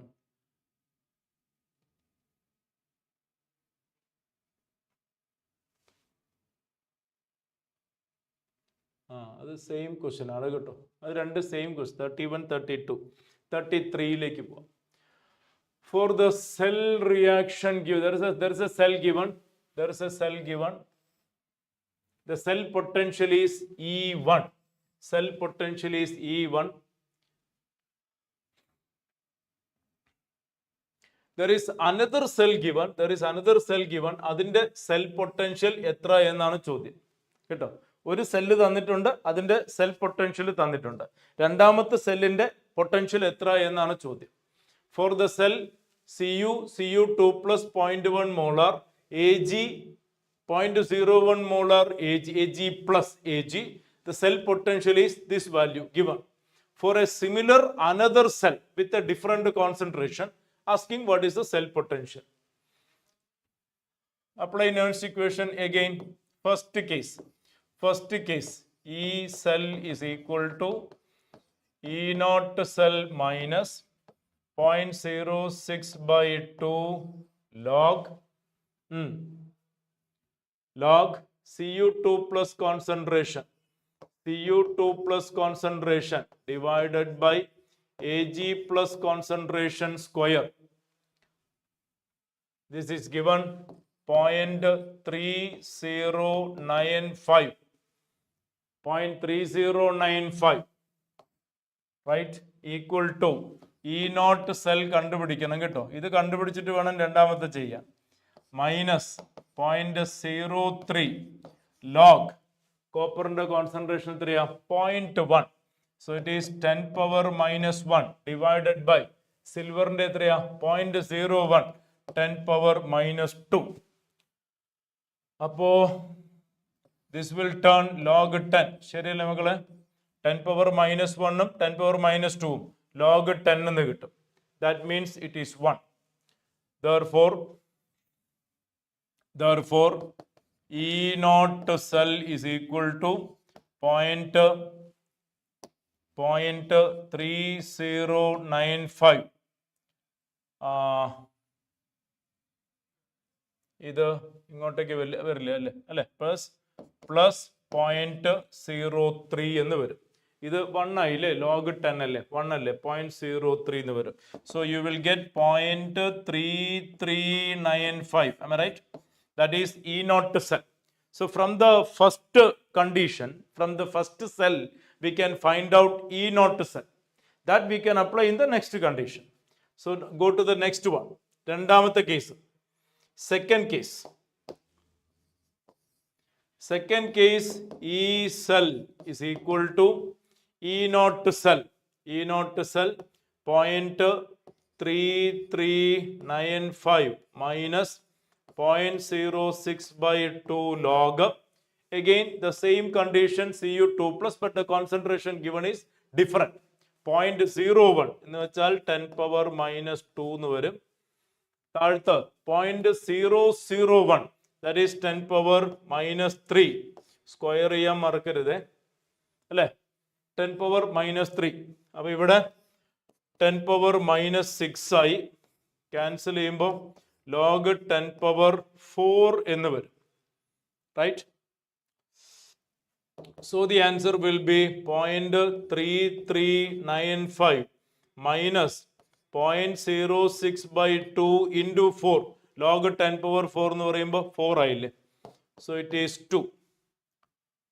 So that will be 0.3395 minus എത്രയാ? 0.12. ഇത് നിന്ന് സബ്ട്രാക്ട് ചെയ്യാം. ശരിയല്ലേ? അപ്പോൾ ഫൈനൽ ആൻസറിലേക്ക് എത്തും. പക്ഷെ ശ്രദ്ധിക്കണം, ഇങ്ങനെയാണ് റിപ്പോർട്ട് ചെയ്യേണ്ടത്. 10 പവർ 2 ആണോ -2 ആണോ? 10 പവർ -2 ആയിരിക്കണം കേട്ടോ. 10 പവർ -2 ആയിരിക്കണം.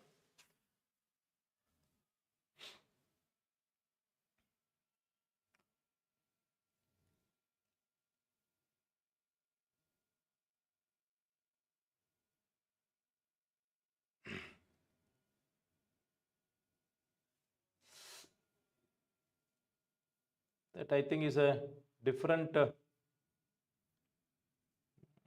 yes. The reported figure is 28. Reported figure is 28.28 volt എന്ന് പറഞ്ഞു. 0.28 volt. സെയിം അല്ലേ? യെസ്. ഇത് ഇവിടുന്ന് സബ്ട്രാക്ട് ചെയ്ത് കഴിഞ്ഞാൽ പ്ലീസ് കാൽക്കുലേറ്റ്. 0.28 കിട്ടുന്നുണ്ടോ നോക്കുക. That is the report or whatever is calculated obtained. 0.3395 minus 0.12. 28 കിട്ടില്ലേ? കിട്ടും. And that should be 10 power into 10 power -2. That is the format to be reported. 10 power -2 format. That should be the reported final figure. I'll repeat. There is a cell given using which the E value is given. We can find out E naught cell. E naught cell തന്നിട്ടില്ല. So that applied in the second cell for finding what is the potential of the second cell with a different concentration. അപ്പോൾ ഒന്നാമത്തെ cell എഴുതുക, next equation എഴുതുക, E naught workout ചെയ്യുക, അത് രണ്ടാമത്തെ സെല്ലിൽ apply ചെയ്യുക, പൊട്ടൻഷ്യൽ കണ്ടുപിടിക്കുക. കിട്ടും. Okay, yes. അടുത്ത ക്വസ്റ്റ്യനിലേക്ക് പോവാം.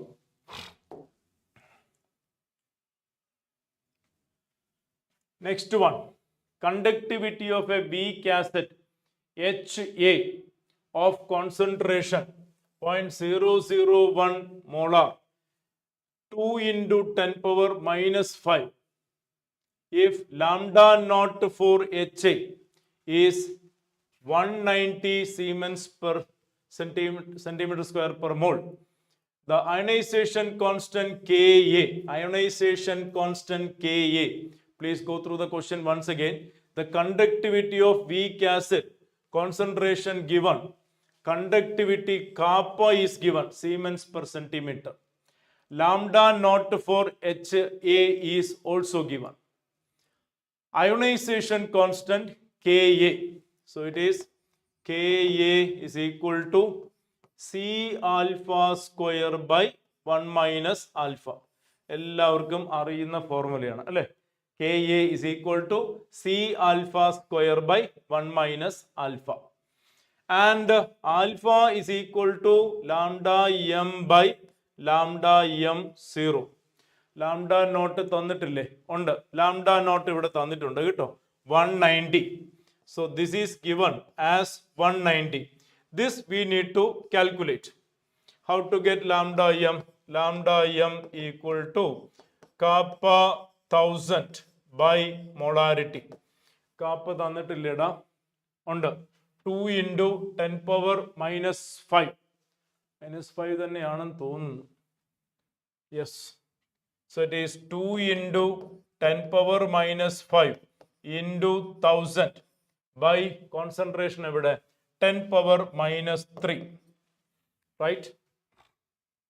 So that will be -2 and that will be 20. ശരിയാണോ? 20 is lambda m. Please verify. 20 is lambda m. ഇപ്പോൾ ലാംഡ എം കിട്ടിയാൽ ആൽഫ കണ്ടുപിടിക്കാം. So it will be 20 by 190 അല്ലേ? That is 2 by 19 എന്ന് കിട്ടും. That is alpha. ഇനി ഇതിൽ സബ്സ്റ്റിറ്റ്യൂട്ട് ചെയ്യാം. Ka is equal to C എത്രയാ? 10 power -3. 10 power -3 into alpha 2 by 19 square ആണ് കേട്ടോ, divided by 1 minus alpha 1 minus 2 by 19, and that in fact becomes 17 by 19 എന്ന് വരും. ഒരു 19 അങ്ങ് ക്യാൻസൽ ആവും. So it is 10 power minus 3 into 4 divided by 17. ശരിയാണോ? ഒരു 19 കൂടി ഉണ്ട് അല്ലേ? ഒരു 19 കൂടി ഉണ്ട്. 10 power minus 3 4 divided by ഒരു 19 ഉണ്ട്, ഒരു 17 ഉണ്ട്. റൈറ്റ്? അപ്പൊ ഇത് ഏകദേശം 4 ടൈംസ് ആയില്ലേ? ഇതൊരു 20 എന്നെടുത്താൽ ഒരു 80 ആയി. 80. അപ്പൊ ഇത് 10 പവർ മൈനസ് 4 ആയി. അപ്പൊ 1/8 ഇൻറ്റു 10 പവർ മൈനസ് 4 ആയി. 1/8 എന്ന് വെച്ചാൽ 0.125 ആണ്. Into 10 power minus 4. റിപ്പോർട്ട് ചെയ്യേണ്ട ആൻസർ 10 പവർ മൈനസ് 6ലാണ് കേട്ടോ. റിപ്പോർട്ട് ചെയ്യേണ്ട ആൻസർ 10 പവർ മൈനസ് 6ലാണ്. അപ്പൊ നമുക്കൊരു 12.5 എന്ന് എടുക്കാം. 12.5 ഇൻറ്റു 10 പവർ മൈനസ് 6. 12.5 വരില്ല, അതിലും താഴത്തെ ഒരു ഫിഗർ വരും. കാരണം 19 20 എന്ന് എടുത്തപ്പോഴാണ് ഇതൊക്കെ കിട്ടിയത്. അപ്പോൾ ഒരു 12.2 3 ഒക്കെ വരുമായിരിക്കും. 12.3 something. Nearest round of two the nearest integer. So the answer should be 12. ഒന്ന് ചെക്ക് ചെയ്തേക്കാം കേട്ടോ. 12 എന്ന റിപ്പോർട്ടഡ് ആൻസറിലേക്ക് വരണം. 12 കിട്ടും. 12 റിപ്പോർട്ടഡ് ആൻസർ ആയിട്ട് വരും. In fact it will come as 12.3, not 12.5. 12.5 ഞാനൊരു അപ്രോക്സിമേഷൻ എടുത്തപ്പോൾ കിട്ടിയതാണ്. അത് 19 പകരം 20 എടുത്തപ്പോഴാണ് 12.5 കിട്ടിയത്. അപ്പോൾ ഒരു 12.3 പെർഫെക്റ്റ് ആയിരിക്കും. കിട്ടും. 12.3. Yes. And it can be reported as, ഇത് ഒഴിവാക്കിയാൽ റിപ്പോർട്ടഡ് ആസ് 12 എന്ന ആൻസർ റിപ്പോർട്ട് ചെയ്യാം കേട്ടോ. ഒരിക്കൽ കൂടെ പറയാം, ശ്രദ്ധിച്ച് കേൾക്കുക. നമുക്ക് കാണേണ്ടത് ഡിസോസിയേഷൻ കോൺസ്റ്റന്റ് ആണ്. This is the formula everybody know. And in which concentration is given you need to get alpha. Alpha ഈ റിലേഷൻ എല്ലാവർക്കും അറിയാം. അതിൽ ലാംഡ നോട്ട് തന്നിട്ടുണ്ട്, ലാംഡ എം വർക്കൗട്ട് ചെയ്യണം. അതിന് കാപ്പ തന്നിട്ടുണ്ട്, കോൺസെൻട്രേഷൻ തന്നിട്ടുണ്ട്. So you can find out lambda m. Once you get lambda m, lambda naught, you get alpha. This is alpha. ഇതിൽ സബ്സ്റ്റിറ്റ്യൂട്ട് ചെയ്യുക, വർക്കൗട്ട് ചെയ്യുക. ഫൈനൽ ഫിഗർ ഈ പവറിലേക്ക് റൗണ്ട് ഓഫ് ചെയ്ത് റിപ്പോർട്ട് ചെയ്യുക കേട്ടോ. Okay, right. അടുത്ത ക്വസ്റ്റ്യനിലേക്ക് പോവാം. Next question.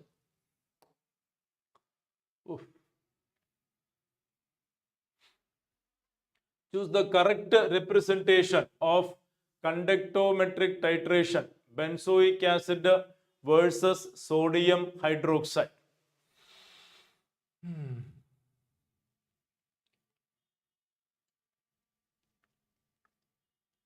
Readable alla alle. I think it is volume of NaOH. This is volume. X-axis volume of NaOH. Y-axis conductance.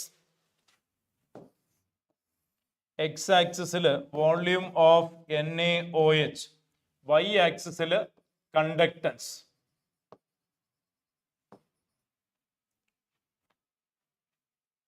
It seems the graph 1 coming like this.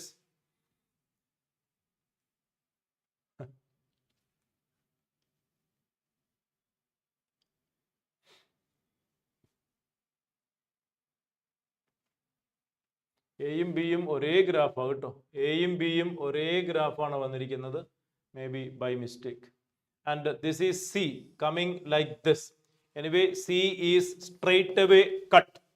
C straight away cut. Why? Because very simple point. This is the neutralisation end point. This is the neutralization end point, and we are talking about benzoic acid versus sodium hydroxide. So in a vessel you are having benzoic acid. In a vessel you are having benzoic acid. This is benzoic acid. And you are adding NaOH. And once the reaction is over, excess NaOH is added. Once the reaction is over, excess NaOH is added. When you add excess of NaOH, NaOH is a strong electrolyte. The conductance will trigger rapidly. So it should not happen like after the reaction, volume of NaOH added, the conductance decreases. This is wrong. This part of the graph is certainly eligible for it to remove first itself. You see, this is the neutralization point. It should come like this. This is the neutralization, both are same graph. This is the neutralization point. It should come like this. I'm talking after the neutralization point. After the neutralization point, there should be an abrupt increase in the conductance because excess NaOH is added. Okay. Now, what happens up to that? What happens up to that? Up to that, what can happen is, see, both are same graph, and I will go with this graph. Both are same. The graph will be like this. There will be a slight decrease in the initial point, and then it increases, and above the neutralization point, it is abrupt increase. Now, why there is a slight decrease initially? We are talking about benzoic acid. You see, benzoic acid feebly ionizes. We have C6, H5, COO minus, and H plus, right? And you know this H plus, when converted to, by neutralization, it is converted to C6, H5, COO, Na. You see that? H plus converted to Na. H plus has got a great electrical conductivity. H plus conductivity is very high. So H plus feebly ionized from the initial amount of benzoic acid when neutralized is replaced by Na plus. And Na plus conductivity, if you verify with the textbook, you can find it is almost comparing Na plus and H plus conductivity. H plus conductivity is almost 7 times. Limiting conductance of H plus is 350 range. Na plus is only 50 range. Almost 7 times. Right? I think all of you learned about that. It's a special case of conductance and the characteristics observed by H plus, the so-called Grothus conductance. I think you learned by proton jump. So that H plus quantity initially made available in the solution is converted to salt. So there is a slight decrease initially, but as the reaction proceeds, more and more salt is formed. This is a weak electrolyte. A weak benzoic acid undergo neutralization on the course of addition of NaOH, and it produces more and more salt. When more and more salt is produced, there is an increase in the molar conductance. And once this point is reached, the reaction is over. And now, whatever added volume of NaOH will be excess, and the conductance will abruptly increase beyond the neutralization point, and the correct graph will be like this. In fact, it may be by mistake. 2 graphs came same. Anyway, this graph straight away we throw out. This graph you see that abrupt decrease when neutralization happens. Abrupt decrease when neutralization happens. That can happen if you are dealing with a strong acid. Suppose a strong acid is neutralized by NaOH, it may so happen. Suppose it is HCl, NaOH. It may so happen like this because HCl completely ionized. We have high quantity of H plus available in the solution. And as a result of neutralization, that H plus is vanished. Conductivity drops. It may so happen like that. Fine.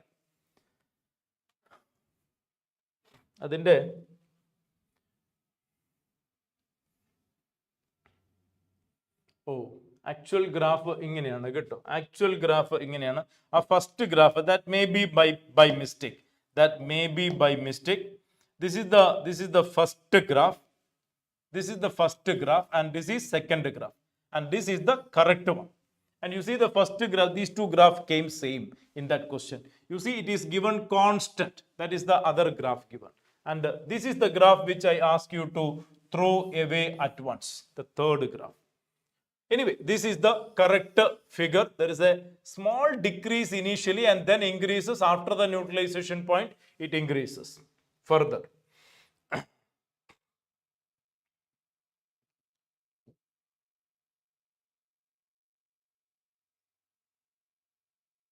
Yes.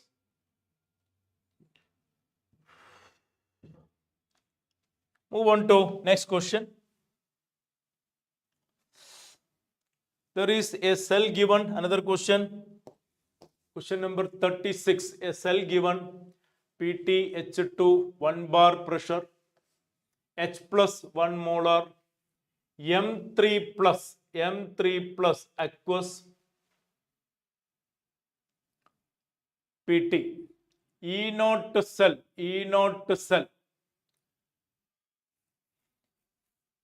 E cell for the given is 0.1115 volt at 298 Kelvin. When M plus, so the ratio between M plus bar M3 plus aqueous 10 raised to A, the value of A is E M3 plus bar M is given 0.2 volt. I think the cell represented is slightly missing something. It should be like a PT H2 bar H plus and M3 plus bar M plus. It should be like that. From the choice, it seemed to be like that. So the ratio between M plus and M3 plus given 10 power A. M plus bar M3 plus given 10 power A. And asking for what is the value A. So let's apply the next equation once again. E cell is equal to E naught cell minus 0.059 by 2 log. Hope you understand the cell reaction. H2 turn to H plus and M3 plus turn M plus. So the n factor is 2. Here also n factor is 2. So it will be H plus concentration given 1 molar. So let us omit this data. So it will be M plus divided by M3 plus. Okay. E cell given 0.115 volt. So this is 0.115 volt. That is equal to E naught not straight away given, but E naught for M3 plus bar M plus is given 0.2. Anyway, hydrogen value will be 0. So E naught cell is equal to E naught cathode minus E naught anode. Anode is SHE. So that will be 0. So this value can be taken as E naught cell. So it is 0.2 minus 0.059 by 2 log this ratio given as 10 raised to A. So it is given as 10 raised to A, right? So log 10 raised to A. So that will be A log 10, that is A. So you can figure out 0.115 equal to 0.2 minus 0.059 by 2 into A. Work out for A. A workout here. E is equal to E naught minus 0.059 by 2 log 10 power A. This value given as 10 power A. So log 10 power A, that is A log 10, that is A. So we can find out A. Yes. So it is 0.059 into A by 2 equal to 0.2 minus 0.115 and A will be equal to 0.2 minus 0.115 into 2 by 0.059. That is the final answer. Right.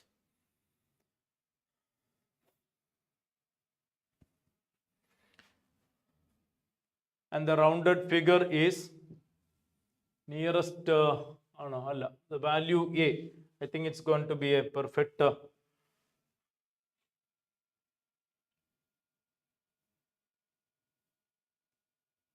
see the cell reaction.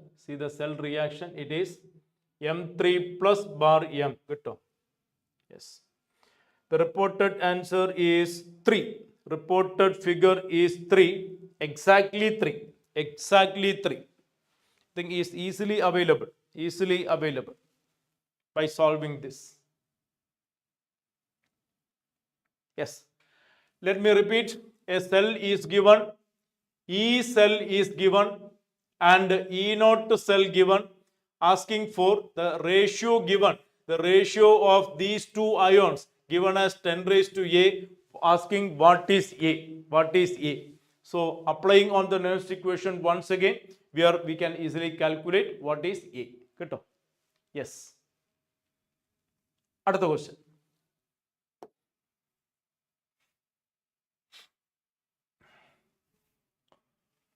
Consider the cell, once again a similar question.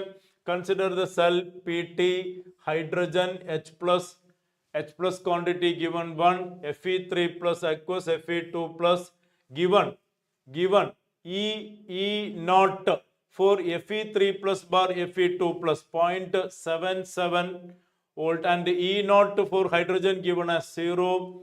If the potential of cell is 0.712, ratio of concentration of Fe2 plus to Fe2 plus ആയിരിക്കില്ല, Fe3 plus ആയിരിക്കും അല്ലേ, Fe3 plus ആയിരിക്കണം, Fe2 plus Fe3 plus ആയിരിക്കണം. See the reaction. H2 turn to H plus and Fe3 plus turn Fe2 plus. So hydrogen is oxidized and Fe3 plus is reduced. Now write the next equation. E cell is equal to E naught cell minus 0.06 by 2 വരണം അല്ലേ, 2 log H plus quantity വേണ്ടല്ലോ, 1 molar ആണ് കിട്ടുക. അപ്പോൾ ഇത് omit ചെയ്യാം. We get Fe2 plus divided by Fe, ഇത് 1 അല്ലേ, അപ്പൊ ഇവിടെ 2 വരണം കിട്ടോ. n factor ഇതിന്റെ 1 ആണ്, ഇതിന്റെ n factor 2 ആണ്, ഇതിന്റെ n factor 1 ആണ്. സോ ഐദർ ഇവിടെ 2 എന്ന് കൊടുക്കാം. So it is Fe2 plus by Fe3 plus, ഇത് സ്ക്വയർ വരണം കിട്ടും. റൈറ്റ്, ഇത് സ്ക്വയർ വരണമെന്നില്ല, ഇത് 2 ഒഴിവാക്കി 1 കൊടുത്താലും മതി. So either you can give 1 and avoid square or whatever it is. E naught തന്നിട്ടുണ്ടോ? ഇ നോട്ട് തന്നിട്ടുണ്ട്, ഇവിടെയുണ്ട് E naught. Cathode minus, anode is 0 value. So it is E cell 0.712 equal to 0.771 minus 0.03 log Fe2 plus by Fe3 plus whole square എടുക്കാം അല്ലെ, whole square എടുക്കാം. Right, നമുക്ക് കണ്ടുപിടിക്കേണ്ടത് ഈ ratio ആണ്. ഓവർ, നമുക്ക് കണ്ടുപിടിക്കേണ്ടത് ആ റേഷ്യോ ആണ്. So it will be 0.03, ഇവിടെ ഒരു ഇൻറ്റു 2 വരും കിട്ടും, into 2 into log Fe2 plus concentration by Fe3 plus concentration equal to 0.771 minus 0.712.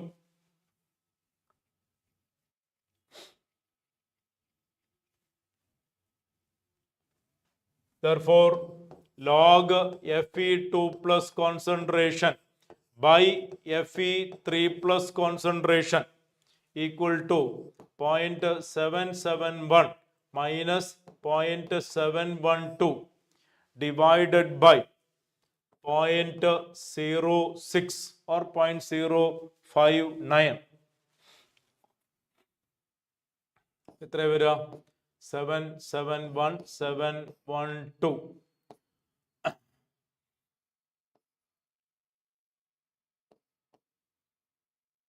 ആ 0.059 തന്നെ വരും കിട്ടും, 0.059. So this ratio you will get 0.06 by 0.06, that is 1 എന്ന് കിട്ടും. So the reported answer log this equal to 1 എന്ന് കിട്ടും. So this ratio will be 10. The reported answer should be 10. Let us cross check that one. We want to find the constant ratio 10 എന്ന് കിട്ടും കേട്ടോ 10 എന്ന് കിട്ടണം കാരണം log of this value when you work out you will get 0.059 0.06 in the denominator also 0.06 അപ്പോൾ 1 എന്ന് കിട്ടും log of this equal to 1 therefore this ratio you will get it as 10 എന്ന് കിട്ടും yes. So I'll repeat, there is a cell reaction given, there is a cell EMF given and E naught cell given. Apply Nernst equation once again for finding the ratio of Fe2 plus bar Fe3 plus. It is wrongly printed Fe2 plus to Fe2 plus. It should be Fe2 plus to Fe3 plus ratio. Fe2 plus to Fe3 plus ratio ആണ് കാണേണ്ടത് കേട്ടോ. Okay. Yes. Next question. Among the following intensive property,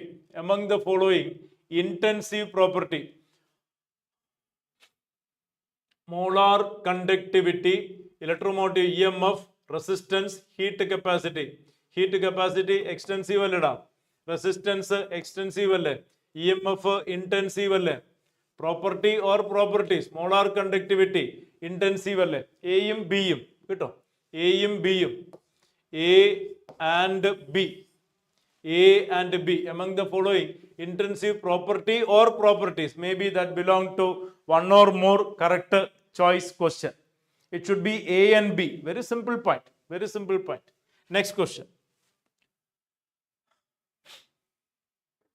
Oh, that's a long narrative question. Concentration of potassium ions in a biological cell is at least 20 times higher than outside.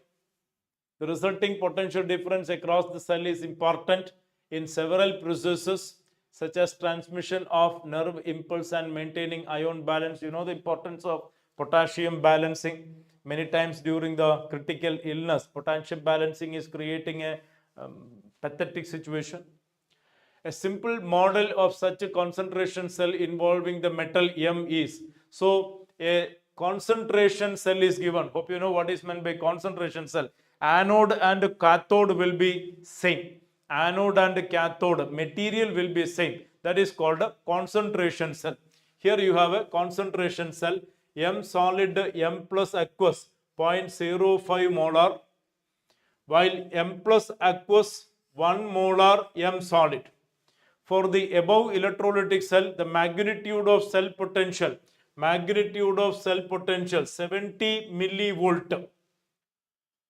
Following two questions. So this is a comprehension type question. Right? Following two questions for the above cell. So cell potential, magnitude of the cell potential given 70 millivolt. We have to check whether it is minus 70 or plus 70. We have to check whether it is minus 70 or plus 70. Potential EMF is given 70. Is it plus or minus?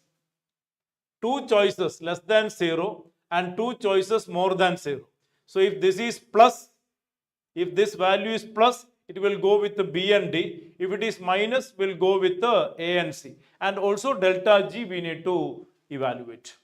So let us go for E cell is equal to E naught cell minus 0.06 by 1 log anode electrolyte, that is 0.05 5 into 10 power minus 2 divided by cathode electrolyte 1 molar. So that is E naught cell അവിടെ ഇരിക്കട്ടെ, തന്നിട്ടില്ലല്ലോ. E naught cell minus 0.06 log 5 into 10 power minus 2 log 5 into 10 power minus 2 log 5 into 10 power minus 2 Please understand, log 5 into 10 power minus 2, log 5, it is 0.7 plus log 10 power minus 2, minus 2. So it is minus 1.3. ശരിയല്ലേ? Log 5 into 10 power minus 2. Log 5 is log 10 by 2. Log 5 is log 10 by 2. Log 10 1 minus log 2 0.3. Right? That is 0.7. So log 5 will be 0.7 plus log 10 power minus 2. That is minus 2. Minus 2 with the 0.7 minus 1.3. Now minus 1.3. I forgot. It is concentration cell, no? So no need of E naught cell. E naught cell will be 0. For a concentration cell, E naught cell will be 0. For a concentration cell, E naught cell is equal to E naught cathode minus E naught anode. See, both are same material, right? Cathode and anode both are same material. So for concentration cell, E naught cell will be 0. So this is equal to 0 minus 0.06 into minus 1.3. So you will get plus. You will get plus. So I hope this when you work out, you will get 70 millivolt. Millivolt, ഇത് volt ആണ് കിട്ടുക കേട്ടോ. ഇത് volt ആണ് കിട്ടുക. Into 1000 ചെയ്ത് കഴിഞ്ഞാൽ into 1000 ചെയ്താൽ that will be 13 into 6. കിട്ടില്ലേ? കിട്ടും. 70, 13, somewhat in that range. 70 millivolt. So this when you work out, you will get 70 millivolt which is positive. 70 millivolt which is positive. Option A out, option C out. What about B and D? Which is the correct answer? B or D? E cell is greater than 0, delta G less than 0. Here it is delta G naught. So the answer is option box. Answer is option box. E cell is greater than 0. E cell is positive and delta G will be negative. Why delta G is negative? Delta G equal to minus NF E cell. Obviously, when this is positive, this will be negative. Alle? Yes. So the answer for that question is option box. അതിൽ 2 ചോദ്യം ഉണ്ട് കേട്ടോ. Following 2 questions for the above cell എന്നാ പറഞ്ഞത്. അപ്പൊ അതിന്റെ രണ്ടാമത്തെ ക്വസ്റ്റ്യനിലേക്ക് നോക്കാം. Second question. അതിലെ second question. If 0.05 molar solution M replaced by 0.0025 molar, then magnitude of the cell EMF, cell potential. അപ്പൊ ഈ കോൺസെൻട്രേഷൻ മാറ്റുക. നമ്മൾ നേരത്തെ എടുത്ത കോൺസെൻട്രേഷൻ എത്രയിടാം? നമ്മൾ നേരത്തെ എടുത്ത കോൺസെൻട്രേഷൻ 0.05 മോളാർ ആണ്. അതാണ് 5 into 10 power minus 2 എന്ന് കിട്ടിയത്. അപ്പൊ നേരത്തെ എടുത്ത കോൺസെൻട്രേഷൻ ഇങ്ങനെയായിരുന്നു കേട്ടോ. So it is E cell equal to E naught cell 0 minus 0.06 log 5 into 10 power minus 2. ഇതാണ് നമ്മൾ നേരത്തെ എടുത്തത്. And the value what we have got is 70 millivolt. Instead of this concentration, you are asked to take this concentration 0.0025. എന്താ സംഭവിക്കുക? നോക്കാം നമുക്ക് കേട്ടോ. എന്താ സംഭവിക്കുക? E dash cell equal to 0 minus 0.06 log 0.0025 എന്ന് പറയുമ്പോൾ 2.5 into 10 power minus 3 അല്ലേ? 2.5 into 10 power minus 3 എന്ന് വെച്ചാൽ നമുക്കിതിനെ ഇങ്ങനെ എടുത്തുവിടാം. Log 2.5 into 10 power minus 3 25 into 10 power minus 4 എന്ന് എഴുതിക്കൂടെ അല്ലേ? അങ്ങനെ എഴുതാം. എന്ന് വെച്ചാൽ log 5 into 10 power minus 2 square എന്ന് എഴുതിക്കൂടെ അല്ലേ? നോക്ക്, 5 into 10 power minus 2 സ്ക്വയർ എന്ന് എഴുതാം. That means 2 log 5 into 10 power minus 2 എന്ന് വെച്ചാൽ ഈ എക്സ്പ്രഷൻ നമുക്ക് ഇങ്ങനെ എഴുതാം. എങ്ങനെ? minus 0.06 into 2 into log 5 into 10 power minus 2 എന്ന് എഴുതാം. ശരിയല്ലേ? You see, this much part is 70 millivolt and you are getting the answer into 2. എവിടെ?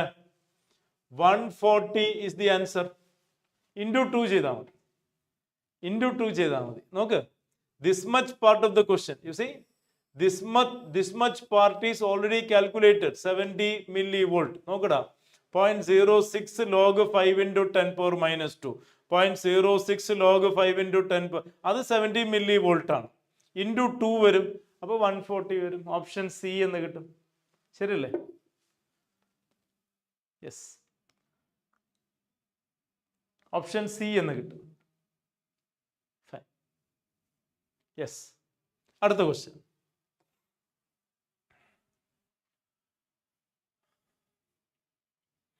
If the conductivity of mercury at 0 degree, 1.07 into 10 raised to 6 Siemens per centimeter, kappa given.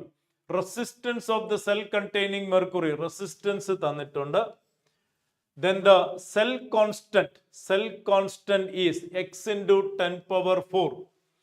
Cell constant x എത്ര എന്നാണ് ചോദ്യം. Simple അല്ലേ? Cell constant എങ്ങനെയൊക്കെയാണ്? G star is equal to kappa into R എന്നല്ലേ? Kappa equal to G star by R. രണ്ടും multiply ചെയ്താൽ പോലെ answer കിട്ടിയില്ലേ? യെസ്. എത്രയാ കാപ്പ വരുന്നത്? എത്രയാ? 1.07 into 10 raised to 6 into resistance 0.243. That will be the result. അത് 10 raised to 4 റിപ്പോർട്ട് ചെയ്യണം കേട്ടോ. 10 raised to 4 റിപ്പോർട്ട് ചെയ്യണം. അപ്പോൾ 107 ഇൻറ്റു 0.243 ഇൻറ്റു 10 raised to 4. ഇതാണ് ആൻസർ വരിക. റൈറ്റ്? അതായിരിക്കും റിപ്പോർട്ടഡ് ആൻസർ വരിക. അപ്പൊ എന്ത് വരും? 24, 25 അല്ലേ? ആ റേഞ്ചിലല്ലേ വരിക? 24, 25 വരിക. Let me tell you the correct reported figure.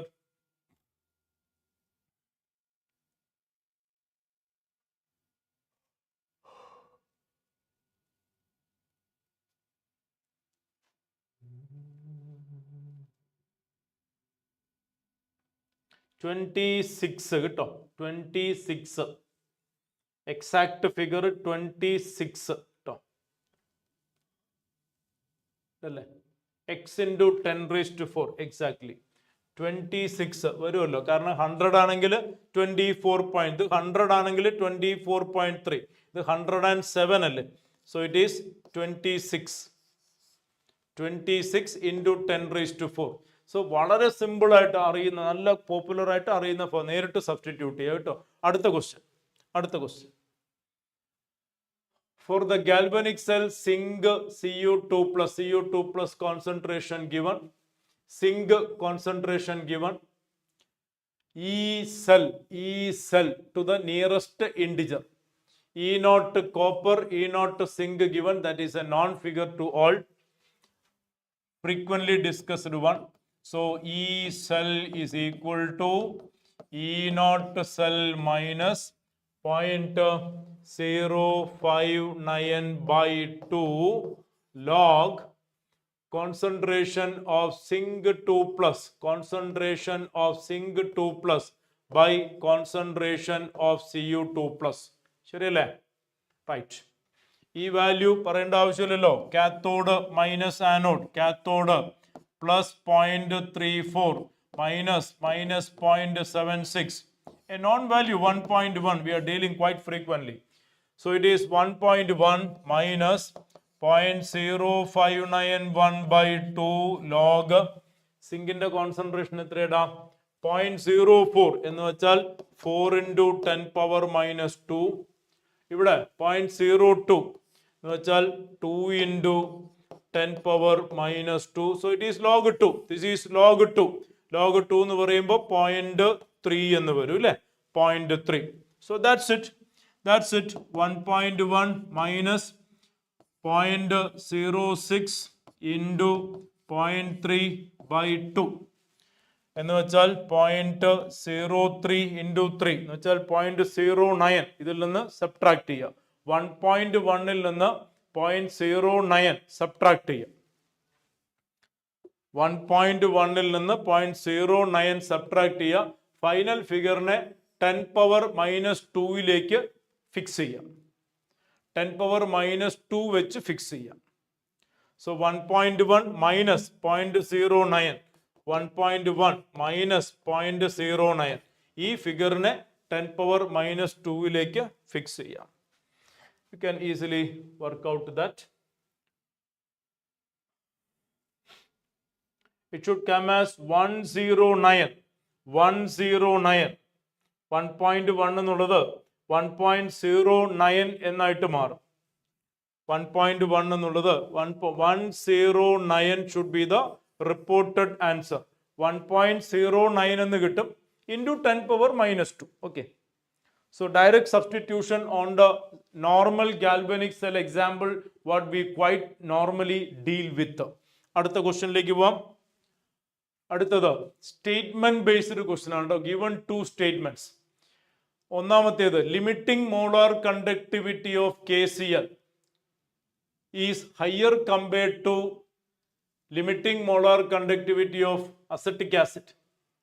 അപ്പോൾ KCl strong electrolyte, higher compared to acetic acid weak electrolyte.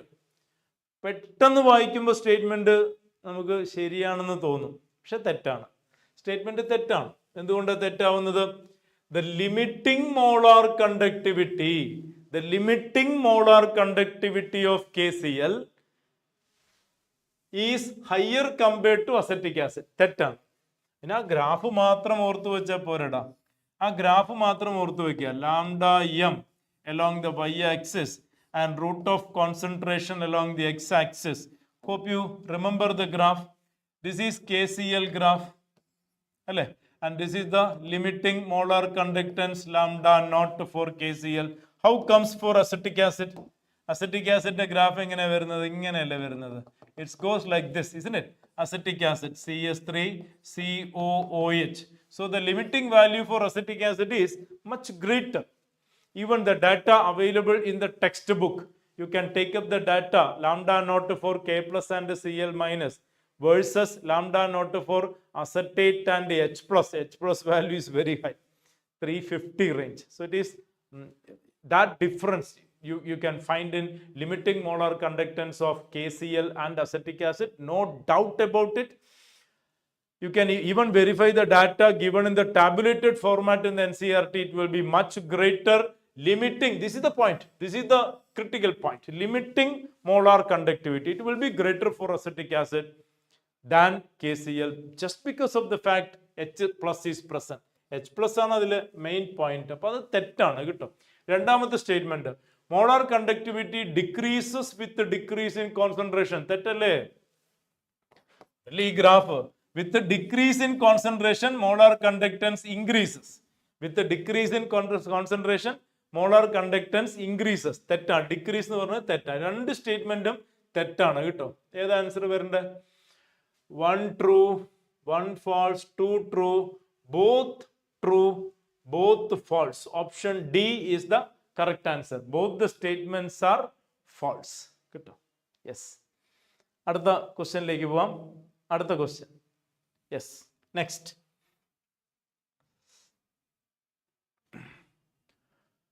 Resistance of a conductivity cell with a cell constant. Cell constant തന്നിട്ടുണ്ട്.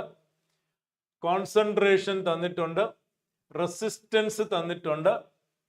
Molar conductivity of molar conductance കാണണം. Molar conductance കാണണം. എങ്ങനെ കാണാൻ പറയൂ? Lambda M equal to kappa 1000 by molarity. അതിൽ concentration തന്നിട്ടുണ്ട്, നേരിട്ട് തന്നിട്ടുണ്ട്. കാപ്പ അറിയില്ല. കാപ്പ എങ്ങനെയാ കാണാൻ മക്കളെ? Kappa is G star by resistance അല്ലേ? So G star by resistance, that is kappa into 1000 by molarity. G star എവിടെ? Cell constant 1.14. 1.14 1000 divided by R എവിടെടാ? 1500. concentration of 0.001 10 power minus 3. 10 power minus 3. ഇത് ഇവിടെ കട്ട് ചെയ്ത് അല്ല ഇതോ ഏതെങ്കിലും ഒന്ന് കട്ട് ചെയ്താൽ 1.5 എന്ന് പറയും. അപ്പോൾ 1.14ഉം 1.5ഉം either this or this ഏതെങ്കിലും ഒന്ന് കട്ട് ചെയ്യാം. അപ്പോൾ ഇതെങ്ങനെ നിന്നു 10 power 3 10 power 3 ശരിയല്ലേ? 1.14ഉം 1.5ഉം 10 power 3.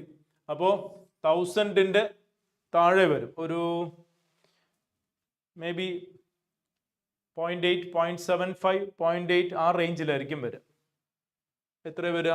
1.1ഉം 1.5ഉം 1.1ഉം 1.5ഉം. I hope it is in the range of 0.75 something. അങ്ങനെയാണെങ്കിൽ 750 എന്ന ആൻസർ വരും. 750 നമുക്ക് നോക്കാം. എക്സാക്ട് ഫിഗർ ഇതാണ് ഞാൻ നേരത്തെ പറഞ്ഞത് കേട്ടോ. ലാംഡ നോട്ട് അസറ്റിക് ആസിഡ് 390ഉം KCl 150യുമേ ഉള്ളൂ കേട്ടോ, just because of H plus quantity. Yes 760 കേട്ടോ, 760 ഞാൻ 7.75 എന്ന് 76.76 ക്ലോസ് ഫിഗർ 7.5 അപ്രോക്സിമേറ്റ് ആണ് ഞാൻ പറഞ്ഞത്. വർക്കൗട്ട് ചെയ്ത് നോക്കണം കേട്ടോ. ഇൻഡിജർ ഞാൻ പറയേണ്ട ആവശ്യമില്ല. ഇൻഡിജർ ടൈപ്പ് ക്വസ്റ്റ്യൻസിലെല്ലാം, ന്യൂമറിക്കൽ ക്വസ്റ്റ്യൻസിലെല്ലാം എത്ര ഡിജിറ്റ് ആണ് അത് കൃത്യമായിട്ട് എത്രയാണോ ആവശ്യം വരുന്നത് അതുവരെ വർക്കൗട്ട് ചെയ്ത് നോക്കുക തന്നെ വേണം. റൈറ്റ്? യെസ്. അപ്പോൾ 0.75 1000 ഇവിടെ ഉണ്ടല്ലോ. അപ്പോൾ 750 760 ആ 760 ആണ് കറക്റ്റ് റിപ്പോർട്ടഡ് ഫിഗർ കേട്ടോ. 760 ആണ്. അടുത്ത ക്വസ്റ്റ്യനിലേക്ക് പോവാം. മാച്ചിങ് ആണ്. മാച്ചിങ് ദ ലിസ്റ്റ് ആണ്. Matching list 1 list 2. Cell constant ഇത് എന്താ? ഇപ്പൊ എനിക്ക് തോന്നുന്നു ഇവിടെ ഇതുണ്ടാവും അല്ലേ? A B C D അങ്ങനെ ആയിരിക്കണം. ABCD correct. ABCD 1 2 3 4 അങ്ങനെ ആയിരിക്കണം. So A cell constant, B molar conductivity, C simply conductivity, D degree of dissociation of electrolyte, 1 ആ യൂണിറ്റുകളും. ഓക്കെ. സെൽ കോൺസ്റ്റന്റ് അറിയാലോ, മീറ്റർ ഇൻവേഴ്സ് ആണ്. സെൽ കോൺസ്റ്റന്റ് എക്ക് 3 വരണം. അപ്പൊ ഈ രണ്ട് ചോയ്സ് അങ്ങ് കട്ട് ചെയ്തു. എക്ക് 3 വരണം. Here you have A3 and A3. B1 സിയോ ഡിയോ നോക്കിയാൽ പോരെ. ഡി എന്താണ്? ഡിഗ്രി ഓഫ് ഡിസോസിയേഷൻ ഡയമെൻഷൻ ഇല്ലല്ലോ. ഡിഗ്രി ഓഫ് ഡിസോസിയേഷൻ 2 എന്ന് വരണം. So A is the correct answer. Let us verify. First choice is the correct answer. Cell constant ഇത്. So A3. B1 ആണോ നോക്ക് മക്കളെ. മോളാർ കണ്ടക്ടിവിറ്റി 1 കറക്റ്റ് അല്ലേ?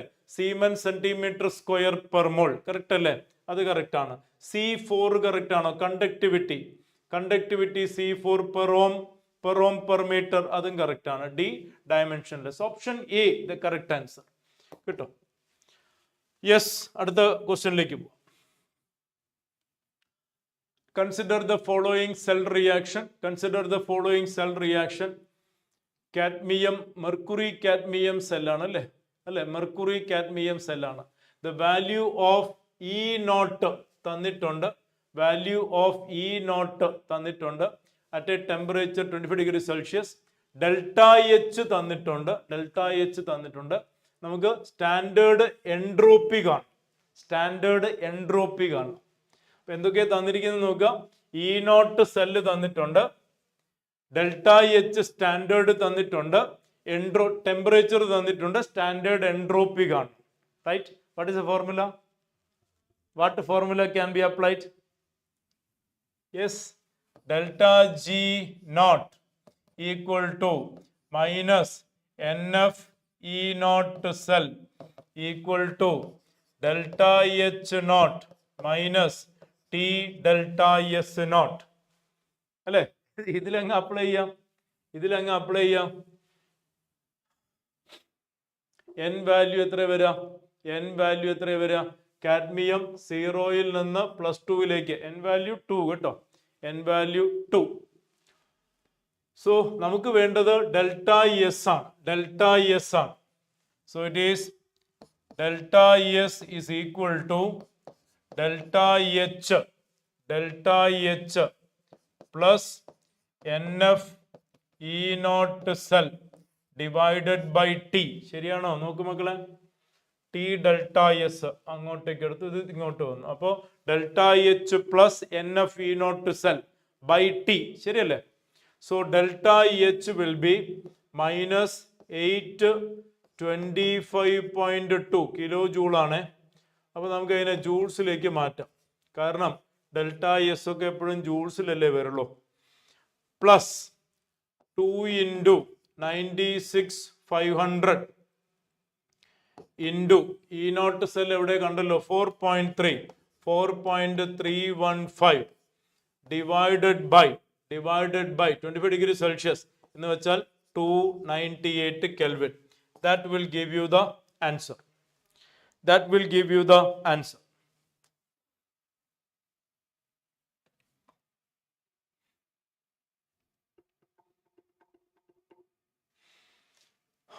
എത്ര വരും? ഇവിടെ ഒരു 1000 ഉണ്ട്, ഇവിടെയും നമുക്കൊരു 1000 എടുക്കാം കേട്ടോ.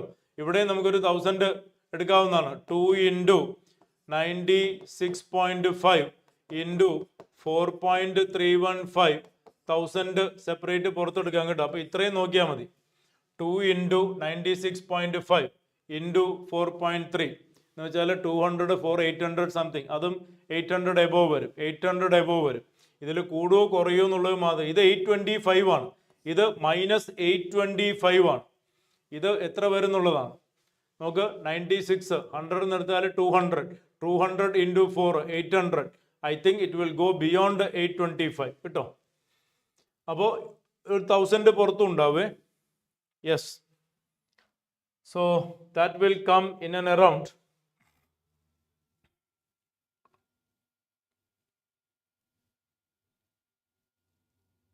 yes. ഇത് കണ്ടോ? That was a correct assumption. 825 ഇവിടെയും 832 വരുന്നുണ്ട്. 825ഉം 832ഉം വരുന്നുണ്ട് കേട്ടോ. So definitely it will be positive. Delta S will be positive and it will give this figure approximately 7.4 10 power 3 by 298 25 range വരും. 25 range and is 750/3 somewhat 750/3. ഈ ഒരു difference ഈ 825ഉം ഇതും വരുന്നത് ഏകദേശം 7.5 ആയിരിക്കും. ഇൻറ്റു ഒരു 1000 വരുന്നുണ്ട്, ഇവിടെ ഒരു 1000 വേറെ ഉണ്ട് കേട്ടോ. ഡിവൈഡഡ് ബൈ 298 ചെയ്യുന്ന സമയത്ത് 750/300 750/300 അതായത് 75/3 75/25 റേഞ്ച് കേട്ടോ. അതാണ് ആൻസർ റിപ്പോർട്ട് ചെയ്തിരിക്കുന്നതും ആ റേഞ്ചിലാണ്, 25 റേഞ്ചിലാണ് റിപ്പോർട്ടഡ്, 25 ജൂൾസിലാണ് റിപ്പോർട്ടഡ് ആൻസർ കേട്ടോ. അത് വർക്കൗട്ട് ചെയ്യാം, കൃത്യമായിട്ടൊന്ന് വർക്കൗട്ട് ചെയ്യാം. When you practice the question, try to work out the correct figure, because many times not necessarily the rounded of the figure asked, it may be അല്ലാതെ വന്നേക്കാം. അപ്പം എന്താ കൃത്യമായിട്ട് workout ചെയ്തോളാം. ന്യൂമറിക്കൽ പാർട്ടെല്ലാം കൃത്യമായിട്ട് വർക്കൗട്ട് ചെയ്ത് നോക്കുക കേട്ടോ. ഇത് 20 സ്ലൈറ്റ്ലി ഗ്രേറ്റർ ദാൻ 25 അപ്പൊ ഇതിലൊരു 1000 എടുത്ത് പുറത്തിടുക, ബാക്കി വർക്കൗട്ട് ചെയ്ത് നോക്കുക. You will get A difference. Slightly ഇതിനാണ് അപ്പർ ഹാൻഡ് കിട്ടുക, അപ്പോൾ പോസിറ്റീവ് ആണ് വരിക, എൻട്രോപ്പി പോസിറ്റീവ് ആയിട്ടാണ് വരിക കേട്ടോ. യെസ്, അടുത്ത ക്വസ്റ്റ്യനിലേക്ക് പോവാം. Next one. once again in the electrochemical cell zinc copper couple ആണ് കേട്ടോ, zinc copper couple. EMF of the Daniell cell is E1. ഇതിന്റെ EMF E1. When the concentration of zinc sulfate changed to 1 molar and that of copper changed to 0.01 molar, EMF changes to. ഇപ്പൊ തന്നിരിക്കുന്ന cell നോക്കണേ. ഇപ്പൊ തന്നിരിക്കുന്ന cell ഇങ്ങനെയാണ്. It is given as zinc bar zinc 2+. ഇതിന്റെ quantity 0.01 molar ആണ്. അപ്പുറത്ത് Cu2+ന്റെ quantity 1 molar ആണ് /Cu. ഇത് നേരെ തിരിച്ചിട്ടാൽ എന്ത് സംഭവിക്കും എന്നാണ് ചോദ്യം. ആ കോൺസെൻട്രേഷൻസ് നേരെ തിരിച്ചിട്ട് കഴിഞ്ഞാൽ എന്ത് സംഭവിക്കും എന്നാണ് ചോദ്യം. നോക്ക്, സിങ്ക് സൾഫേറ്റിന്റെ കോൺസെൻട്രേഷൻ 1 മോളാർ ആക്കുക, കോപ്പർ സൾഫേറ്റിന്റെ കോൺസെൻട്രേഷൻ 0.01 മോൾ ആക്കുക. അപ്പൊ എന്ത് സംഭവിക്കും എന്നാണ് ചോദ്യം. Right? Suppose it is taken like this. Zinc Zn2+, ഇത് 1 മോളാർ എടുക്കുക, Cu2+, 0.01 മോളാർ Cu, ഇങ്ങനെ എടുത്തു കഴിഞ്ഞാൽ എന്ത് സംഭവിക്കും എന്നാണ് ചോദിക്കുന്നത്. Very simple to answer without checking anything. But anyway, let's see. E cell is equal to E naught cell minus 0.06/2 log Zn2+ concentration by Cu2+ concentration. ഒന്ന് നോക്കിയേ മക്കളെ, ഇവിടെ 10⁻², ഇവിടെ 1 എന്ന് വെച്ചാൽ log 10⁻² എന്ന് വരും ഇല്ലേ? log 10⁻² എന്ന് വരും. That is -2 log 10 എന്ന് വരും. That is -2. I am talking about the log part. ഇവിടെ -2 എന്ന് വരും. minus of minus plus ആവും. Right? So here the calculation will be E0 cell. ഇവിടെ ഒരു മൈനസ്, log 10⁻², -2 log 10, -2 എന്ന് വരും. minus of -2. അപ്പോൾ പ്ലസ് 0.06 എന്നാണ് കിട്ടുക. കാരണം ആ 2ഉം ഈ 2ഉം ക്യാൻസൽ ആയി. സോ ഈ cell is equal to E naught cell minus 0.06/2 log 10⁻². സോ -2 log 10, that is -2. minus of minus plus 2 cancels. You get this. What about here? ഇവിടെ എന്ത് സംഭവിക്കും? പറയേണ്ട കാര്യമുണ്ടോ? നേരെ തിരിച്ചല്ലേ സംഭവിക്കുക, എഴുതേണ്ട ആവശ്യമില്ല. എന്നാലും എഴുതി നോക്കാം. ഈ cell is equal to E naught cell minus 0.06/2 log ന്യൂമറേറ്ററിൽ 1ഉം ഡിനോമിനേറ്ററിൽ 10⁻² ആവും. അപ്പൊ എന്താ ഇവിടെ സംഭവിക്കാൻ പോകുന്നത് നോക്ക്. log 2 എന്നല്ലേ വരിക മക്കളെ? ഐ മീൻ log 10⁻² എന്നല്ലേ വരിക? ദാറ്റ് ഈസ് 2 log 10, 2 എന്നാവും. അപ്പൊ എന്താ ഇവിടെ സംഭവിക്കാൻ പോകുന്നത്? ഇവിടെ വരാൻ പോകുന്നത് E naught cell minus 0.06/2 into 2. അപ്പൊ ഇവിടെ പ്ലസ് 0.06 വോൾട്ട് എന്ന് വരും, ഇവിടെ മൈനസ് 0.06 വോൾട്ട് എന്ന് വരും. അപ്പൊ ഇവിടെ EMF of the cell E naught cell plus 0.06 volt, 60 milli volt extra കൂടും, ഇവിടെ 60 മില്ലി വോൾട്ട് കുറയും. Right? So which is greater? Here it is reported as E1. Here it is reported as E2. No doubt, without any of this calculation, you must be able to comment option C is the correct answer. E1 greater than E2, E2 less than E1, because you've been taught in the classes and നോട്ടിലൊക്കെ എഴുതി വെച്ചിട്ടുണ്ടാവും. നമുക്ക് maximum EMF കിട്ടുന്നത് എപ്പോഴാണ്? Anode cathode ഇലക്ട്രോലൈറ്റിന്റെ concentration എങ്ങനെ വരണം? Anode concentration should be, anode electrolyte should be A dilute solution and the cathode electrolyte should be a concentrated solution. So how should be the nature of concentration in the two electrolytes, anode and cathode? Anode and cathode ഇങ്ങനെ ഉണ്ടാവണം അല്ലെ? Anode electrolyte dilute solution ആയിരിക്കും, low concentration ആയിരിക്കണം. Cathode high concentration ആയിരിക്കണം. And on the course of time as the cell reaction proceed, concentration of anode increases and the concentration of cathode decreases. This is what happening. So anode electrolyte should be a dilute solution and the cathode electrolyte should be a concentrated solution if you want to get a maximum EMF. അല്ലേ? Yes. അപ്പം അത് മാത്രം നോക്കിയാൽ മതി. ഇപ്പം ഇങ്ങനെ തന്നു കഴിഞ്ഞാൽ മാക്സിമം EMF ആയിരിക്കും, ഇങ്ങനെ തന്നു കഴിഞ്ഞാൽ EMF കുറയുക ചെയ്യുക. അപ്പം ഇവിടെ 60 മില്ലി വോൾട്ട് പ്ലസ് ആയിരിക്കും, ഇവിടെ 60 മില്ലി വോൾട്ട് മൈനസ് ആയിരിക്കും. And there can be a beautiful another question. ഇതേ ക്വസ്റ്റ്യൻ തന്നെ ബ്രാൻഡ് ന്യൂ ആയിട്ട് നമുക്ക് പ്രസന്റ് ചെയ്യാം. എങ്ങനെ പറ? ഈ ചോദ്യം ബ്രാൻഡ് ന്യൂ ക്വസ്റ്റ്യൻ ആയിട്ട് പ്രസന്റ് ചെയ്യാം. ഒരുപക്ഷെ എവിടെയും നിങ്ങളത് കണ്ടിട്ടുണ്ടാവാൻ സാധ്യതയില്ല. കാരണം ഞാൻ പറഞ്ഞല്ലോ, ഇപ്പോ മനസ്സിൽ വന്ന ഒരു ബ്രാൻഡ് ന്യൂ ക്വസ്റ്റ്യൻ. എങ്ങനെയത്? ഇങ്ങനെ രണ്ട് കണ്ടീഷൻ തന്നിട്ട് ചോദിക്കുകയാണ് what is the difference in potential. Difference in potential എത്രയായിരിക്കും? എത്രയായിരിക്കും പറ. ഇവിടെ 60 മില്ലി വോൾട്ട് പ്ലസ്, ഇവിടെ 60 milli volt minus. Difference in potential എത്രയായിരിക്കും? ഇവിടുന്ന് ഇവിടേക്ക് എത്ര വോൾട്ടേജ് കൂടുന്നു കുറയുന്നു? 4 ചോയ്സ് ആയി. Increases, decreases. Increases by this much, decreases by this much. Right? Increase ചെയ്യണോ ഡിക്രീസ് ചെയ്യണോ? ഡിക്രീസ് ചെയ്യണം ചെയ്യുക അല്ലെ? ഡിക്രീസ് ചെയ്യണം ചെയ്യുക. എത്ര decrease? That's a brand new question. എത്ര ഡിക്രീസ് ചെയ്യും? എത്ര പറ. Yes, it is 120 milli volt അല്ലെ? ഇവിടെ നോക്ക് 60 മില്ലി വോൾട്ട്, 0.06 വോൾട്ട് എന്ന് വെച്ചാൽ 60 മില്ലി വോൾട്ട് പ്ലസ് ആണ്, ഇവിടെ 60 മില്ലി വോൾട്ട് മൈനസ് ആണ്. അപ്പോൾ ഡിഫറൻസ് എന്ത് വരും? 120 മില്ലി വോൾട്ട് ഡ്രോപ്പ് വരും. Hope you get the question. Hope you get the question. Same question, ഡിക്റ്റോ question can be made into a brand new format. ഈ രണ്ട് സെല്ലുകൾ തമ്മിലുള്ള ഡിഫറൻസ് അത് ചോയ്സ് എങ്ങനെ വരാം? Increases by decreases by. Increases by this much, decreases by this much. അപ്പോൾ increases by 60 milli volt, decreases by 60 millivolt, increases by 120 millivolt, decreases by 120 millivolt. Answer will be from this to this, decreases by 120 millivolt എന്ന answer കിട്ടും. ശരിയല്ലേ?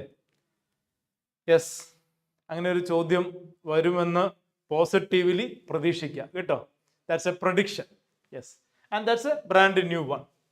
Okay, അടുത്ത ചോദ്യത്തിലേക്ക് പോകാം.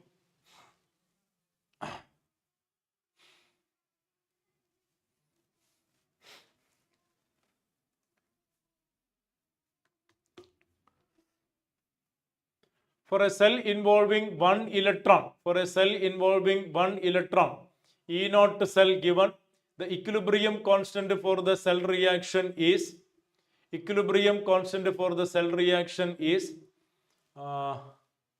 അതാണ് കണ്ടുപിടിക്കേണ്ടത് അല്ലേ? Equilibrium constant for the cell reaction അതാണ് കണ്ടുപിടിക്കേണ്ടത്. ഇ നോട്ട് സെല്ലാണോ ഈ സെല്ലാണോ? Yes, for the cell reaction E naught cell ആണ് അല്ലേ? E naught cell given, we need to find out the equilibrium constant. Yes, so E naught cell equal to 0.0591 by n equal to 1 എന്ന് എവിടെ വായിച്ചില്ലേ? Involving 1 electron എന്നല്ലേ? Involving 1 electron. log k ഇത് എത്രയാണ്? 0.59 ആണ് കേട്ടോ. So it is 0.59 equal to 0.0591 log k. Therefore log k is equal to എത്ര വരും ഇവിടെ? ഇത് 10 ടൈംസ് അല്ലേ? log k equal to 10. So k equal to 10 power 10. K is equal to 10 power 10. Right? Yes. ഒന്നോ രണ്ടോ ചോദ്യങ്ങളും കൂടെ ബാക്കിയുണ്ടെന്ന് തോന്നുന്നു അല്ലേ? ഒന്നോ രണ്ടോ ചോദ്യങ്ങളും കൂടെ ബാക്കിയുണ്ടെന്ന് തോന്നുന്നു. ഞാൻ സമയം ശ്രദ്ധിച്ചില്ല, ഇപ്പോഴാണ് ഞാൻ സമയം ശ്രദ്ധിച്ചത്. യെസ്, ഇറ്റ് ഈസ് നമ്മുടെ സമയം ക്രോസ് ചെയ്തിരിക്കുന്നു അല്ലേ? 6:30 ആണ് നിർത്തേണ്ടുന്ന സമയം, അത് ക്രോസ് ചെയ്തിരിക്കുന്നു. യെസ്, എത്ര ചോദ്യമുണ്ട്? 2 ചോദ്യങ്ങളും കൂടിയുണ്ട് കേട്ടോ. അപ്പം 2 ചോദ്യങ്ങൾ നിങ്ങൾ ഹോംവർക്കായിട്ട് ചെയ്തു നോക്കുക. 2 ചോദ്യങ്ങളേ ഉള്ളൂ, സിമിലർ ക്വസ്റ്റ്യൻ ഓൺലി. അത് ഹോംവർക്കായിട്ട് ചെയ്തു നോക്കുക കേട്ടോ. Yes, any doubt if you find in those questions or any other similar questions നമുക്ക് ഇൻട്രാക്ട് ചെയ്യാം. മറ്റേതെങ്കിലും ഡൗട്ട് ഉണ്ടെങ്കിൽ അതും നമുക്ക് ഇൻട്രാക്ട് ചെയ്യാം കേട്ടോ. ഡൗട്ട്സ് ഉള്ളതൊക്കെ നിങ്ങൾ ചോദിക്കാൻ തയ്യാറാവുക. ഓക്കെ, അപ്പോൾ നമുക്ക് നാളെ മറ്റൊരു ചാപ്റ്ററുമായിട്ട് മീറ്റ് ചെയ്യാം. Okay, so let's wind up for the day. Yes, bye, take care, see you. എല്ലാവരും നന്നായിട്ട് അടിപൊളിയായിട്ട് പഠിക്കുക. കേട്ടോ. ഓക്കെ, ഓരോ ചാപ്റ്ററും നല്ല ആത്മാർത്ഥമായിട്ട് റിവൈസ് ചെയ്യുക, പ്രോബ്ലംസ് ഒക്കെ വർക്കൗട്ട് ചെയ്യാം. യെസ്, ഇൻറ്റിജർ പ്രോബ്ലംസ് കംപ്ലീറ്റ് ആയിട്ട് വർക്കൗട്ട് ചെയ്ത് പ്രാക്ടീസ് ചെയ്യുക കേട്ടോ. സംശയങ്ങളുള്ളത് മടി കൂടാതെ ചോദിക്കാൻ മുന്നോട്ട് വരിക. Okay, bye, see you, take care.